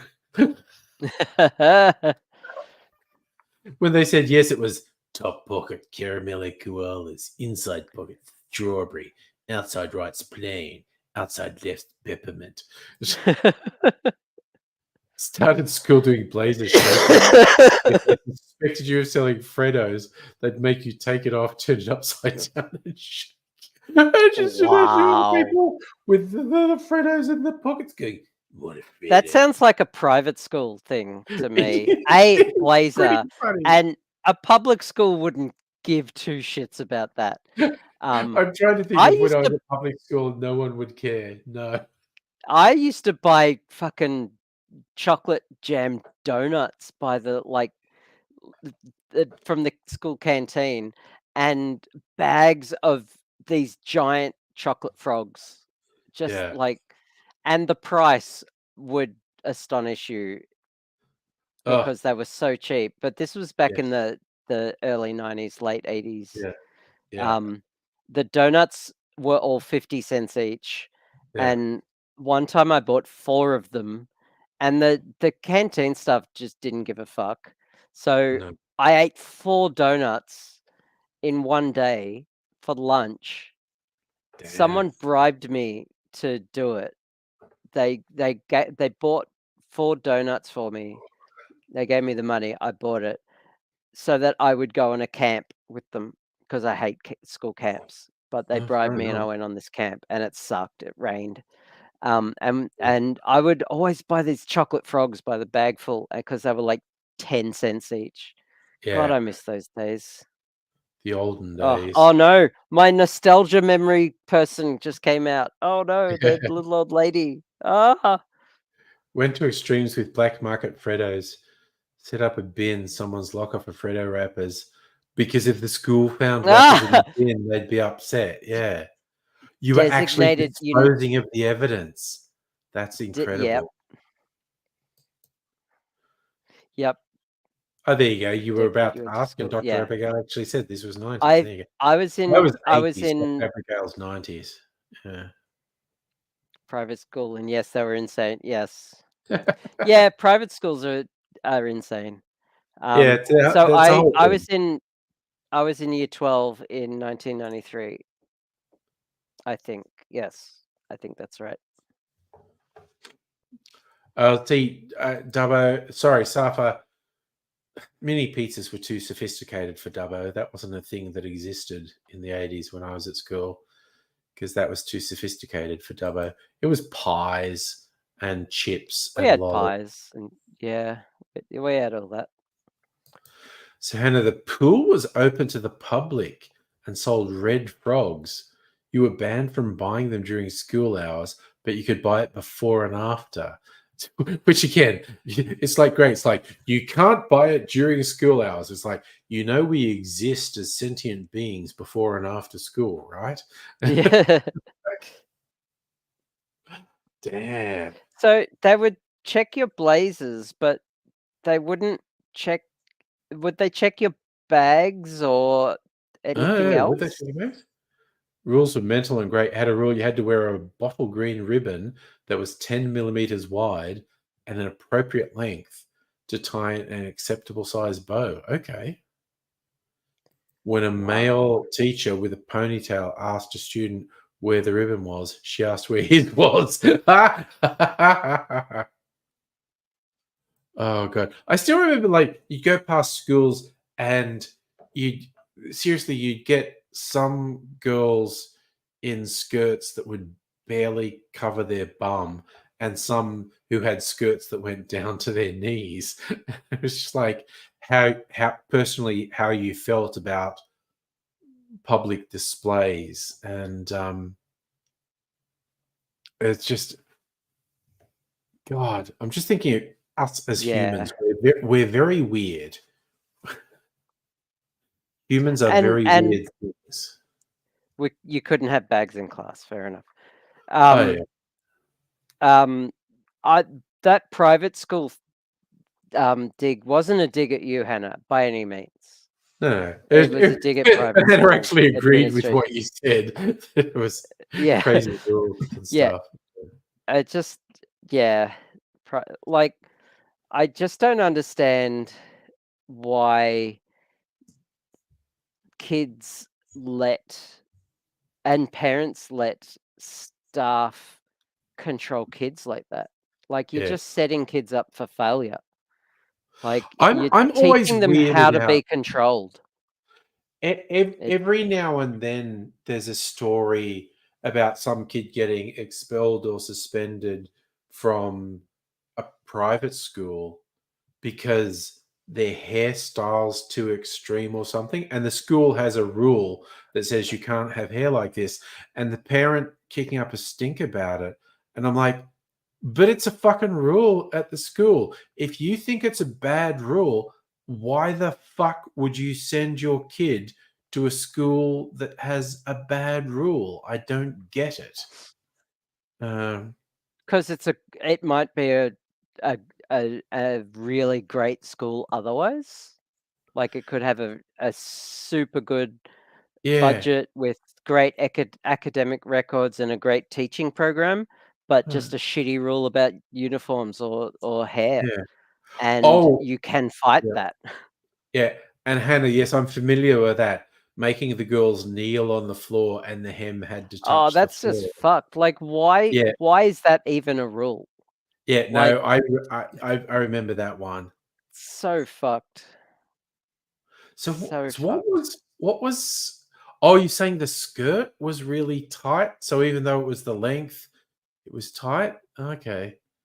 It's a joke, and so you're all making fun. Yeah, you Oh, were okay. making fun. Sure. Massive pros to private schools. Oh yeah.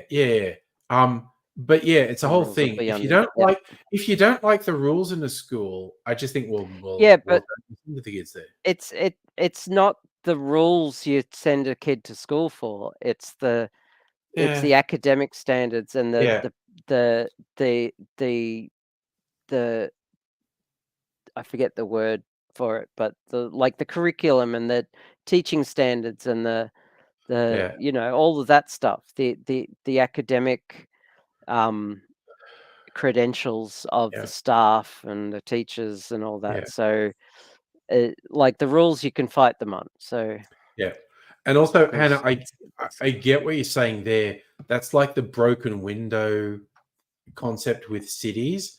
It's like people who, like, well, Rudy Giuliani said this when he's mayor of New York. It's like, if you let little things go, like a broken window doesn't have to be repaired, then everything starts to slide. So you set some arbitrary rules that someone might say, that's a weird and arbitrary rule, but it's kind of like, if you don't do the arbitrary thing, you're probably not going to do the other things that are actually more important.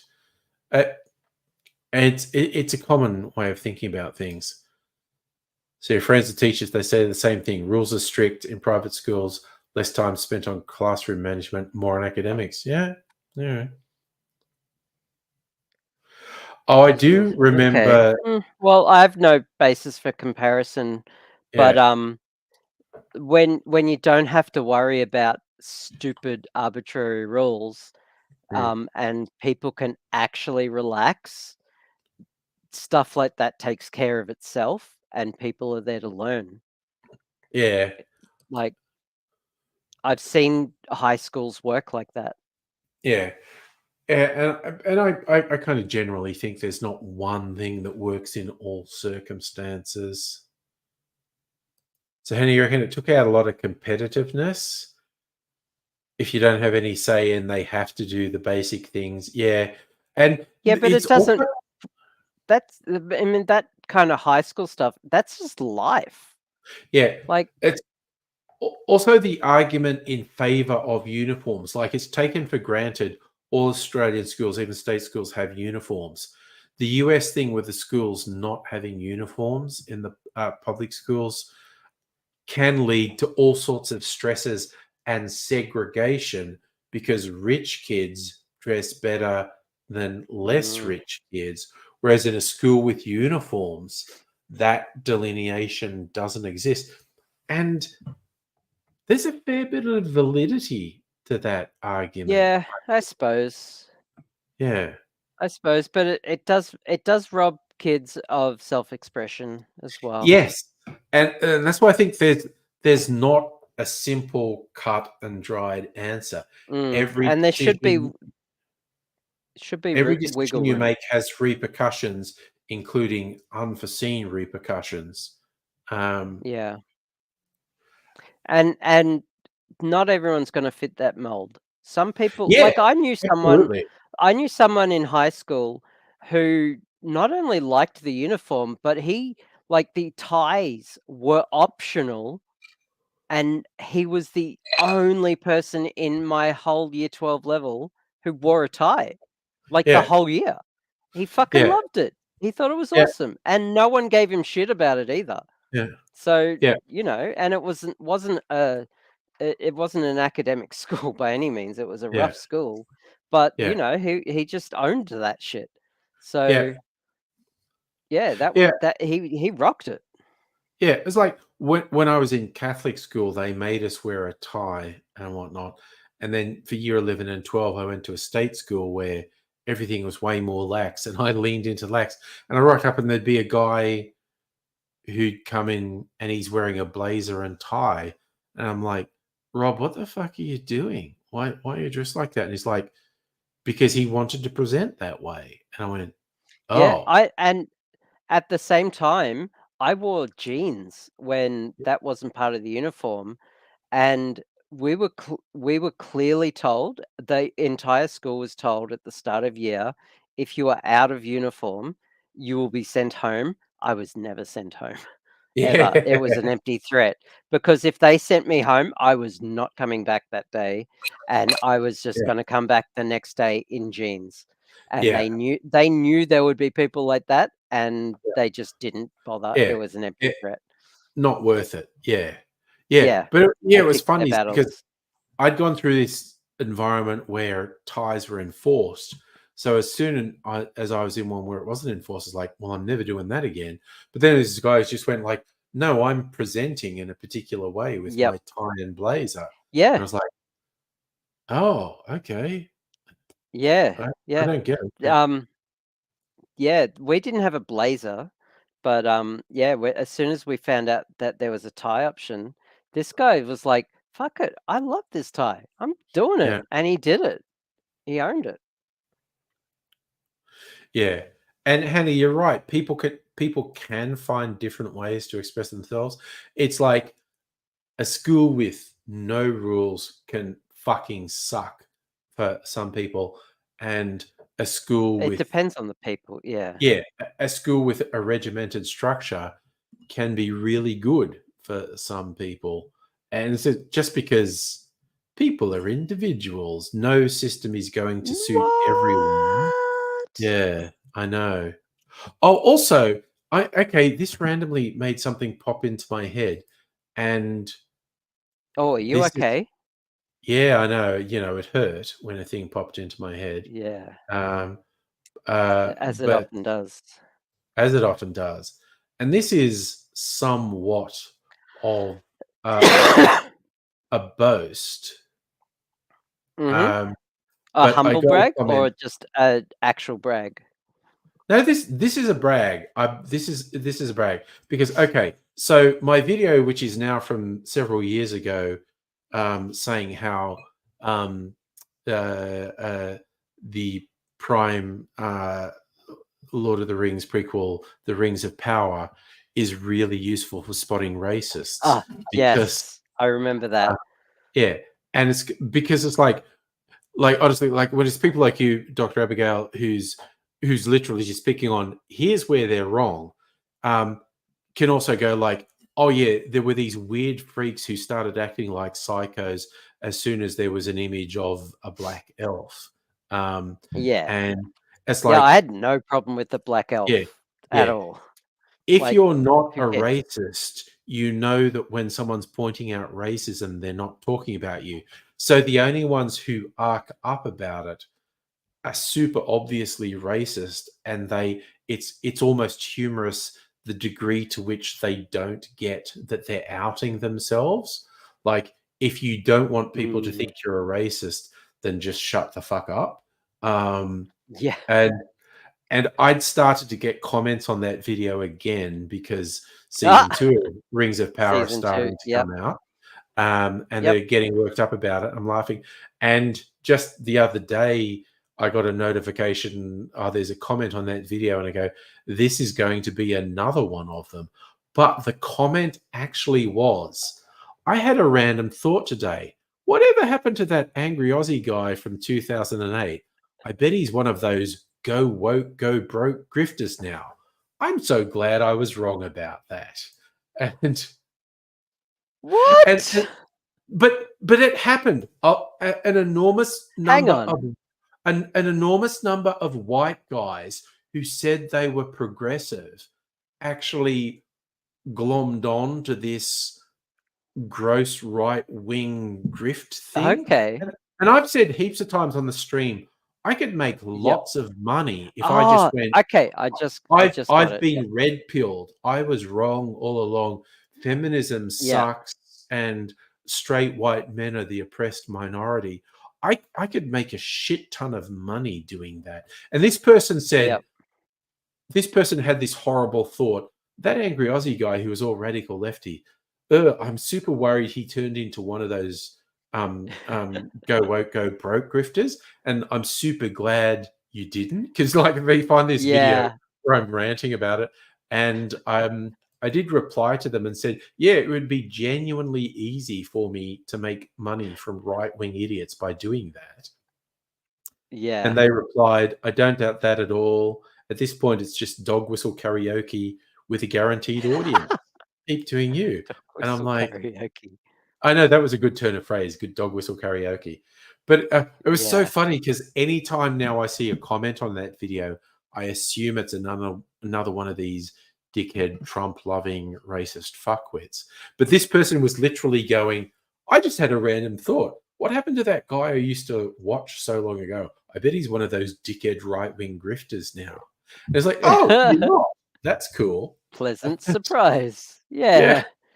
And so, yeah, faith in that's not, humanity slightly restored. yeah. So that's not a I humble wanna. brag. It's actually a brag. That's Yeah. no. That's awesome. Yeah. I wanna mention that to Hannah that I'm not advocating for no rules whatsoever, and that Yeah. there should be absolutely be guidelines for behavior and expectations. Like I'm just talking about things like uniforms and hair, stupid rules about hair and stuff like that in schools. Like shit that doesn't matter. But guidelines on behavior absolutely matter. Yeah. And expectations, that matters too. Like, Yeah. absolutely should Yeah. have rules for that. So, Safa, that comment was literally this morning. I got that comment this morning, 17 hours ago. Totally valid to Yeah. brag on that. That was awesome. Yeah. But it was also, you it's could have also kind of fun sold that out. like so many people watched my videos like 15 years ago. And I do every now and then someone will pop up on the live streams and go, oh God, I used, yeah. And it's like someone who's 30 going, I watched you when I was in high school. It's just like, Yeah, it's wild. But right in the old. I know. And it's genuinely, and I've said this heaps of times, I'm not surprised at how old I am, because I know how old I am because I live with it and it's happened progressively, and I feel it when I try to like get up off the lounge or something. You know? What makes me feel old is how old other people are. Yeah. Well, I'm still planning on living forever. Yeah. And my philosophy is that I'm gonna get over that feeling of feeling old, because I'm gonna be feeling it for the rest of my life now. Yeah. And just enjoy all the new things that happen. Yeah. So But yeah, no, for me, it's legit. It's both ends of the spectrum, and YouTube is part of it, because people go, oh yeah, I watched you when I was in high school and now I'm 30. Oh, okay. Yeah. Fucking hell. But the other thing is, people I watched, musicians and actors and celebs and whatnot, that I watched them in their prime, and then I suddenly realize they're in their 60s or 70s. adults now. It's like, oh no, I have this vision of them being in their 30s or 40s. How are they in their 60s or 70s? Yeah. And that's what gets me. It's not me. It's like I know me, and I feel my body, and I know how I look, and I know how old, and that's fine, and I'm completely at peace with that. It's how old other people are that can freak me out. Yeah. So True that. I'm not prepared for other people to age. I'm prepared for me to Oh, age God. because I'm living through it. I'm just not Yep. prepared for other people to age. Yeah, other people aren't allowed to age at all. How Because dare they be I just have a vision of a human and person. yeah, right? They should just stay the same. Oh, Hannah, you horrified at 33 actors, musicians at 23. You thought they're old. There is nothing Yes. funnier than someone in their 20s realizing a teenager thinks they're old as fuck. It's so Yes. funny. And I've Oh, like, when it obviously happened to me, but I've now seen like a couple of generations of people coming to the when realization. millennials got called old by Zoomers, I Yeah, just like, oh, thank you, Jesus. Oh. yeah. I was like, hook that shit up to my veins and right into me. I love it. Because it is a real thing. And like I have I don't know what a occasionally parachute is. Oh, a parachute. Oh, yeah, as in a CHUTE. yeah, Yeah. yeah. Sorry, your spelling just threw I know, me off. and Saf is okay with pointing out when you do, but I have to tell him sometimes. No, that was confusing to the point I don't know what you were typing. But Yeah. parachute, I can get that.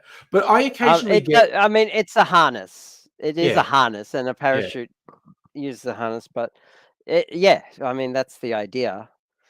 I'm literally stealing yeah. the design for a harness. So I've got to I measure from the yeah. back. So I have to. Okay. It's the I messy occasionally part. get comments from dickheads who think they're doing a massive own on me by saying, "You got old," and I was going like, "Well, Yes, given the way us as humans time.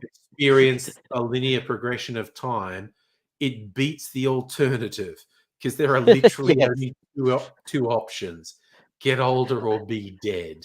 And I'm, I got old. You're still stupid. yeah. But again, one of the benefits of being old is when some like cockhead in their 20s trying to get up in your face going old, you go, no, no, I get it. I was there. I was in my 20s. And you think that Yeah. it's never going to happen to you. It's the grandfather thing, I used to be with it, and then what was it? Got weird and frightening. It happened to me, and it'll happen to you. You're in your 20s, Everything's a Simpsons quote. yeah, teens or 20s, and you think that you know everything, and Yeah. you rightfully tell an old person they're old, for fuck's sake. Yeah. Definitely. It's legit. Do it. So, Hannah, I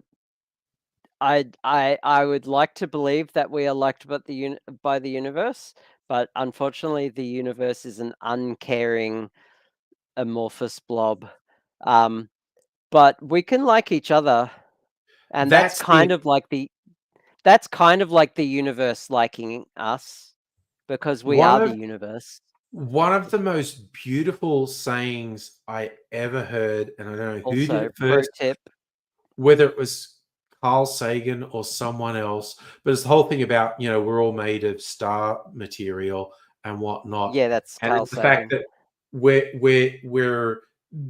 the result of the Big Bang and everything going out. And now we're looking out at the universe, trying to understand it. Go, we are the universe trying to understand itself. We were born from exploding stars, and now, and that was just the perfect mix of science and philosophy. The Yeah. saying, No, "We Carl are the Sagan had a knack universe for that. trying to understand itself," and I thought, Yeah. "Fuck yeah!" So, Safa, time runs exactly the same no matter what age you are. However, your perception of time Mm. speeds up as you get older. So, everything just seems to See, just here's get the thing: faster and as faster. a 10-year-old, a summer is a significant proportion of your entire existence, of your self-aware cognitive existence. As a 40-year-old, a summer is a fleeting and Yeah. That's quickly why passing part of you. that's why people keep saying, "God, it's March already," or like, "Oh my Mm. God, where did the time go?" and stuff like that. But when you're a kid, 20 minutes was a long time. Oh yeah. So Fuck the universe. We'll just appreciate and we'll worship just other. have to. Yeah. Yeah, absolutely. There was a saying attributed to Einstein, and I don't know if he ever I actually said bef- it. before you go on, I just want to leave a pro tip. Get yourself a measuring tape. This is Yeah, measuring tape yeah. with with a little thing on the end that you can use stitch markers to actually attach to your work so that when you're trying to measure yourself on it, you can like actually put it on yourself, and this piece goes on the back, and I can actually like just like leave it on my back without having to hold it there so that I can measure where it goes to. Okay, So now I know, oh, the next piece is roughly 40 centimeters okay, without having to hold it up there. I can move that around, and it's just attached. okay. The Oh yeah, thing I used to use builder's tape measure as well. Yeah, I've got so many of them lying around.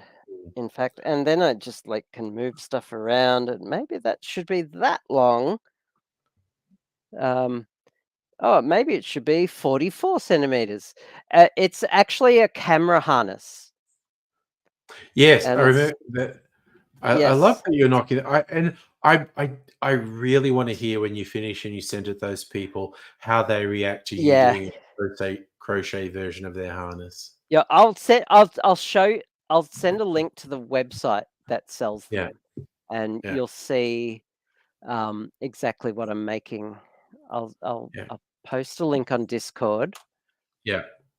and yeah, then you can put it on the stream. Yeah, cool. The thing I was going to say about Einstein, I think it was Okay, attributed to go him, Einstein. Yes, please. that I don't know if he ever actually really said it, but it was we was talking about relativity, and he goes, "Time's definitely relative. If you put your hand on a hot plate on a stove that's hot, a second feels interminable of you being burnt. But if you spend an afternoon with a pretty girl who's got your heart, it passes by in a flash." And Yes. that's what he's Yeah. saying about Well, time as well. Also, Einstein was he was. notoriously a massive horn dog, so I think maybe he did I was actually. about to say that he Yeah, was a notorious ladies' man, yeah, and womanizer. yeah. Um, yeah. I'm not dignifying it. I'm calling him a horn dog. So- Okay, stitch markers. a crochet I hot take, stitch markers, okay. locking, light bulb, Here, split ring, or random piece of yarn. absolutely, my go-to stitch mark are these Mhm. plastic locking stitch markers like Oh, this. okay. Yeah, I've got a bunch of different colors if you want them to mean different things. I've got a yeah, ton of them. I've got like boxes of them over there because yeah. sometimes I take them with me. All different colors. Hmm. You lock them into place. Um, um, I tried these metal ones, and they absolutely suck balls. The enameling on them is gross and gets all caught up in the fabric, in the yarn. Pulls it all over the place. These plastic ones, that doesn't happen. I just found these again, eBay for like a couple of dollars. Oh, yeah. Robust and don't break. I've never had one of these break. All right. Well, that's good. Ever. They probably came from China. Everything they're comes probably from everything comes from China. So never agree with bobby pins as stitch markers because they always pull apart. Yeah, and I won't ever use like split rings or things like paper clips or what do you call them? Safety pins. So you've got purpose-made things. Purpose-made things, yeah. And light bulb. That's I mean, obviously not an actual light bulb, but do you mean one of these jobbies? These metal ones? Because they're awful, and I don't know why I've kept them. These plastic ones are the shit. They're so It good. seems like you agree. Light bulbs are those little metal ones. Yes. Yeah, they're awful. Yeah, you hate Objectively. them. Yeah, these plastic ones are the best by far. And Also, using random pieces of yarn as stitch markers, how annoying is that? Like it's annoying just to have to like weave in ends, and then you have to do more tying up things to mark a stitch. Just get some. I got these everywhere, just lying around. Like they're just so great. also randomly, I cleaned up in here a bit this week, and I re-found the golden barbie thing he sent me. Yep. Oh, that's right. Yeah. It's so nice. Joke that didn't land. It's such a beautiful thing though, with the isn't it reflections on it. It's nice. Yeah. I like it. Meow. Ooh, Oh. Hannah's put some more stuff on Discord. Let's have a look. Oh, did you see the link I sent for the camera strap? I did. Rose Anvil. Okay. Ooh, wow. Oh yeah, nice. They've put the pictures from Twisters on Twisters. there. Yep. Thing. Well, why not? Because they stole his design, so just use their copyrighted pictures.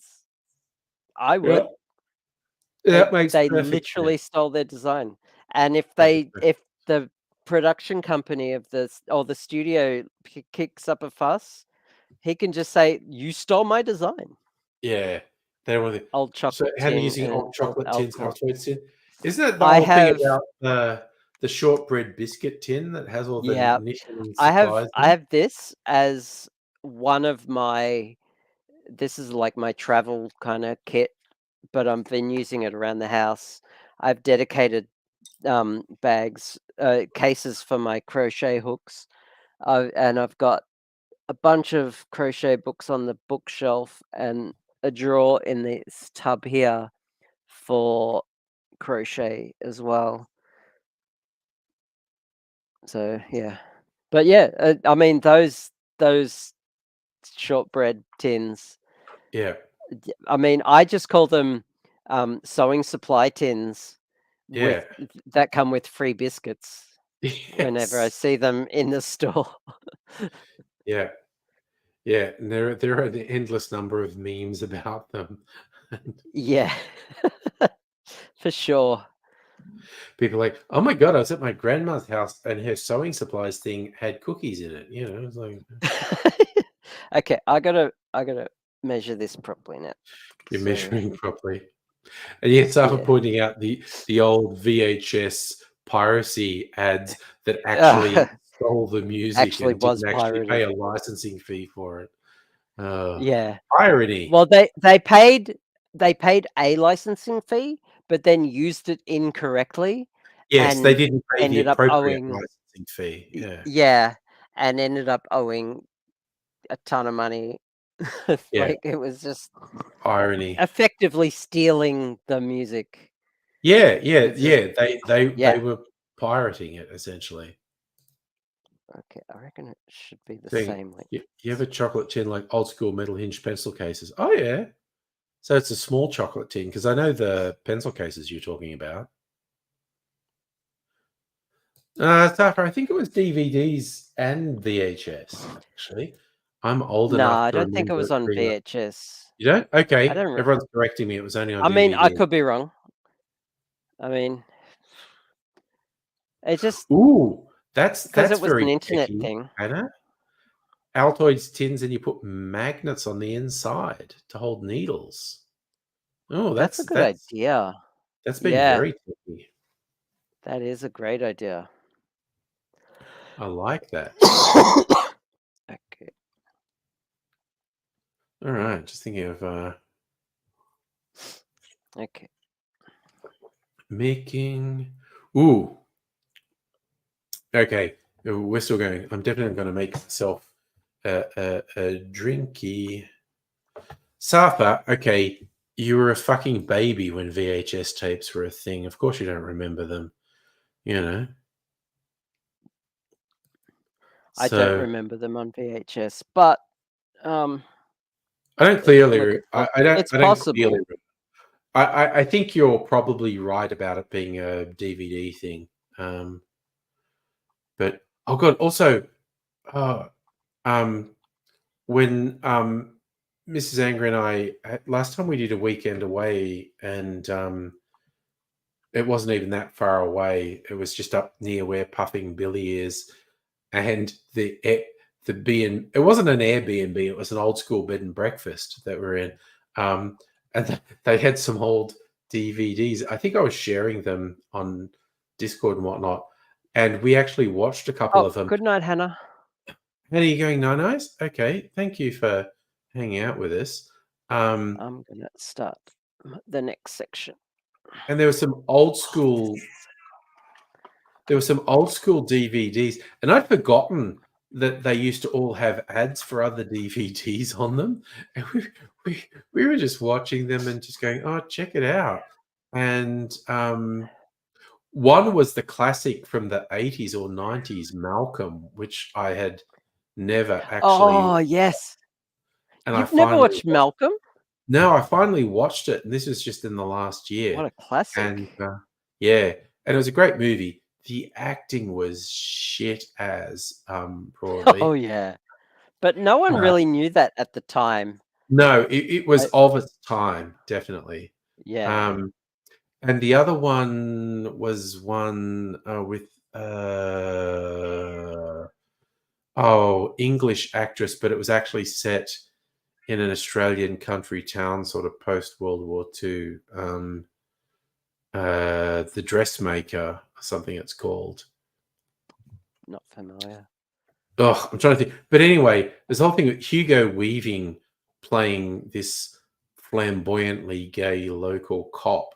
And I was just thinking, like, no, the real fantasy in this movie is someone being obviously flamboyantly gay in a remote country town and not being actually murdered. Yeah. Because that's what would post happen. World War II. Yeah, it was literally like 50s, and it was just like it's called The Dressmaker, I think. Okay, I am going to look it up to see if I've got it right.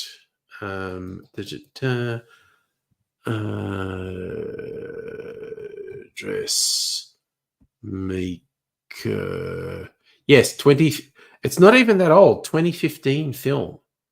The Dressmaker. Yeah. Kate Okay. Winslet is the lead. Oh, Kate Winslet. But it's got Liam Huge crush on Hemsworth, her. Hugo Weaving, Judy Davis The in it. Hemsworth. It's probably second tier Hemsworth, Liam. We've got But enough Hemsworths. yeah, but it's actually pretty good, and lots of, you look at it, it's going like there are sort of Bridgerton level fantasy elements in this, but it maintains its tone, which is quite good. But yeah, the real fantasy element was the flamboyantly gay character in a remote country town in the 1950s who wasn't actually murdered. Or in the process of being like outed and like ostracized. Yeah. No. And yeah, it was kind of fun, but you just go like, you may as well have little green men coming down in flying saucers at this point, because this is Yeah. so detached from reality. Like Was it maybe in Sydney or Melbourne he could have survived, but in this incredibly remote country town, he definitely would have been murdered. Was it an actual Australian production? Yeah, it's an Australian film. Okay. From What were they 2015. thinking? Oh, it is basically a fantasy.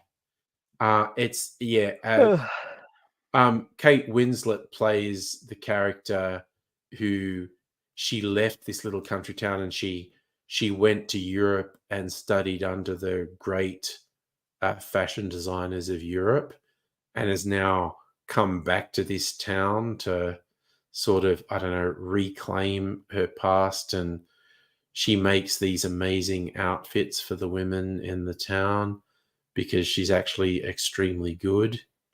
But it is a fantasy. It's quite a fanciful movie.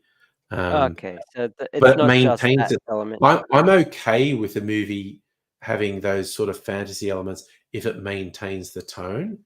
And I think it's why Bridgerton works, because Bridgerton is a quite fanciful fantasy, and the biggest fantasy is, what if non-white people were actually accepted in British society, which is an absolute. I haven't actually seen Bridgerton, so yeah, but the key element is non-white people are accepted as a part of society, which is absolute fantasy. Excuse me. But yeah. Yeah, that is absolute fantasy. But Bridgerton maintains its tone, so you can go, it's complete fantasy and it's high camp, but just roll with it. And it's just like, and there's heaps of fucking in Bridgerton. Is it self-aware that it's? Oh yeah, like and it's like a running joke in it to me, is like, you work out the music they're playing, which sounds like chamber music or classical music, but it's actually contemporary songs. So you're trying to work out, like, sorry, what's that tune they're playing there? It's like, oh, that's a Billie Eilish song, or that's a whatever. And so it's very. That's why it's so popular. Yeah, it's very self-aware, but I think they maintain the tone really well. Like, I get frustrated with movies or shows which don't maintain a tone. It's like, well, are you a silly farce or are you a serious drama? Are you a bodice-ripping fantasy or are you a serious historical piece? And I think Bridgerton works because they maintain the tone really well. But and the tone is quite silly, honestly. It's very wacky fantasy, everyone's liberated and fucking their brains out, and yeah, non-white people are an accepted part of British aristocracy, and it's just like, yeah, okay. Fair enough. That's another one where, again, they may as well be androids being accepted in 18th century society because it's about as Yeah. like. Well, Doctor Who have done that a few times, I'm sure. Oh yeah. Well, the most recent one with Shooty Gatway, some people got upset that they had Isaac Newton not being white, but then there was a joke when they said like, "Oh, you're about to discover gravity," and he went, "Oh," and they disappeared, and he goes, "What was that thing? What did they call it? Mavity?" Mavity. And yeah. then in a subsequent episode, the Doctor actually referred to Mavity, and I was going like, okay, the idiots don't get it, but they're concretely saying this isn't our world, this isn't our universe, this is another universe where people refer to Mavity. It's just like, yeah, it's and it's no longer a very serious show. No, but it's got some good stuff. Like, I do remember Until it is actually. Yeah, and it is. And because Ncuti Gatwa is very good at doing emotion. Yeah.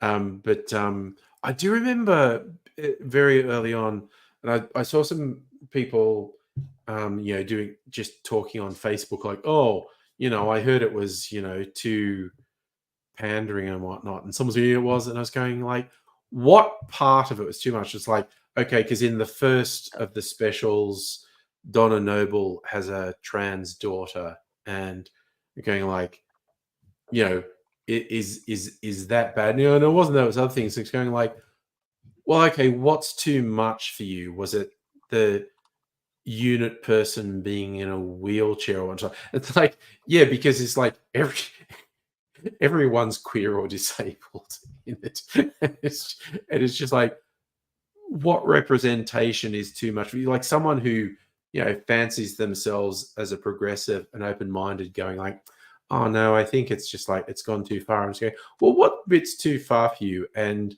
what marginalized group do you want to say to their face, representation of someone like you on a mainstream show is going too far? I can't accept this show having representation of non-white, queer, disabled people because I'm not those things, and therefore those things aren't valid. And it's like, sorry, there was a tech question in the chat. Ooh, nerd stuff. Yeah. Okay, so you turn on the CPU boost in your BIOS. Oh, okay. There's a BIOS setting. I forget what it's called. It's like it could be. It depends what your board manufacturer is. It's either called CPU boost or sometimes it's called something else. It's ostensibly a form of overclocking, but Intel and AMD literally market their CPUs at that speed because BIOSes will just overclock based on this setting anyway. So that's how you get the full speed. And true, like hardcore overclocking, what enthusiasts do is taking it even further than that. So yeah, CPU boost or something similar is the is what it's called. It's in the BIOS CPU boost. I forget what it's called because I'm tired.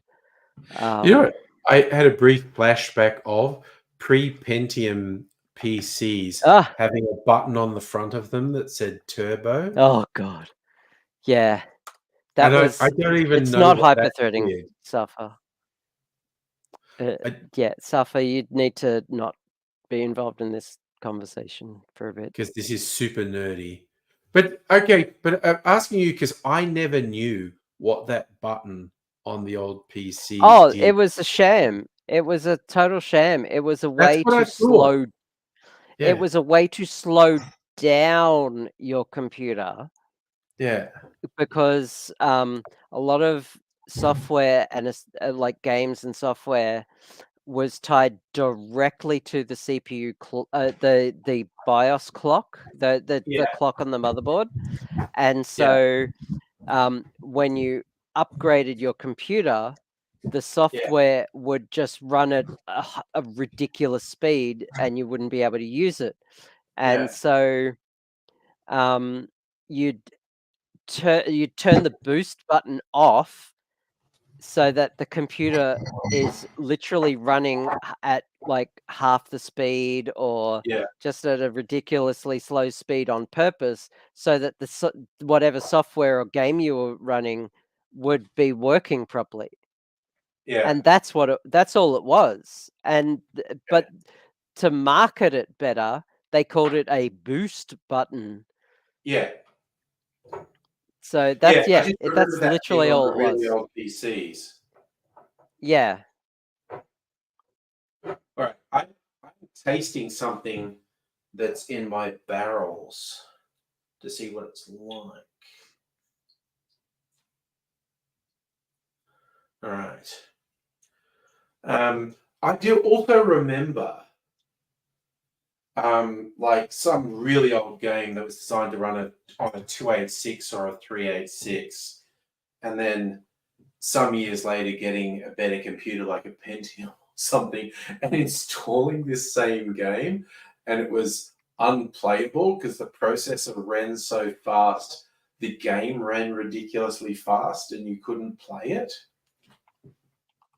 If that makes sense. I don't know if that even makes sense, what I just said. Han, say that again, sorry.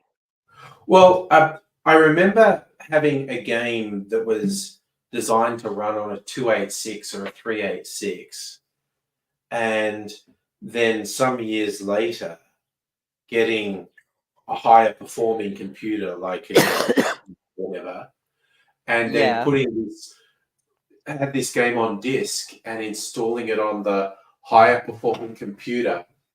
It was unplayable because everything just ran so fast on it. Yeah, because it was tied directly to the clock speed. Yeah.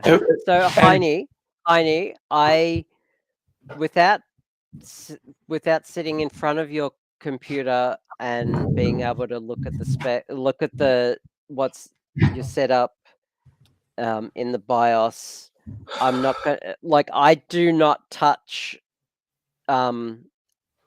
or give advice on a live stream at 1 o'clock in the morning Which is about good plan. Good thinking. voltages and CPU multipliers and all that. And I don't touch them at all. All I can say is that I set things to default and I turn on the CPU boost option in the BIOS. There's a even in it's there in easy mode, let alone in advanced mode in most UEFI BIOSes. So I don't know what else to say. Whereas me, with no technical knowledge but a reasonable amount of alcohol in my system at 1 o'clock, I'm just going to say, overclock it, you little bitch. What are you scared of? Also, there's very,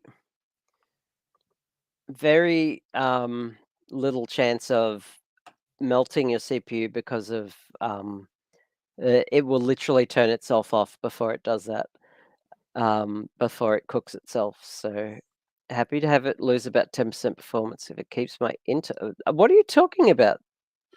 I don't keeps know. my Intel cool. Happy to have what lose about 10%. Are you talking about a fan curve now? All right, enough nerd Cooled talk. cooled I have alcohol. with an AIO. All call loads are limited to 7.4 gigahertz. Could get up to 5.2. Doing things in XTU. I don't know what XTU is. Oh, and taste this. So this is It my. sounds like some sort of software. Is that? Oh God! Don't use Intel software to extreme. No, don't use something like that. That looks awful. I would not trust Intel to.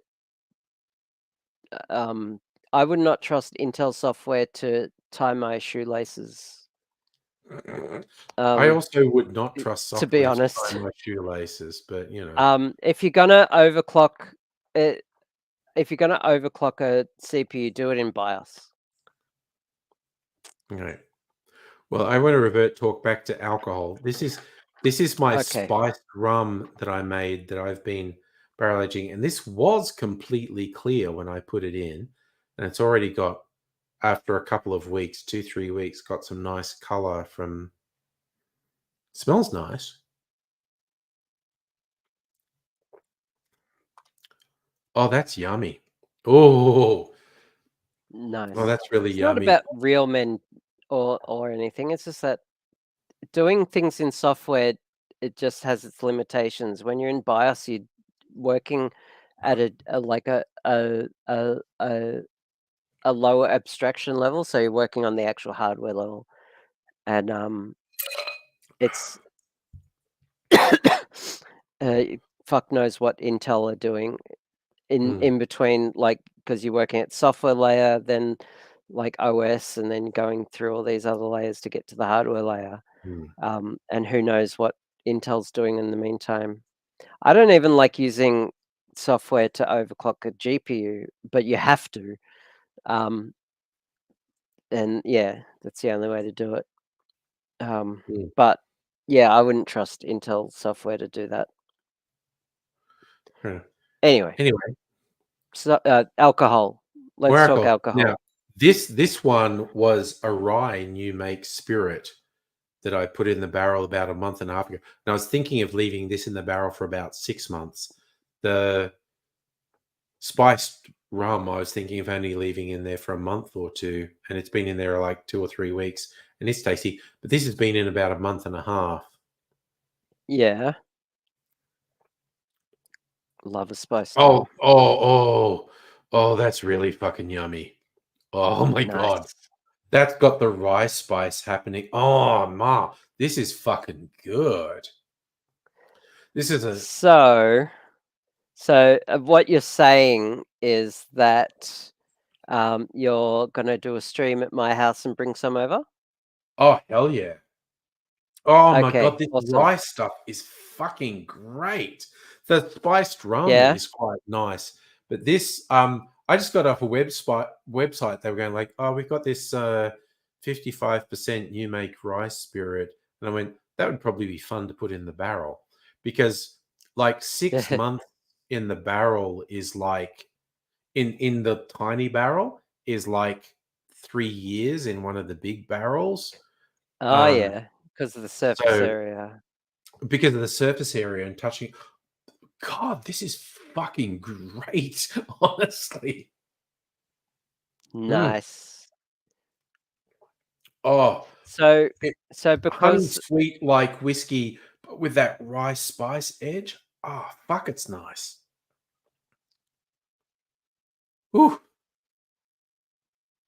oh no, Safa had a brownout. Oh yeah, because you were talking about you're having thunderstorms. Like 99% of that rain missed us in Melbourne. We had just like the lightest drizzle. Oh, and did it rain? Just barely, just really barely. I don't Like, know if it rains here. parts of New South Wales and Queensland got like 40 millimeters in an hour. Damn. And it just all missed us. Tasmania was also getting heaps of rain, But Well, Melbourne, it's kind of wasted here in the city. it just Like- absolutely fucking missed us. I mean, it cleans the roads. Is it Like, okay, date night tomorrow? it is date night, so I won't be streaming tomorrow. Bummer. I was just thinking of inviting you over and getting you to bring me some of that tasty beverage. Like, But alas, I will wait. if you look on the let's see. Okay, there it comes. Oh, See, oh yeah. see, it just all missed Damn. us. Fuck. Okay. Nice. It missed us. Tasmania copped a heap of it. And like on Wednesday and Thursday, areas in Queensland and New South Wales just got bucketed on. Yeah, okay. Well, did they need it? Or is it now probably, going to rain's good, it- you know. unless it's flooding. Yeah, no, there's no flooding that I heard of, but they got like a month's that's worth of rain in a day. It's like, Well, serves them right for living in the tropics. I know, right? The idea that the tropics could have extreme weather, who knew? But yeah. Serves Queensland Start- right. start with saying he lives right where that massive blob of rain on the map was. Yeah. Yeah, I feel you, Yep. man. I feel you.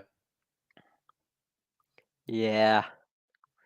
Well, Heine, let me know how you go, but without being able to sit right in front of your computer and looking at it, there's not much I can do from here. Oh, that's sorry. I So- heard beeps on Discord, and I thought it might have been Oh. someone posting stuff on mine, but it's actually on another one. On another server. Yeah, one I'm on. One of the people who does role playing on a modded Red Dead server. Oh yeah. She's Australian. So streaming name is Little Lula, and she's just extremely good. And one of her characters is she calls like Ernie Jasper Peabody, and it's an 18-year-old who, because of a thyroid problem, hasn't gone through puberty yet. Oh no. So she's playing an 18-year-old male who he talks in this little voice like this, and it's like, I'm Ernie and the police, and she's just really good. And everyone on this server That's always awesome. remembers her and remembers the character Ernie, and because as at least half the people on these Red Dead servers end up involved with criminal gangs, and Ernie did. So once Ernie got into crime, everyone literally remembers Ernie, and it's like Ernie was involved in a crime, so Ernie's going to get arrested anytime he goes into a town and whatnot. But what was really notable is she connected with this guy. His surname's Middleditch, but he was the lead in the series Silicon Valley that was on a few years Thomas ago. Middleditch. Thomas Middleditch, and he's quite a famous improv guy. He's actually got an improv series on Netflix, which doesn't suck. Like I saw it, him and another guy doing improv, and I thought, this is going to be cringe as fuck. And I watched one episode and went, this is actually good. This is actually entertaining. And she sort of connected with him, and they worked together really well. And like she's going, and people saying like, you realize like he's a professional improv person. He's paid to do shit in Hollywood, and he's connecting with you because you're that good. And like she was playing his protege. He had this insane old doctor, Dr. Kroom, and Ernie was Dr. Kroom's protege. And Middleditch gets bored occasionally and kills off characters. He's killed off a couple, and he killed off Kroom. But now he's playing a female character who has come back to interact with Ernie again, because Ernie has a love interest, and so Middleditch is playing a female character. It's like using a voice modifier program to try and interfere with Ernie's love life now. And it's fascinating. Like I had her on in the background today when I was working, because I'm working from home, and she's hanging out with her criminal gang, the Dirty Boys, who are a more than mildly comedic criminal gang, and like they got into conflict with the law and then tried to run away from the law, and they were running all over the map of Red Dead, and the law was just chasing them the whole way, and they were, and they would like take a stand somewhere and have a shootout, and they just go, no, the law's gonna fuck us, run. And they run. And it went on for hours, and it was just the most amazing bit of live action entertainment. It was she did a What's it stream called? I'll put a link, because it's very please do. fun when she joins. It's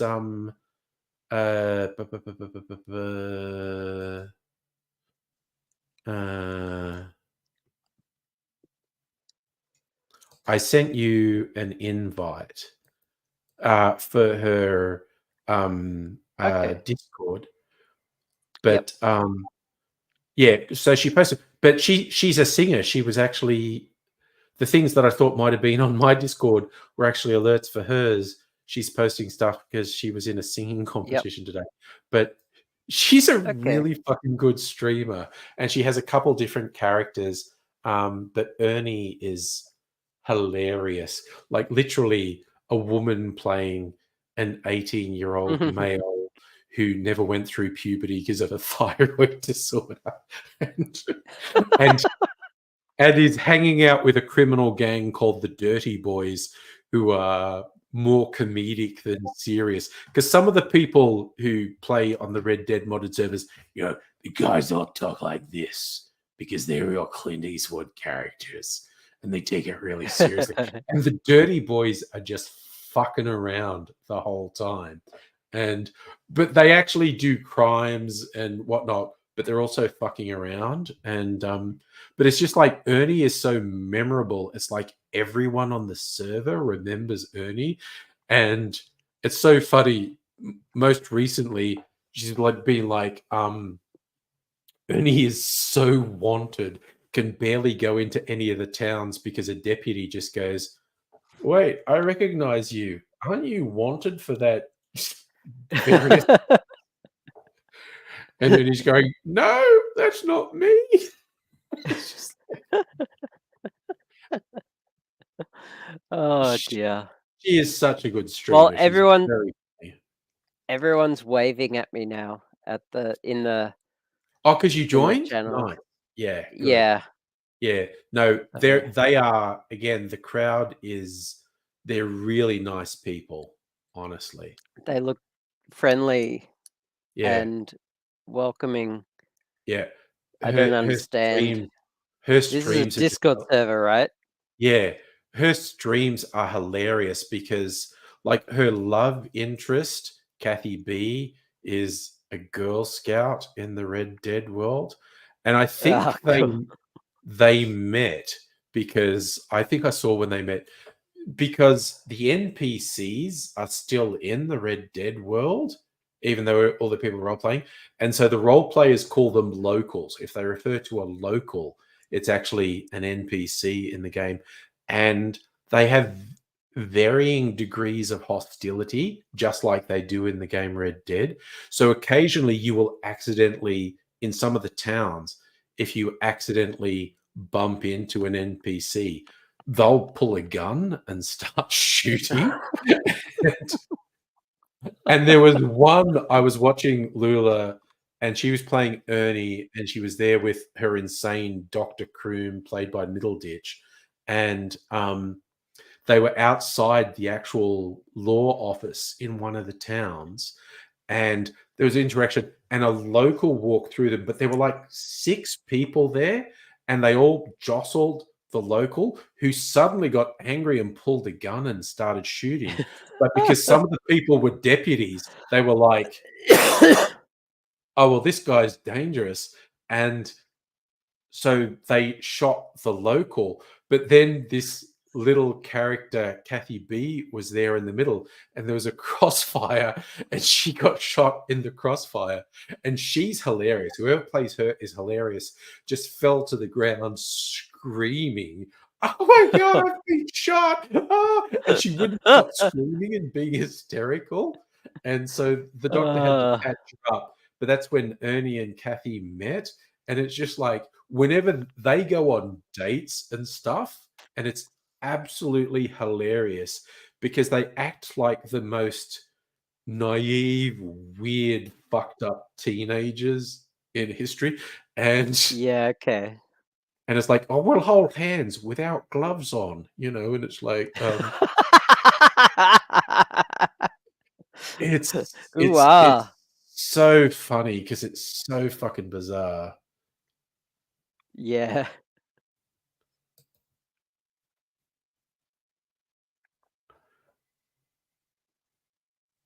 Oh, Yeah, dear.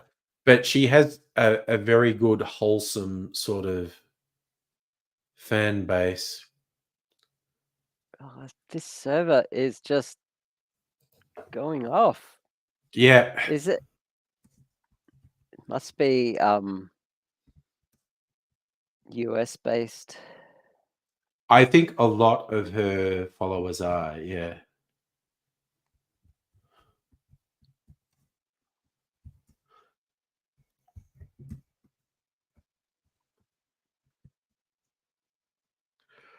But yeah, she did a Nice. particularly good stream today. It went like for like 6 hours, and so much happened in it because there's also like the dirty boys. Someone has betrayed them, and so they're coming up with these really elaborate plans to get revenge on the person who's betrayed them.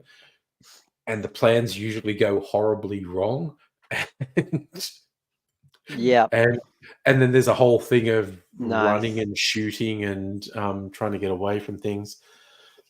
They did a thing a while back where they decided they were going to basically have a free state in the middle of a city, and they went, well, we'll go into the biggest city in the Red Dead world, and we'll get some wagons and we'll just block off a couple of streets, and we'll say the bit that blocked up is our free state that we're running, Yeah, which of okay. course caused consternation with all the people in the town that they were doing this. And Yeah. then the law showed up, and the law was basically saying, if you take the wagons down and just leave town, we'll let you go, but we can't let you keep doing this.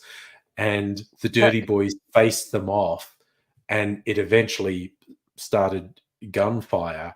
And then there was this whole thing where in the narrow back streets of this city, and they were climbing up onto rooftops, and they had a shootout that lasted for like more than an hour, where they were all ducking behind cover and exchanging fire. Did this happen on the stream today? No, that one city was, they called it, they were calling it the DMZ. It was the dirty something zone. Okay. Because I love watching streams that feature emergent gameplay like that. It's just This one, like, okay, they so literally, good. the dirty boys just went into one of the towns, and they went into a bar, and there was a bunch of law in there, and they were like, I'm so fucking wanted. We have to leave here now before they recognize me. And they all left, and then all the deputies followed them out and said, why were you rushing out so quickly? And they were like, are you this? And they were like, no, you've mistaken me for some. And they were just having this bluff talk for 15 minutes, like, no, you've mistaken for us. And they just went, fuck it, run. And they all jumped on their horses. And the chase with these deputies lasted over an hour. They would just be running, and then they would sort of hold a position and shoot at the deputies, and the deputies shooting back. And then they were like, fuck it, we can't hold this position anymore, run again. And they were running all over the map. And they did eventually lose the It was hilarious. Like, more, and then they were just like, we're low on money, we'll rob people, but we'll do it nicely. And Okay. And they would just be like, "We won't take more than half anyone's money." And they would just run in like, "Oh, here's some people," and they'd say, "Hey, how are you? What do you do to you?" And they go, "Don't take this personally, but we're robbing you now. So put your hands up." And Yeah, okay.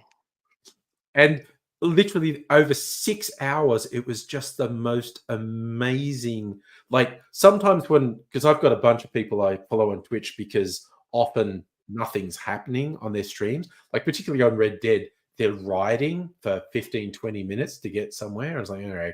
But this one that Lula did today for like 6 hours, shit just kept happening. And it was absolutely incredible. But Sorry, it's yeah, it's the server.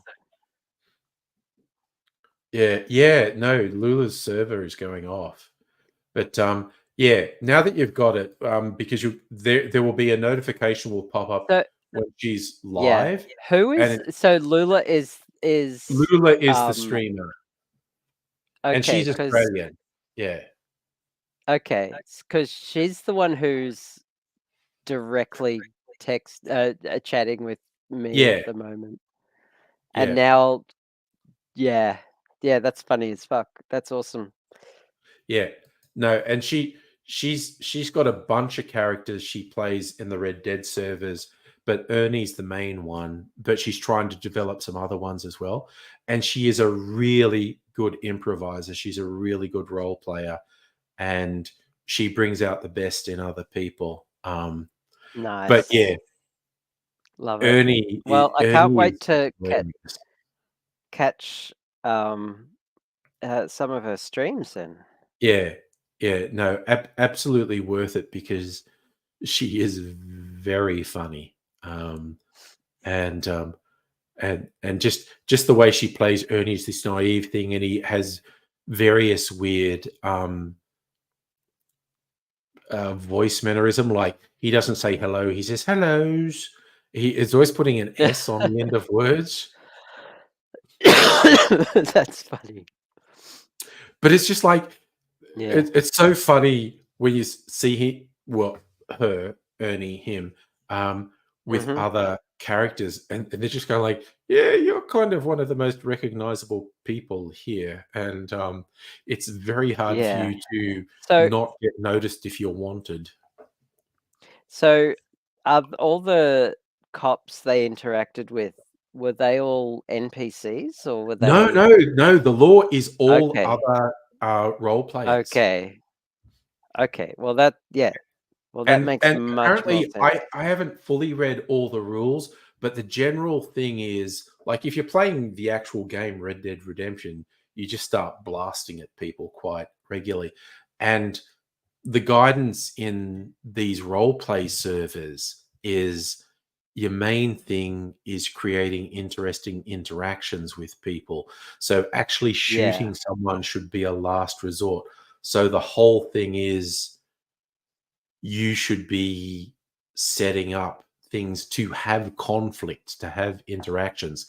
And as I understand it, the people who qualify to be the law in these things, they're not meant to be particularly effective. Like they are meant to chase the criminals, but like I was watching someone else who was playing law on a stream, and as they were having this shootout with criminals, he just kept saying, "If I was trying, they'd all be dead." Um, but it's like an accepted thing that you have long drawn out dramatic things happen. You don't just shoot people. Um, Sure. and so they have shootouts that go for ages. And there's also rules just so the service stays stable. Like if you're going to do a criminal enterprise, you can't have more than 6 people in the gang do it because otherwise the server will get flaky. And it's the same thing. Law Oh, groups will okay. probably never be more than about 6 of the law people because if you gather in groups larger than that, it overstresses the server. Oh, really? So there's all these things, and yeah, and I often hear the streamers That's go a like, shame. they do things, and it's like they fuck someone over or rob someone, and they go like, yeah, no, I'm being a bit of a jerk, but it's all about the role play. Like I've now given that person motivation to go off and get their gang and come back at me later. Do you get people basically trolling or Well, messing up other people's I think experience it's on purpose then? I If think the it's servers are policed. that flaky? I think it's policed to a degree. If people think you're just malicious, you'll actually get banned from the server. Yeah, So it's by default. Uh, People go like, if a character is acting like a prick, you assume the character is prick. You don't assume the role player is a prick. sure. And it's really funny because the whole Red Dead thing, where you suffer a degree of injury and you're dead, but in these servers you suffer that degree of injury and you're incapacitated, and someone has to rescue you.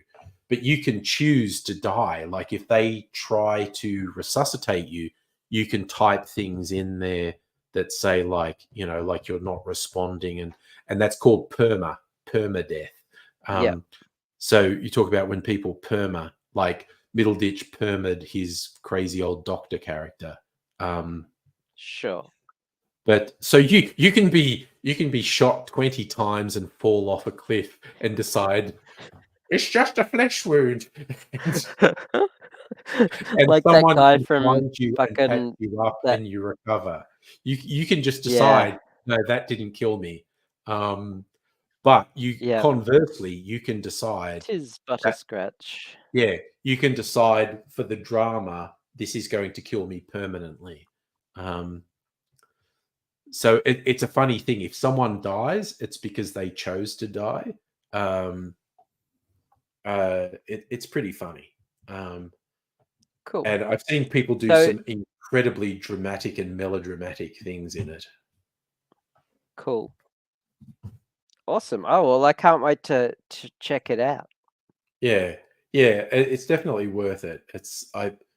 Like I said, often when I'm like working from home, I might have it on in the background, like I'll be working on something and I can hear all the dialogue that's happening there. And I will sneakily go, okay, Yeah, that actually sounds super interesting. I'm gonna dodge work for 10 minutes and see what's happening over here. yeah, yeah. But yeah, no, Lula is particularly funny. Cool. And she's trying to I diversify characters.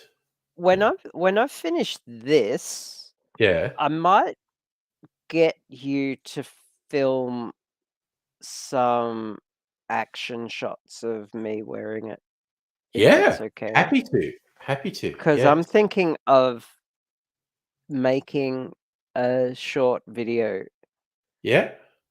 Happy to help to with send that. to the people, like a short funny video Yeah. about the thing to Yeah. send to Oh, the happy to people who help with made it. that. Yeah. Cool.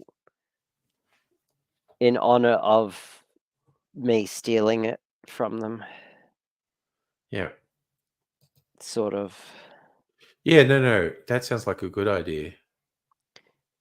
Then I have to learn how to edit video.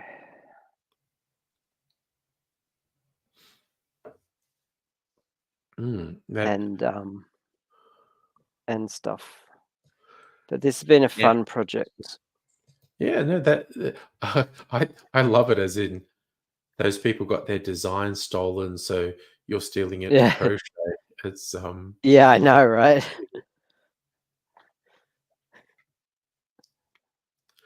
that's pretty good.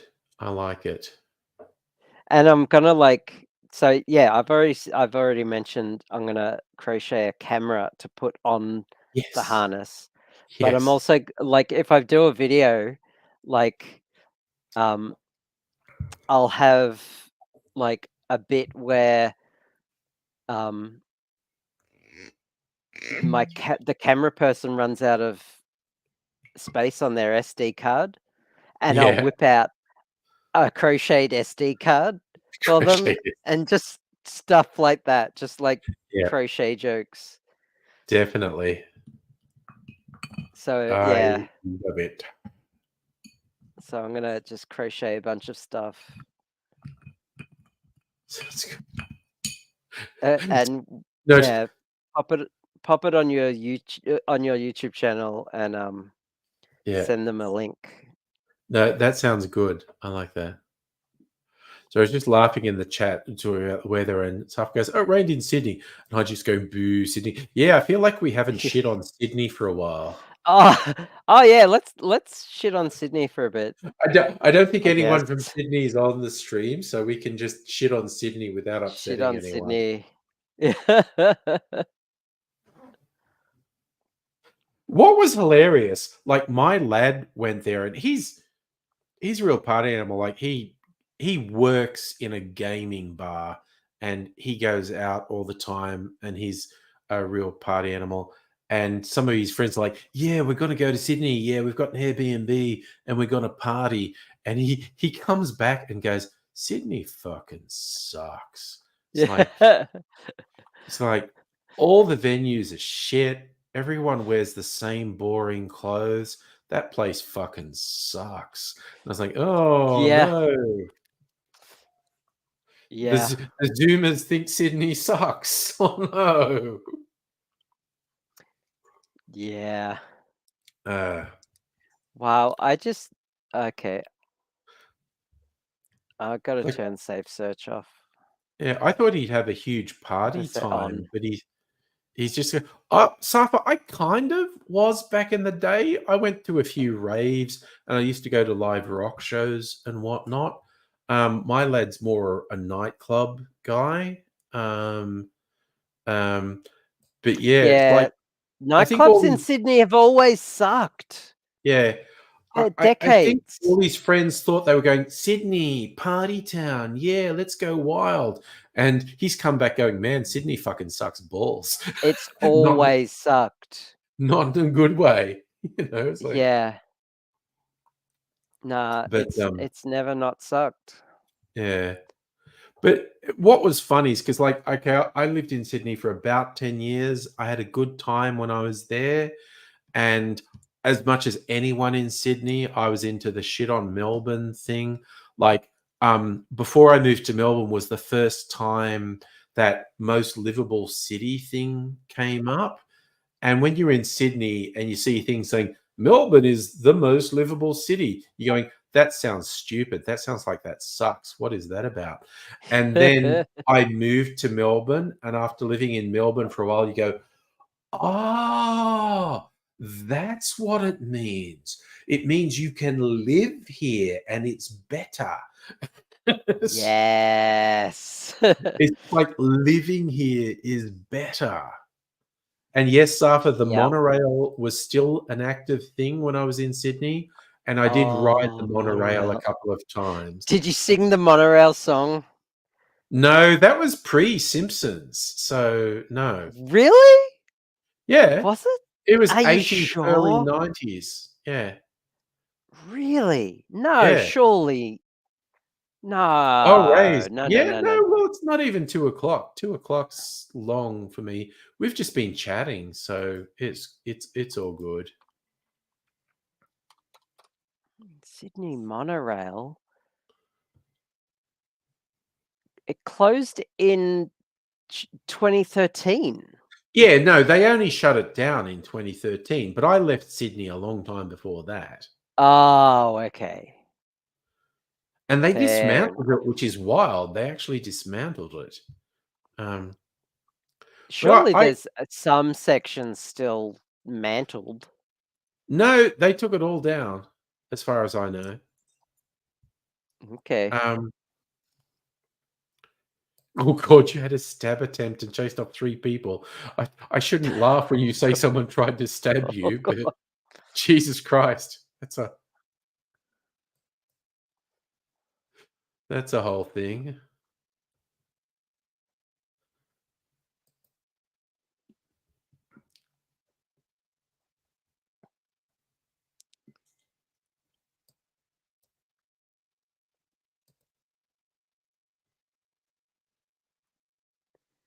And the stream goes dead as we check Discord. What? Oh, sorry. Yeah, we're both looking at Discord, which is very poor behavior on our part. I know. Sorry. I was just looking in one of the channels where they have spoilers, and so there's a thing where Spoilers for what? for gameplay, and so the Oh, okay. spoilers are blacked out. Is this just a Red Dead Redemption thing? It's Lula generally. I'm not Channel? sure that she does anything apart from Red Dead Redemption streams. Okay.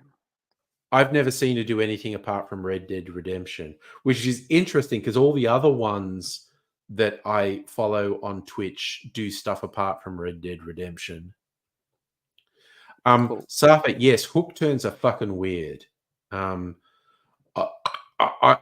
won't not anymore, surely. No, I'm fine. Actually, Mrs. Angry, she avoids driving anywhere that has hook turns. She will go around the block rather than do a hook turn. She doesn't like them. Wow, they're like the most easy, natural thing ever. Yeah. Oh, I don't have a problem with them, but I won't pretend they aren't weird. They're very weird. Okay, so I'm a bike rider, like as a push bike, and on busy roads, you do hook turns all the time. You only do hook It's just a turns on natural thing roads to do. As a car, you only do hook turns on roads that have tram tracks. Have a tram. Yeah, And but so like right turning traffic doesn't block the tram tracks. Yeah, but so from the perspective of a bike rider, when you do a right-hand turn and it's a busy road or a multi-lane road, Yeah. when you think about it from the perspective of a bike rider, a hook turn makes complete sense, tram or no tram. And when you think of that and shift it to car perspective, hook turns just make way more sense.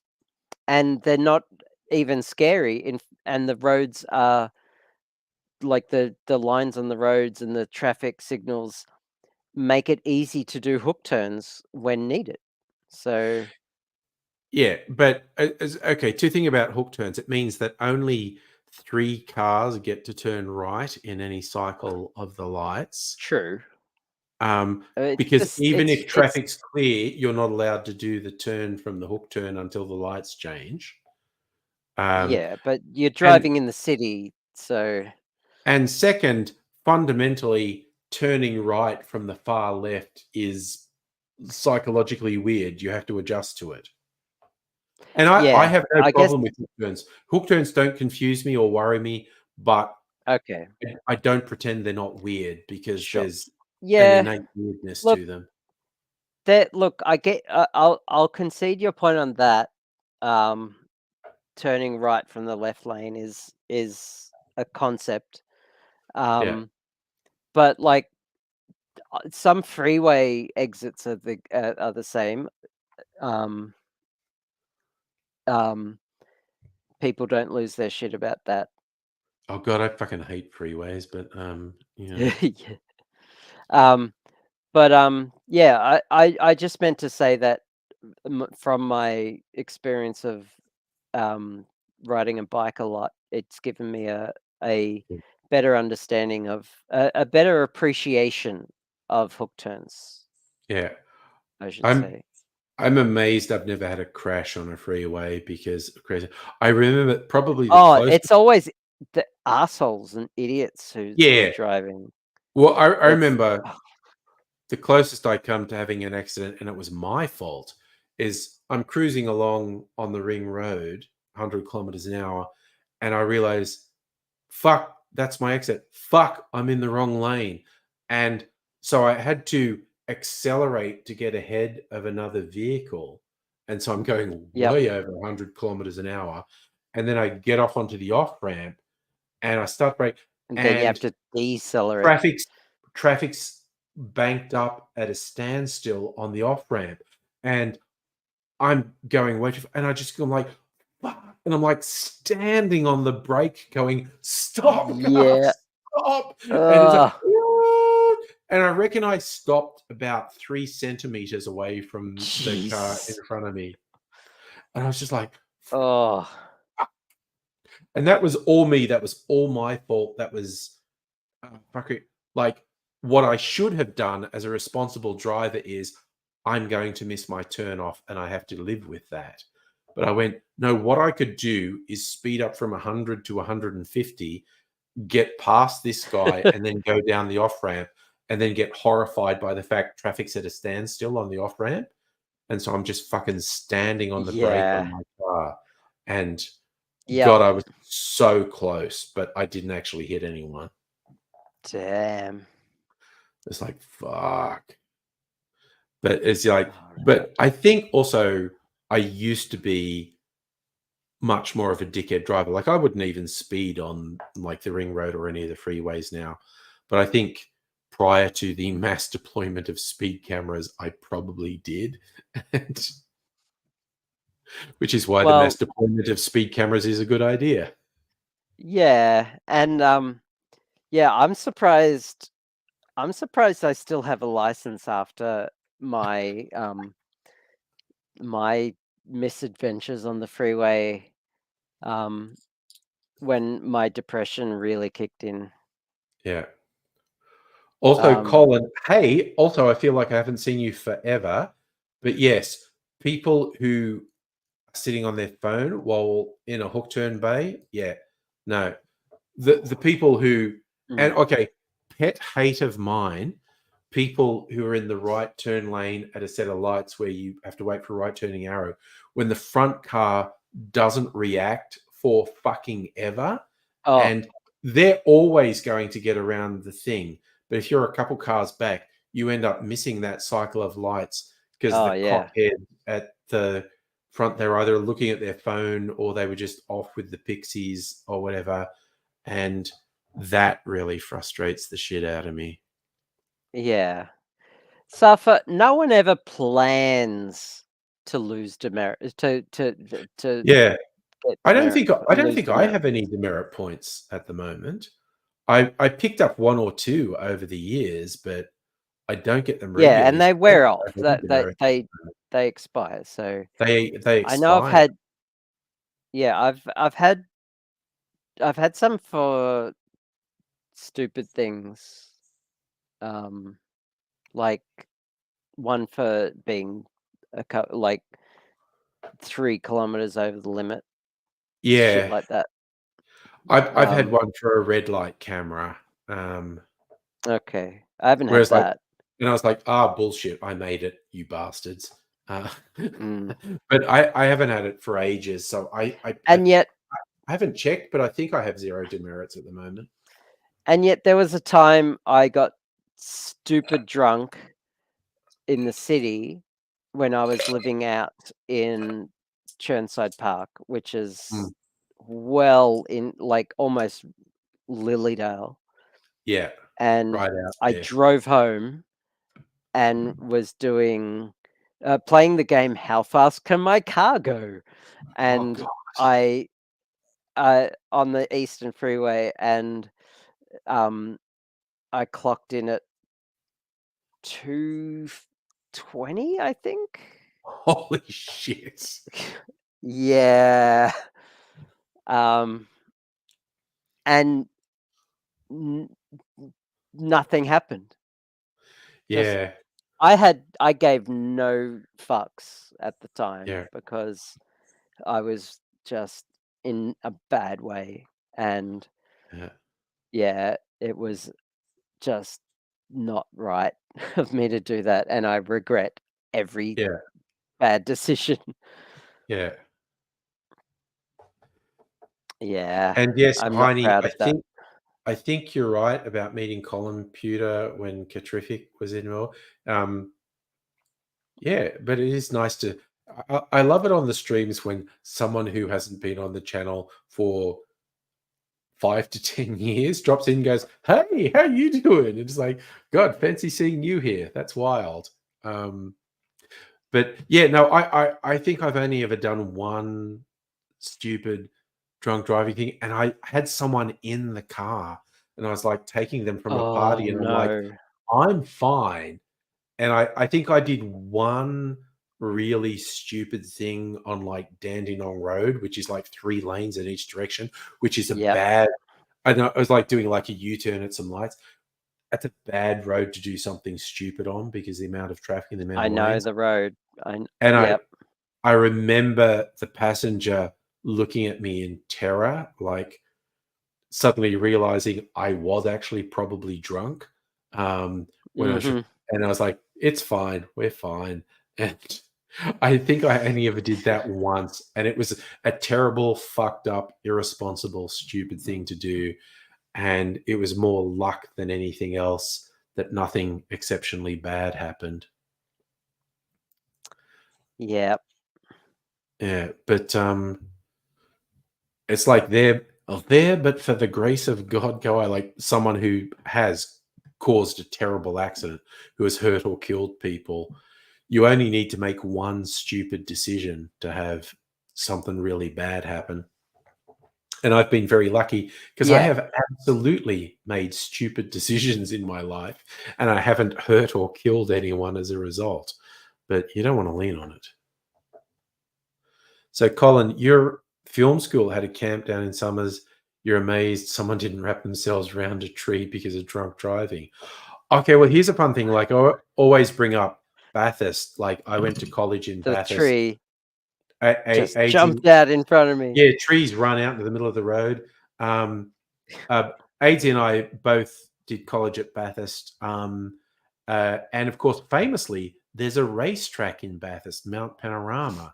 And stupid first year college students will get in their cars and go, I'm going to do a lap of Mount Panorama. And it's a road. And there are actually people who live on the mountain.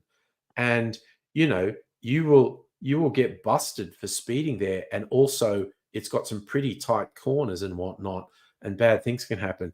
And I never did anything stupid on the mountain because I knew that was a terrible thing. But there was in my first year, there's a bunch of people who had never been to Bathurst who were doing a lap of the mountain, and they filled up a car anyway. There was 4 to 6 of them in a car, and including one guy I went to school with who was in there, and he was relating the story to me, and I didn't realize till later he literally had a danger fetish because he would do stuff that was horribly dangerous because it really got him going. And he was in this car, and back in the day, the mountain had a straight coming down from the mountain to Pitt Straight. It was called Conrod Straight. And back in the day, it was actually dead straight, and there was a 90-degree corner at the bottom. And they eventually decided that was too dangerous, and they redesigned that bit of road so it had a dog leg in it, so the cars slowed down before they got to the corner at the bottom. But for ages, it was a very long downhill straight with a 90-degree corner at the bottom. And that was still in place in my first year at college. And this car of people, and they're screaming down Conrod Straight downhill, and none of them knew the track. None of them knew a 90-degree turn was coming, except the guy I went to school with. And how he related it later, he was in there going like, they don't know that corner's coming. They should have slowed down ages ago. Oh, this is going to be intense. And he is totally getting off on their imminent death. And Oh God. the driver at the last second realized a 90-degree corner was coming up, and he's braking and he's hooking the steering wheel, and the car went right up on 2 wheels. Like the other 2 wheels lifted off the ground. It got to about 45 degrees. Everyone in the car thought it was going to flip because none of them had ever been in a car that had done this.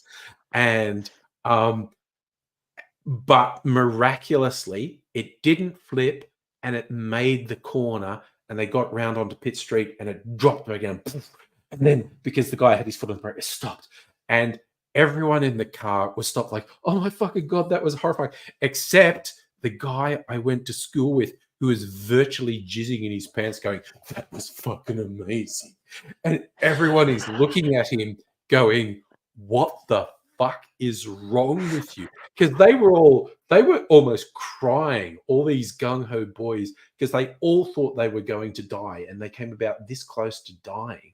And so they were all virtually crying and just going, that was the worst thing ever. And this one guy was going, that was fucking awesome. And God. they were just like, what the fuck is wrong with you? And Oh my God. he literally had a day to finish. And there was a couple of other things that happened over the years. And I was like, Dave, what the fuck is wrong with you, mate? And he's just going, but that was so cool. No, that was bad. That was a bad thing that happened. It's super fucking weird. Anyway, God, we are screaming up on no, and also Safa. Oh, the guy was not you're that right. strange in high school. He never did weird, fucked up shit in high school. But by Christ, he did weird, fucked up shit at college. Sorry, you were going to say something, Abigail? Oh yeah, it's almost 2 a.m. It's almost 2. We've just been rambling, which I have thoroughly enjoyed.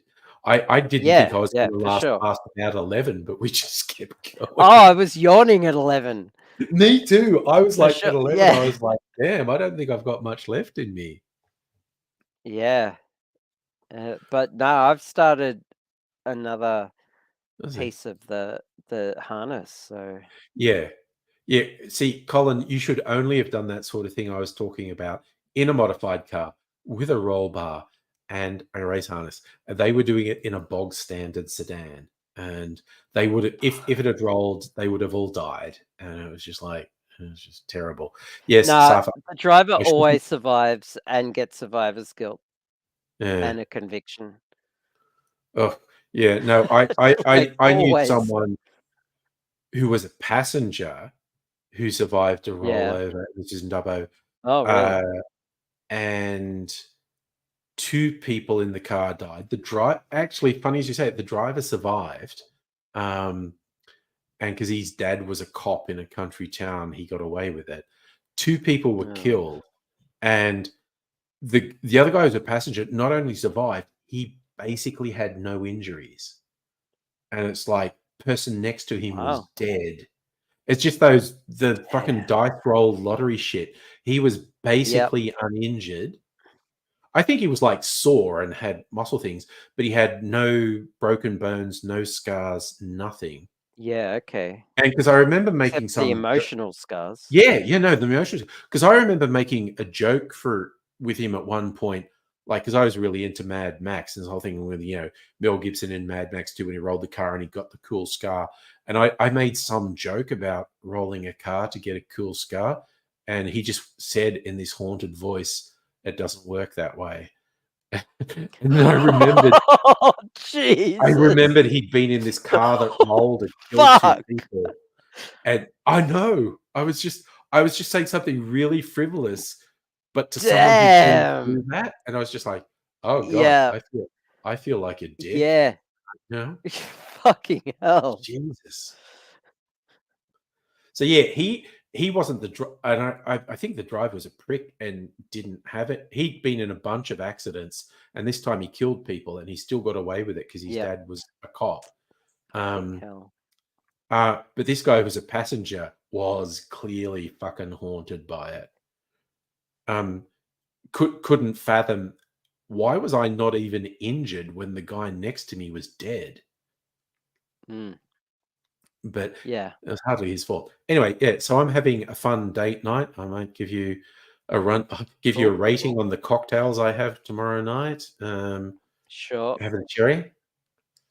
Because it is dinner and cocktails, one of our favorite places. So cool. Give you ratings next week. Enjoy your night. Yeah, I'm just enjoying the cherry at the moment. Oh my God, I never get tired of how good these cherries are. Yum. I might have a shot. That's a grab good myself idea. a clit sucking cowgirl. Yeah, do it. Alrighty, so you all have fun. Great In all success. probability, I'll be on Tuesday.